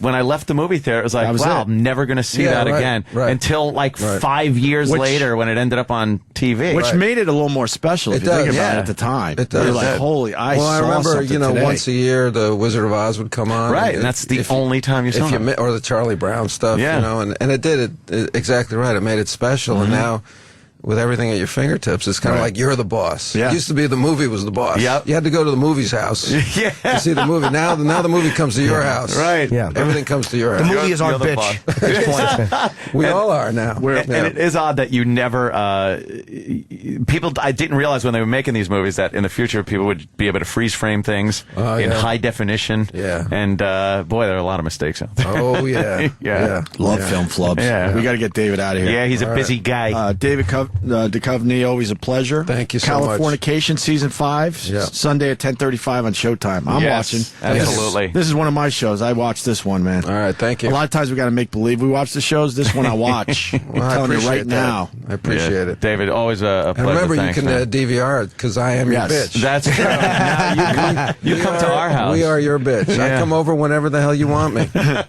Anything else? Because I think we're out of here. We're out of here. I'll just say you can go check eatabullet.com. I have dates going on sale today for Atlanta, Fort Lauderdale, and Toledo. Eat a bullet. Eatabullet.com is my website. Okay. I have Toledo, Fort Lauderdale, Atlanta, Tempe, Poughkeepsie, and Rochester, and I'm warming up for the Sprint Club shooting. They're all But over the I'm place. hoping only a man who's not going to eat a bullet can call his website Eat a Bullet, right? Well, JimNorton.com was taken, so Eat a Bullet just seemed like the logical progression. David Duchovny, and it is the premiere is Sunday. Sunday night, 10:35 on Showtime, season 5. I already got the whole season. I just wanted to end it that way. My man. I got the whole man. season. The whole season's your bitch. And I'm going to be selling. I'm going to be selling that shit later today. Go ahead. Go ahead. David Duchovny, thanks. See you Monday. Later. Sirius XM. And now, the Opie and Anthony Show continues. This is After O&A Live. Here's your host, Sam Roberts. Yes. I'm so glad the studios around here are all glass because I can see what's going on. I just was using the facilities after the Opie and Anthony show went off the air. That's why they call this After Opie and Anthony Live. So everyone could see what you were doing? No, so I can see what everybody else is up to. Oh, and that's not fun. I can see what's going on here. Because I was walking around, and all of a sudden this guy, Mark Says Hi, who hosts some kind of shows on the Comedy Channel. Who? I don't know, some guy, he works here, he's talking to Kristen Bell. Kristen Bell. Veronica Mars, Sarah Marshall, Kristen Bell. Wait, not just Kristen Bell. Kristen Bell. Not just that. You're Kristen Bell. That's right. I don't understand why she wouldn't do the after show. I mean, honestly, who's listening to Mark Says Hi? And even beyond that point, what could he possibly be talking to her about? I mean, just listen to his name, for God's sake. She picked the wrong show, but you know what? Maybe we got a little too much going on here today to even talk to her about it. We had David Duchovny on the not on the after show. I wish it was on the after show. On the Opie and Anthony show today. That would be a huge get. Yeah, it'd be even bigger than Loverboy. And I always get a kick, first of all, whenever Roland's around. Roland was just in... He's coming. Roland was in La La Land because David Duchovny is his celebrity crush. But whenever celebrities come in here and they talk about what they really wanted to do, it's like Opie, Anthony, Jim, David Duchovny, these are people who have jobs that kids now say, that's what I want to be when I grow up. These are the dream jobs. And then these people with dream jobs come in here and tell us about what their real dreams were. Like David Duchovny and Opie just saying, yeah, had to give up that, basketball dream. They both wanted to be basketball players. Had to give up that dream to do this radio thing and for David Duchovny to be a giant TV star. And Ant always had the dream to fix air conditioning, and he had to give that up for radio. So it's very... Well, they all have their cross to bear. It's very funny. I mean, I know they're talking about how old they were. I believe I was about 9 9 or 10 when I realized that professional wrestling was probably not in my future, that God just didn't bless me with the frame that most professional wrestlers are required to have. That's not true. Look, Eric, I've bared that cross, like you said, and I've moved past it and stumbled upon this radio thing, and I'm trying. Look, if Zach Gowen can be a wrestler, you can be a wrestler. He only had one leg. Yes, so you have an advantage. Well, maybe if I cut my leg off, I'll have an advantage, but he had his little gimmick going on. I am now trying with my might to do this, okay? Bobby the Champ is on the phone again. We talked to him just yesterday. Bobby the Champ. What's going on, guys? What's up, Bobby? Well, first things first. Former intern Bobby the Champ. First things first. Mm-hmm. Joe C. Joe C. is a big fan of Bobby the Champ on the after show. Who's Joe? Joe C. is a kid at work that he walks in and he says, "I heard you calling yesterday." I'm like, "Yeah, no." He's a big fan of that. So, is he a big? Does he like the after show more or the Opie and Anthony show? Is he more of an after show guy? Yeah, he's an after show guy. Okay, I like that. Good answer, Bobby. It's secondary is Opie and Anthony, but right. Right. Because you're just doing a great job over here, Sam. Well, thank you. What do you got going on today, Bobby the Champ? I want to go to the gym with Roland. I'm not going to give up on this, I think. We did try to get him to commit yesterday. I mean, the life coach thing is not working out.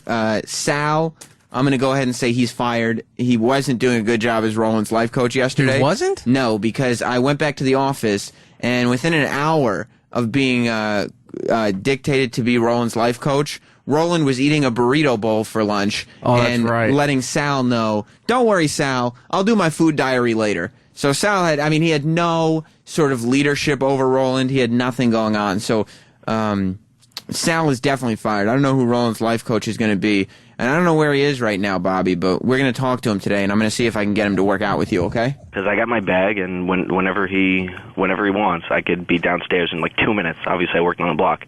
That's it. That's see, you have that level of commitment. I just want to see if we can get that from Roland. I even moved stuff around today, so I'll be good. I'll be good to go for like an hour or so, whenever he wants. Wow. All right. Well, thank you, Bobby. Keep listening because we're going to get that answer today. I promise you that. Thanks, Bobby. All right. Have a good show, guys. Yeah, thanks. Eric, did you want to be a wrestler? What did you want to be? We used to play wrestling, but I don't think I ever wanted to be one. Did you always just want to be Scott and Todd's producer? No. What did you want? I wasn't even that either. I know, but that was the dream that you had to give up on for this. No. What was the dream? The dream... Dusty Rhodes. What was the dream? The American dream for E-Rock? The dream was always radio. That was it? Yeah. You're living the dream right now. Oh, yeah. So how come you're so miserable if you're living the dream? I'm living the dream. Maybe it just went in the wrong direction. So you took a wrong turn somewhere in the road. Yeah. Well, that's sad to hear. Jim. Kenny, I'm coming down. Kenny. Shout-outs to Club Soda Kenny. Jim is on his way downstairs. Unless he left already, in which case that's fine, too. And Kenny, if you've left already, that's fine, too. Have a great weekend, Jim. Thanks, Sam. I'll see you soon. I can't wait. It was a very analytical show today. E-Rock and me both got broken down in a major way. I don't think it was a smashing. I wouldn't consider it a smashing, because what happened was, in the very beginning of the show, E-Rock was broken down right at 6 a.m., right as the show began. So if you're listening to that replay, that's 3 p.m. Eastern, and you'll get to hear E-Rock being analyzed, and his communication styles.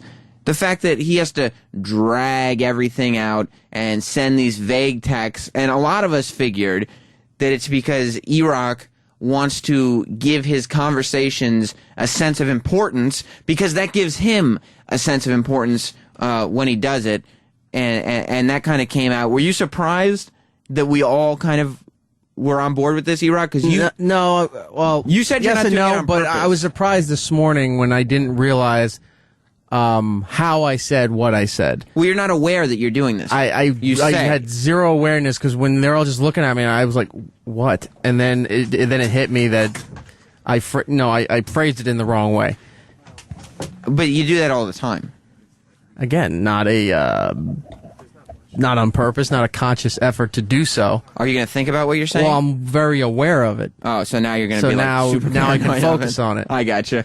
See if you can find for me, Eric, instead of what we were going to play at the end of the show. Okay. Maybe we'll end with something shorter, and because a lot of people are feedbacking in the reason why Kristen Bell might not be doing the show. I don't think we should be doing that. What? No. No. We're working on something. We can't replay a clip that was on the show? I wouldn't at this time, no. Roland, you gotta be fucking kidding me. What's up, Cheapy? Oh, sorry. What's up, Cheapy? Cheapy? Yeah, about your TV. All right, Chubby. See, you just changed a couple letters. Why did you do that? Well, I have to come back. We really can't play Kristen Bell's last appearance on the show? We're working on maybe having her stop in. They're checking to see if this is going to happen, and I don't really think it's smart to play that. That's what he said. Schedule it for the end. That way, if she doesn't come in, we could see why. Just have it. Okay. That's true. That's fair. And then at the end... That's all right. I won't play it now. Because if she comes in, I'm not playing it. That's fair. That's a fair deal. That's a fair deal. We're all in agreement? Yeah. Excellent. Okay. That's right. Bobby the Champ just called him. Are you going to buy Jess a TV? This is a good question. Real quick, though, because I don't want to do another show about Roland's going to the gym or not. Bobby the Champ just called in. I fired Sal as your life coach. He's off. Why? He sucked. You had him under your control. That's not how life coaches Sal's work. just finding out he's coming in. He doesn't even need to. He's fired. He's got to come in. No, he got to do it. To his face. It was good. I went to Van Halen last night. Didn't drink. That's good. But you had Sal completely under your control. Sal, Roland was the boss of you. That doesn't work for life coaches. No. I don't know why I got fired, though. Where's his food diary? I haven't mentally... You're fired. Yeah. No. You're fired. Yesterday was... What do you have for dinner? Dinner, he had... chicken skewers. Chicken skewers with bell pepper, onion... And tomatoes. Only club soda, no alcoholic drinks at the Van Halen gig. That's it. Now, you asked him to make a food journal, right? Well, we've been, talking about it. That's what I'm saying. It's a busy day. It's not physically written down, but I can memorize it. It's not that hard. You're fired. Oh, You're out of here because Roland is setting the rules, and that's not the way life coaches work. That's not true. He had a burrito bowl for lunch yesterday. He did have a burrito bowl, but 600 calories. But it was reduced. It was definitely reduced. Why don't you buy... Troy wouldn't have let him have a burrito bowl. Yeah, he would. No, he wouldn't. You're fired, Sal. All right, that's fine. You understand? Yeah, that's totally cool. You can learn from your mistakes here. I'm not trying to humiliate you. No, it's fine. I'll learn to be a better life coach. Write the stuff down next time, right? Because that's deeming if I was a good coach or not. That's exactly right. Okay. Because it's about sticking with assignments. Part of it is the discipline of the whole thing. And if he says, yes, I'll keep a food journal, and then he comes back to you and says, yeah, I'm just going to memorize it. And you go, yeah, okay, that's fine. No. I'm Eric, what are you coming in here with? Eric is coming in here with a giant white box. What is that? This, again, is a gift to Roland from our friends over at the morning show at Martha Stewart Channel. Another gift for Roland. Ooh, what is Why don't you open it up? Yesterday they gave us jelly donuts. This is a French pastry cake that's loaded full of buttery goodness. It's a full cake. No, they gave us half the cake. Well, see, here's a problem, though. I have a real phobia of eating other people's food. Like, even though it's halfway, I can't do it. Really? Yeah, it's my phobia. All right, then he's still on track. Okay. Yeah, he's still on track. Almonds in it and some other It could be stuff. full of chocolate. I just can't do it because I know what the people, if they put their finger in it. Are you going to join Bobby at the gym? Or you can buy Jess a TV. Just say yes or no. I won't. Yes or no, you can buy Jess a TV. I don't know yet. I know yet either. I won't push you to join him at the gym. I'm just asking if you're going. Probably not because I have a lot of stuff to do. Sal, out of here, mister. I'm out of here, but just want to say, look at the self-control he had. Is he going to the gym? Well, that's up to him. If Roland was to go to the gym tonight and go on a treadmill, he'd probably be puking his brains out after 3-4 minutes. You know what I mean? So he needs to start. He needs to start light. No, you should go to the gym at some point. Sal, you're fired. At some point, you're out. I'm going to my gym in my apartment complex tonight. I believe you, Roland. For 1 hour. But Bobby the Champ, if you're listening, Roland will not be joining you. Now, you gotta separate yourself from other people. I got you. You want to do it. You don't want people to be monitoring you and like, blah hey, blah blah. Like, hey, boss, another push. Shut up. Yeah, that makes sense. You want to do it on your own time. Yeah. I'm sorry, Bobby. I know you were just trying to help, but thank you. Thank you for the jest. That's the way we're going.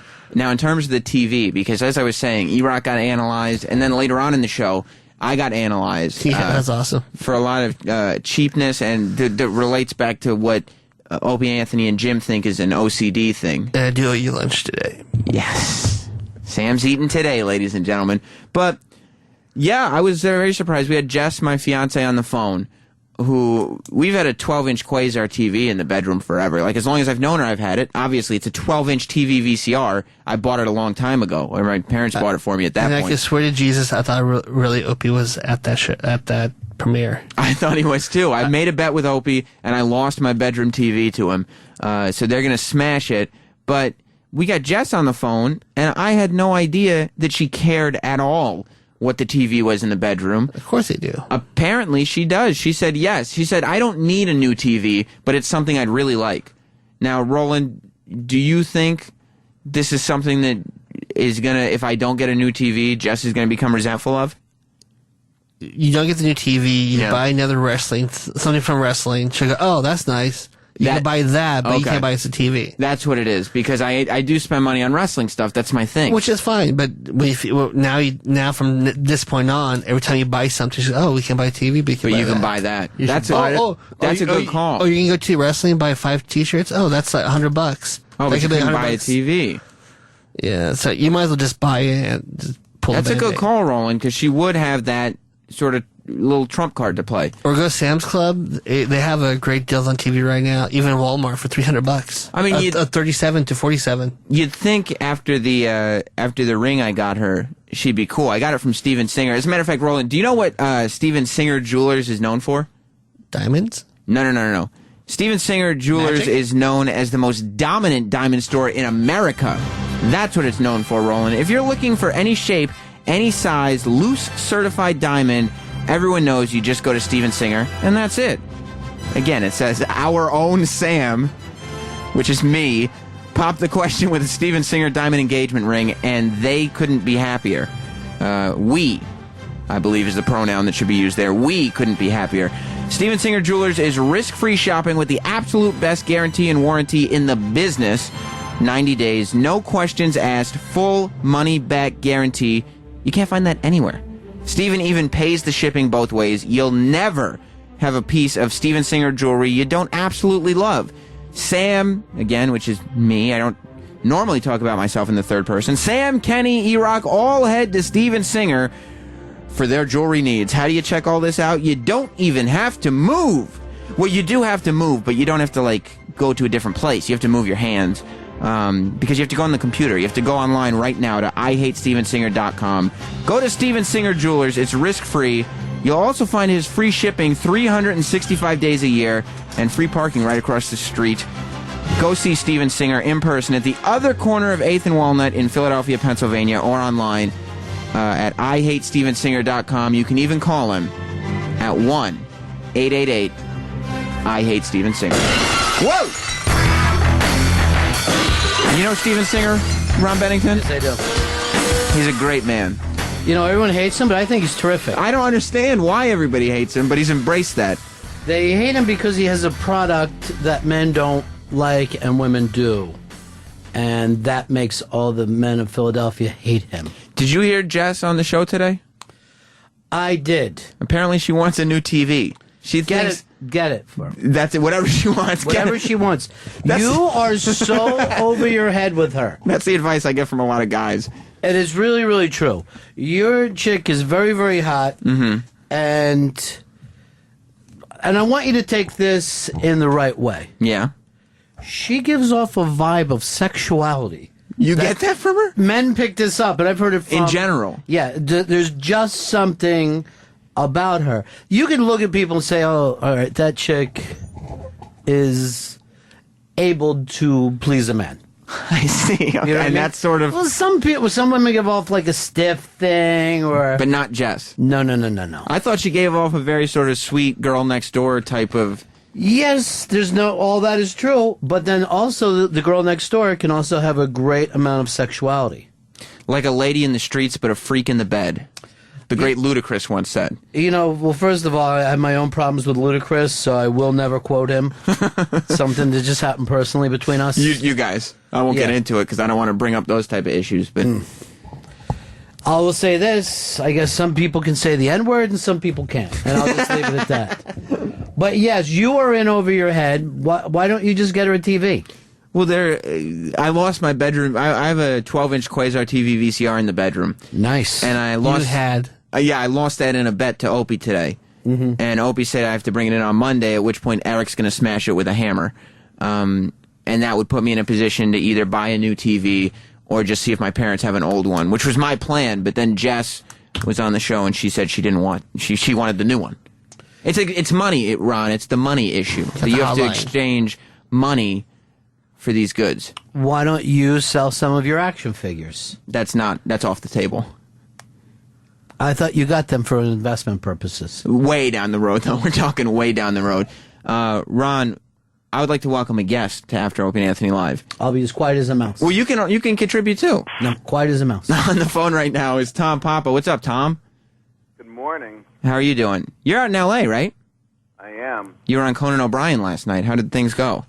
It went really well. Why didn't you watch? Because I have to get up early, and I can't stay up. This is late night TV. This is like, cool people stay up and watch these late night shows. I'm not in that league yet. You're right. I was asleep, too. You were. So you're, but the big push is the Comedy Central special. Is that right? Yeah, Comedy Central this Sunday night. I'm a fan of yours, so I would watch the special anyway. But the real reason I'm watching, I don't know if you know, I'm a giant, like the biggest Rob Zombie fan in the world.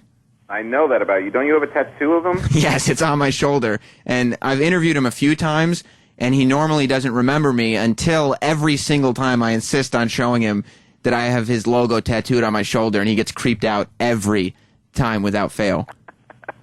Well, I gotta say, I wouldn't be that freaked out if you tattooed Tom Papa on the other side. Good, because I was just thinking of actually doing that. Do you have like a logo or something? I can come up with one. That would be great. Are you friends with him, with Rob Zombie? Like, you're friends, right? Yeah, we're friends, yeah. How did this happen? I was at his house for a little Christmas party right before the holidays. Oh, my... Is that a type of thing that other people could get invited to? No. You don't think, like, if you were like, hey, this is my pal Sam, he just figured he'd stop by, too? You could probably wait in the car. Okay. Well, at least I could see his driveway. How did you end up being friends with him? He, through a mutual friend, he came and saw my act, and we just hung out, and he thought I was hilarious. As we all do, Tom. Exactly. I saw him in concert, and I thought he was hilarious. Jim Norton is texting me as... We did that movie Super Beasto together. I know, you were a voice in that. I want you to know that Jim Norton is listening to this interview as it's happening, and he's texting me saying, this interview stinks, boo, boo, shut up, z. You have a show here on Sirius, speaking of Jim Norton, Sirius XM. Come to Papa. Yeah, but Jim's interviewing you, right? How did that work out? Like, how is Jim, because Jim is like he's a very open person. How is he as an interviewer? He's horrible. He's a terrible interviewer. That's what I would have suspected. Did he just make it about himself?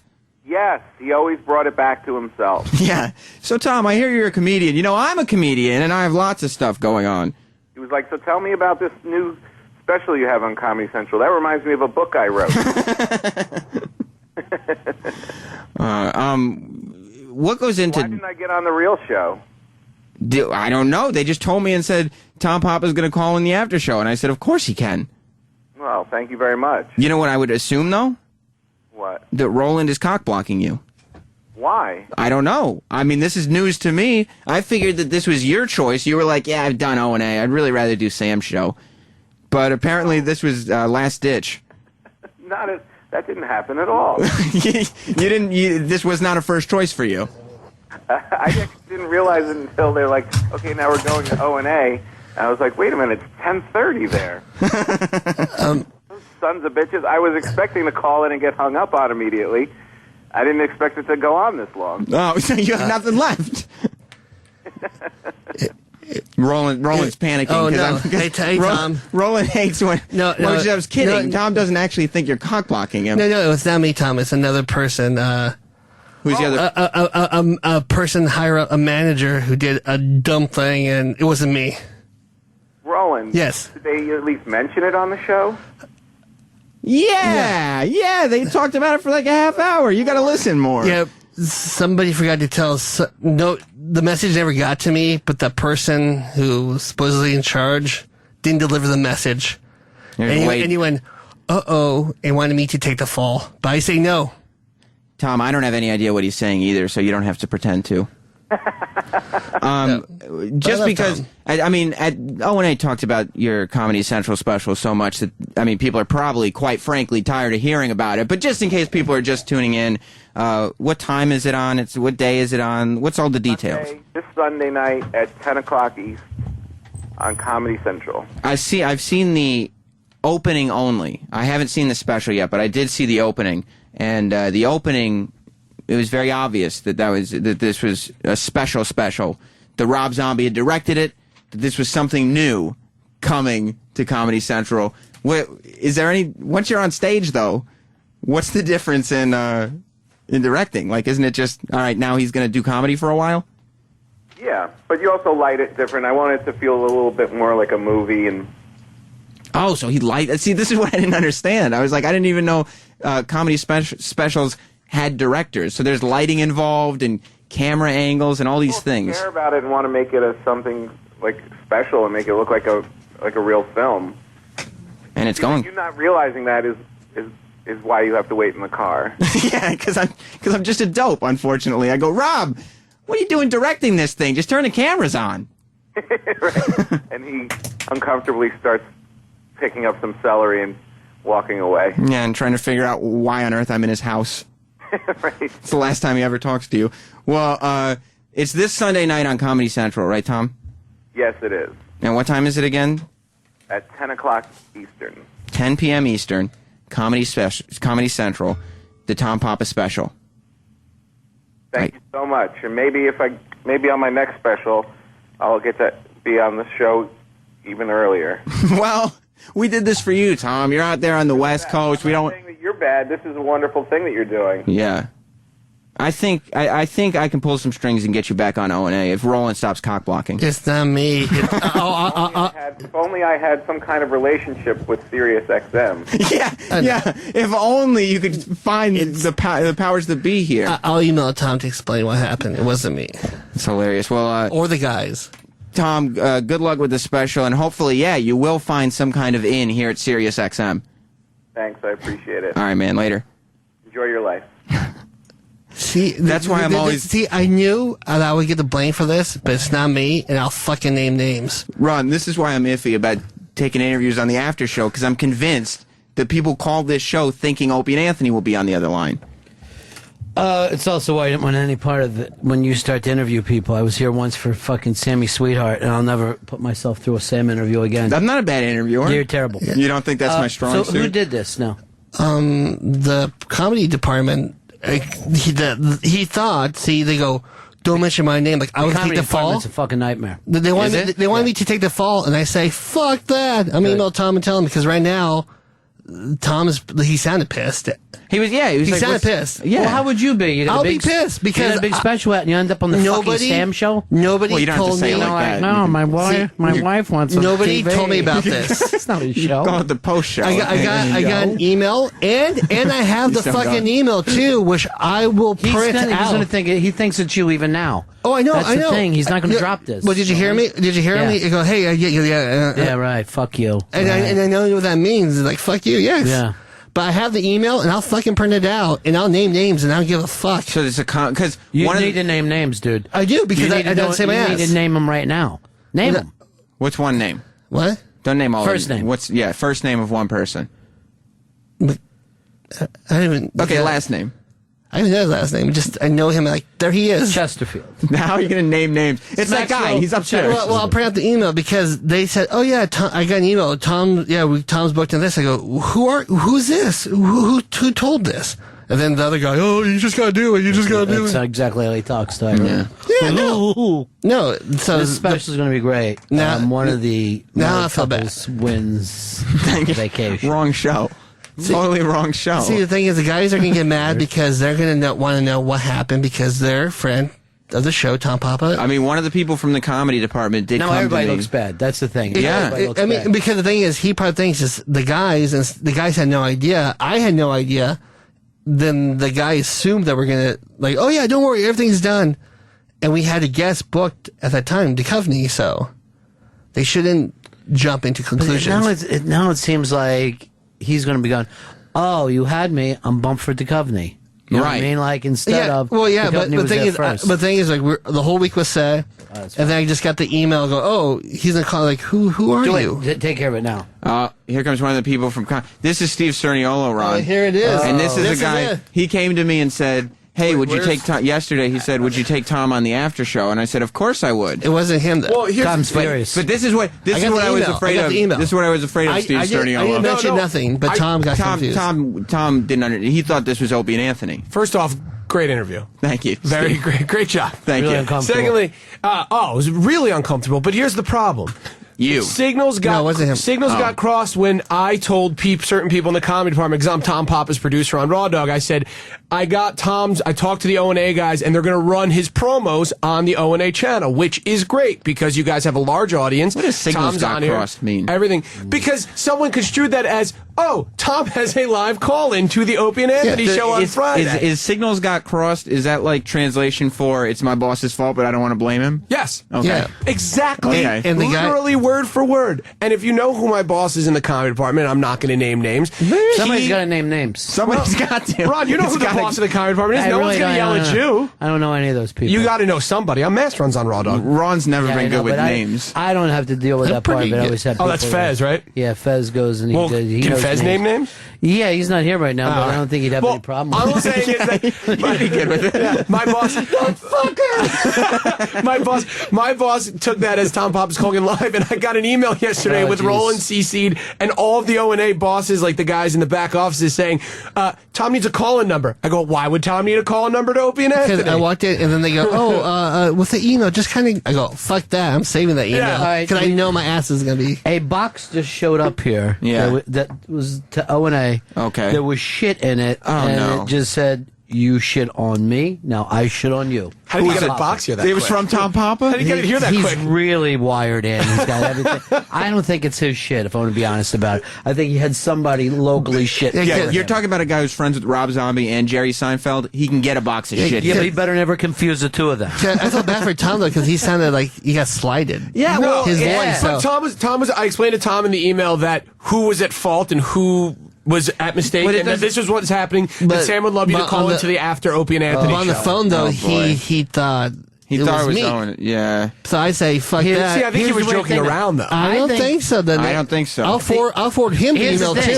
too. I think Let the that he's people mad. down. I think that he's mad at O&A. Yeah. Because And then he's gonna, and then he'll, then, it'll come back to you. because he goes, oh yeah. I feel like the only I'm one. more than happy to forward him and the guys the email, and they can see who, which is not me. You should do that is at fault. immediately. Right away. You should Oh, do I it have to no everybody. problems because I feel like the I'm only not going to throw one in the bus. who got off this scot-free without sort of bad vibes is, I guess, me, just because Because you're the he's like, shitster. You're great. But here's the thing. Sam did a great interview. But You did a great interview. Here's the problem.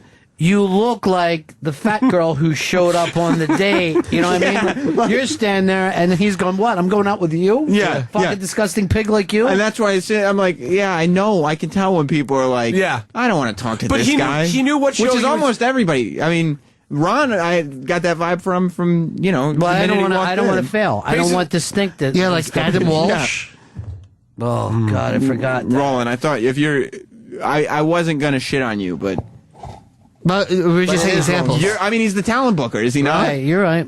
Is he? I mean, you're the talent booker. You're kind of responsible for the guests. I am, but when somebody tried to throw their cock and book of somebody without me knowing. I'm going to tell you something that's going to cheer you up. We're planning a pizza party for you. When? Yeah, well, I'm not going to tell you when because I want it to be a surprise. Ooh, I'm surprised. So I'm not saying when it's going to be. Tomorrow? But tomorrow. Monday? It'll be sometimes, but it'll be a time that you least suspect it. Maybe when we see you bring in lunch back, but we will have a pizza party. Wait, for this you. is a surprise pizza party. And how many friends would you like to bring to your surprise pizza party? Depends where the pizza's from. Where do you like it from? Well, different Normally places. we go to John's. John's is okay, Okay. if you like it, if you're a tourist, but I prefer Ruby Rosa. Okay. It's delicious. Hey, forget we even had this conversation. What do you like on it? Pepperoni and their small little delicious meatballs. Put it out of your minds. This conversation's never taken place. You should send Tom Papa an invite. I felt bad now because he sounded like, hey Sam. Here's the thing. This is the worst thing about it. He sounded hurt. Well, not hurt though. He goes at 7:30 in the morning, and I woke up for this. Yeah, that's what it sounded like. And it was like, who made the call to say, you've had your time on O&A. You're not really. Well, Monday morning the guys didn't go, "What the fuck happened?" They should. I mean, and Jimmy texted you, so.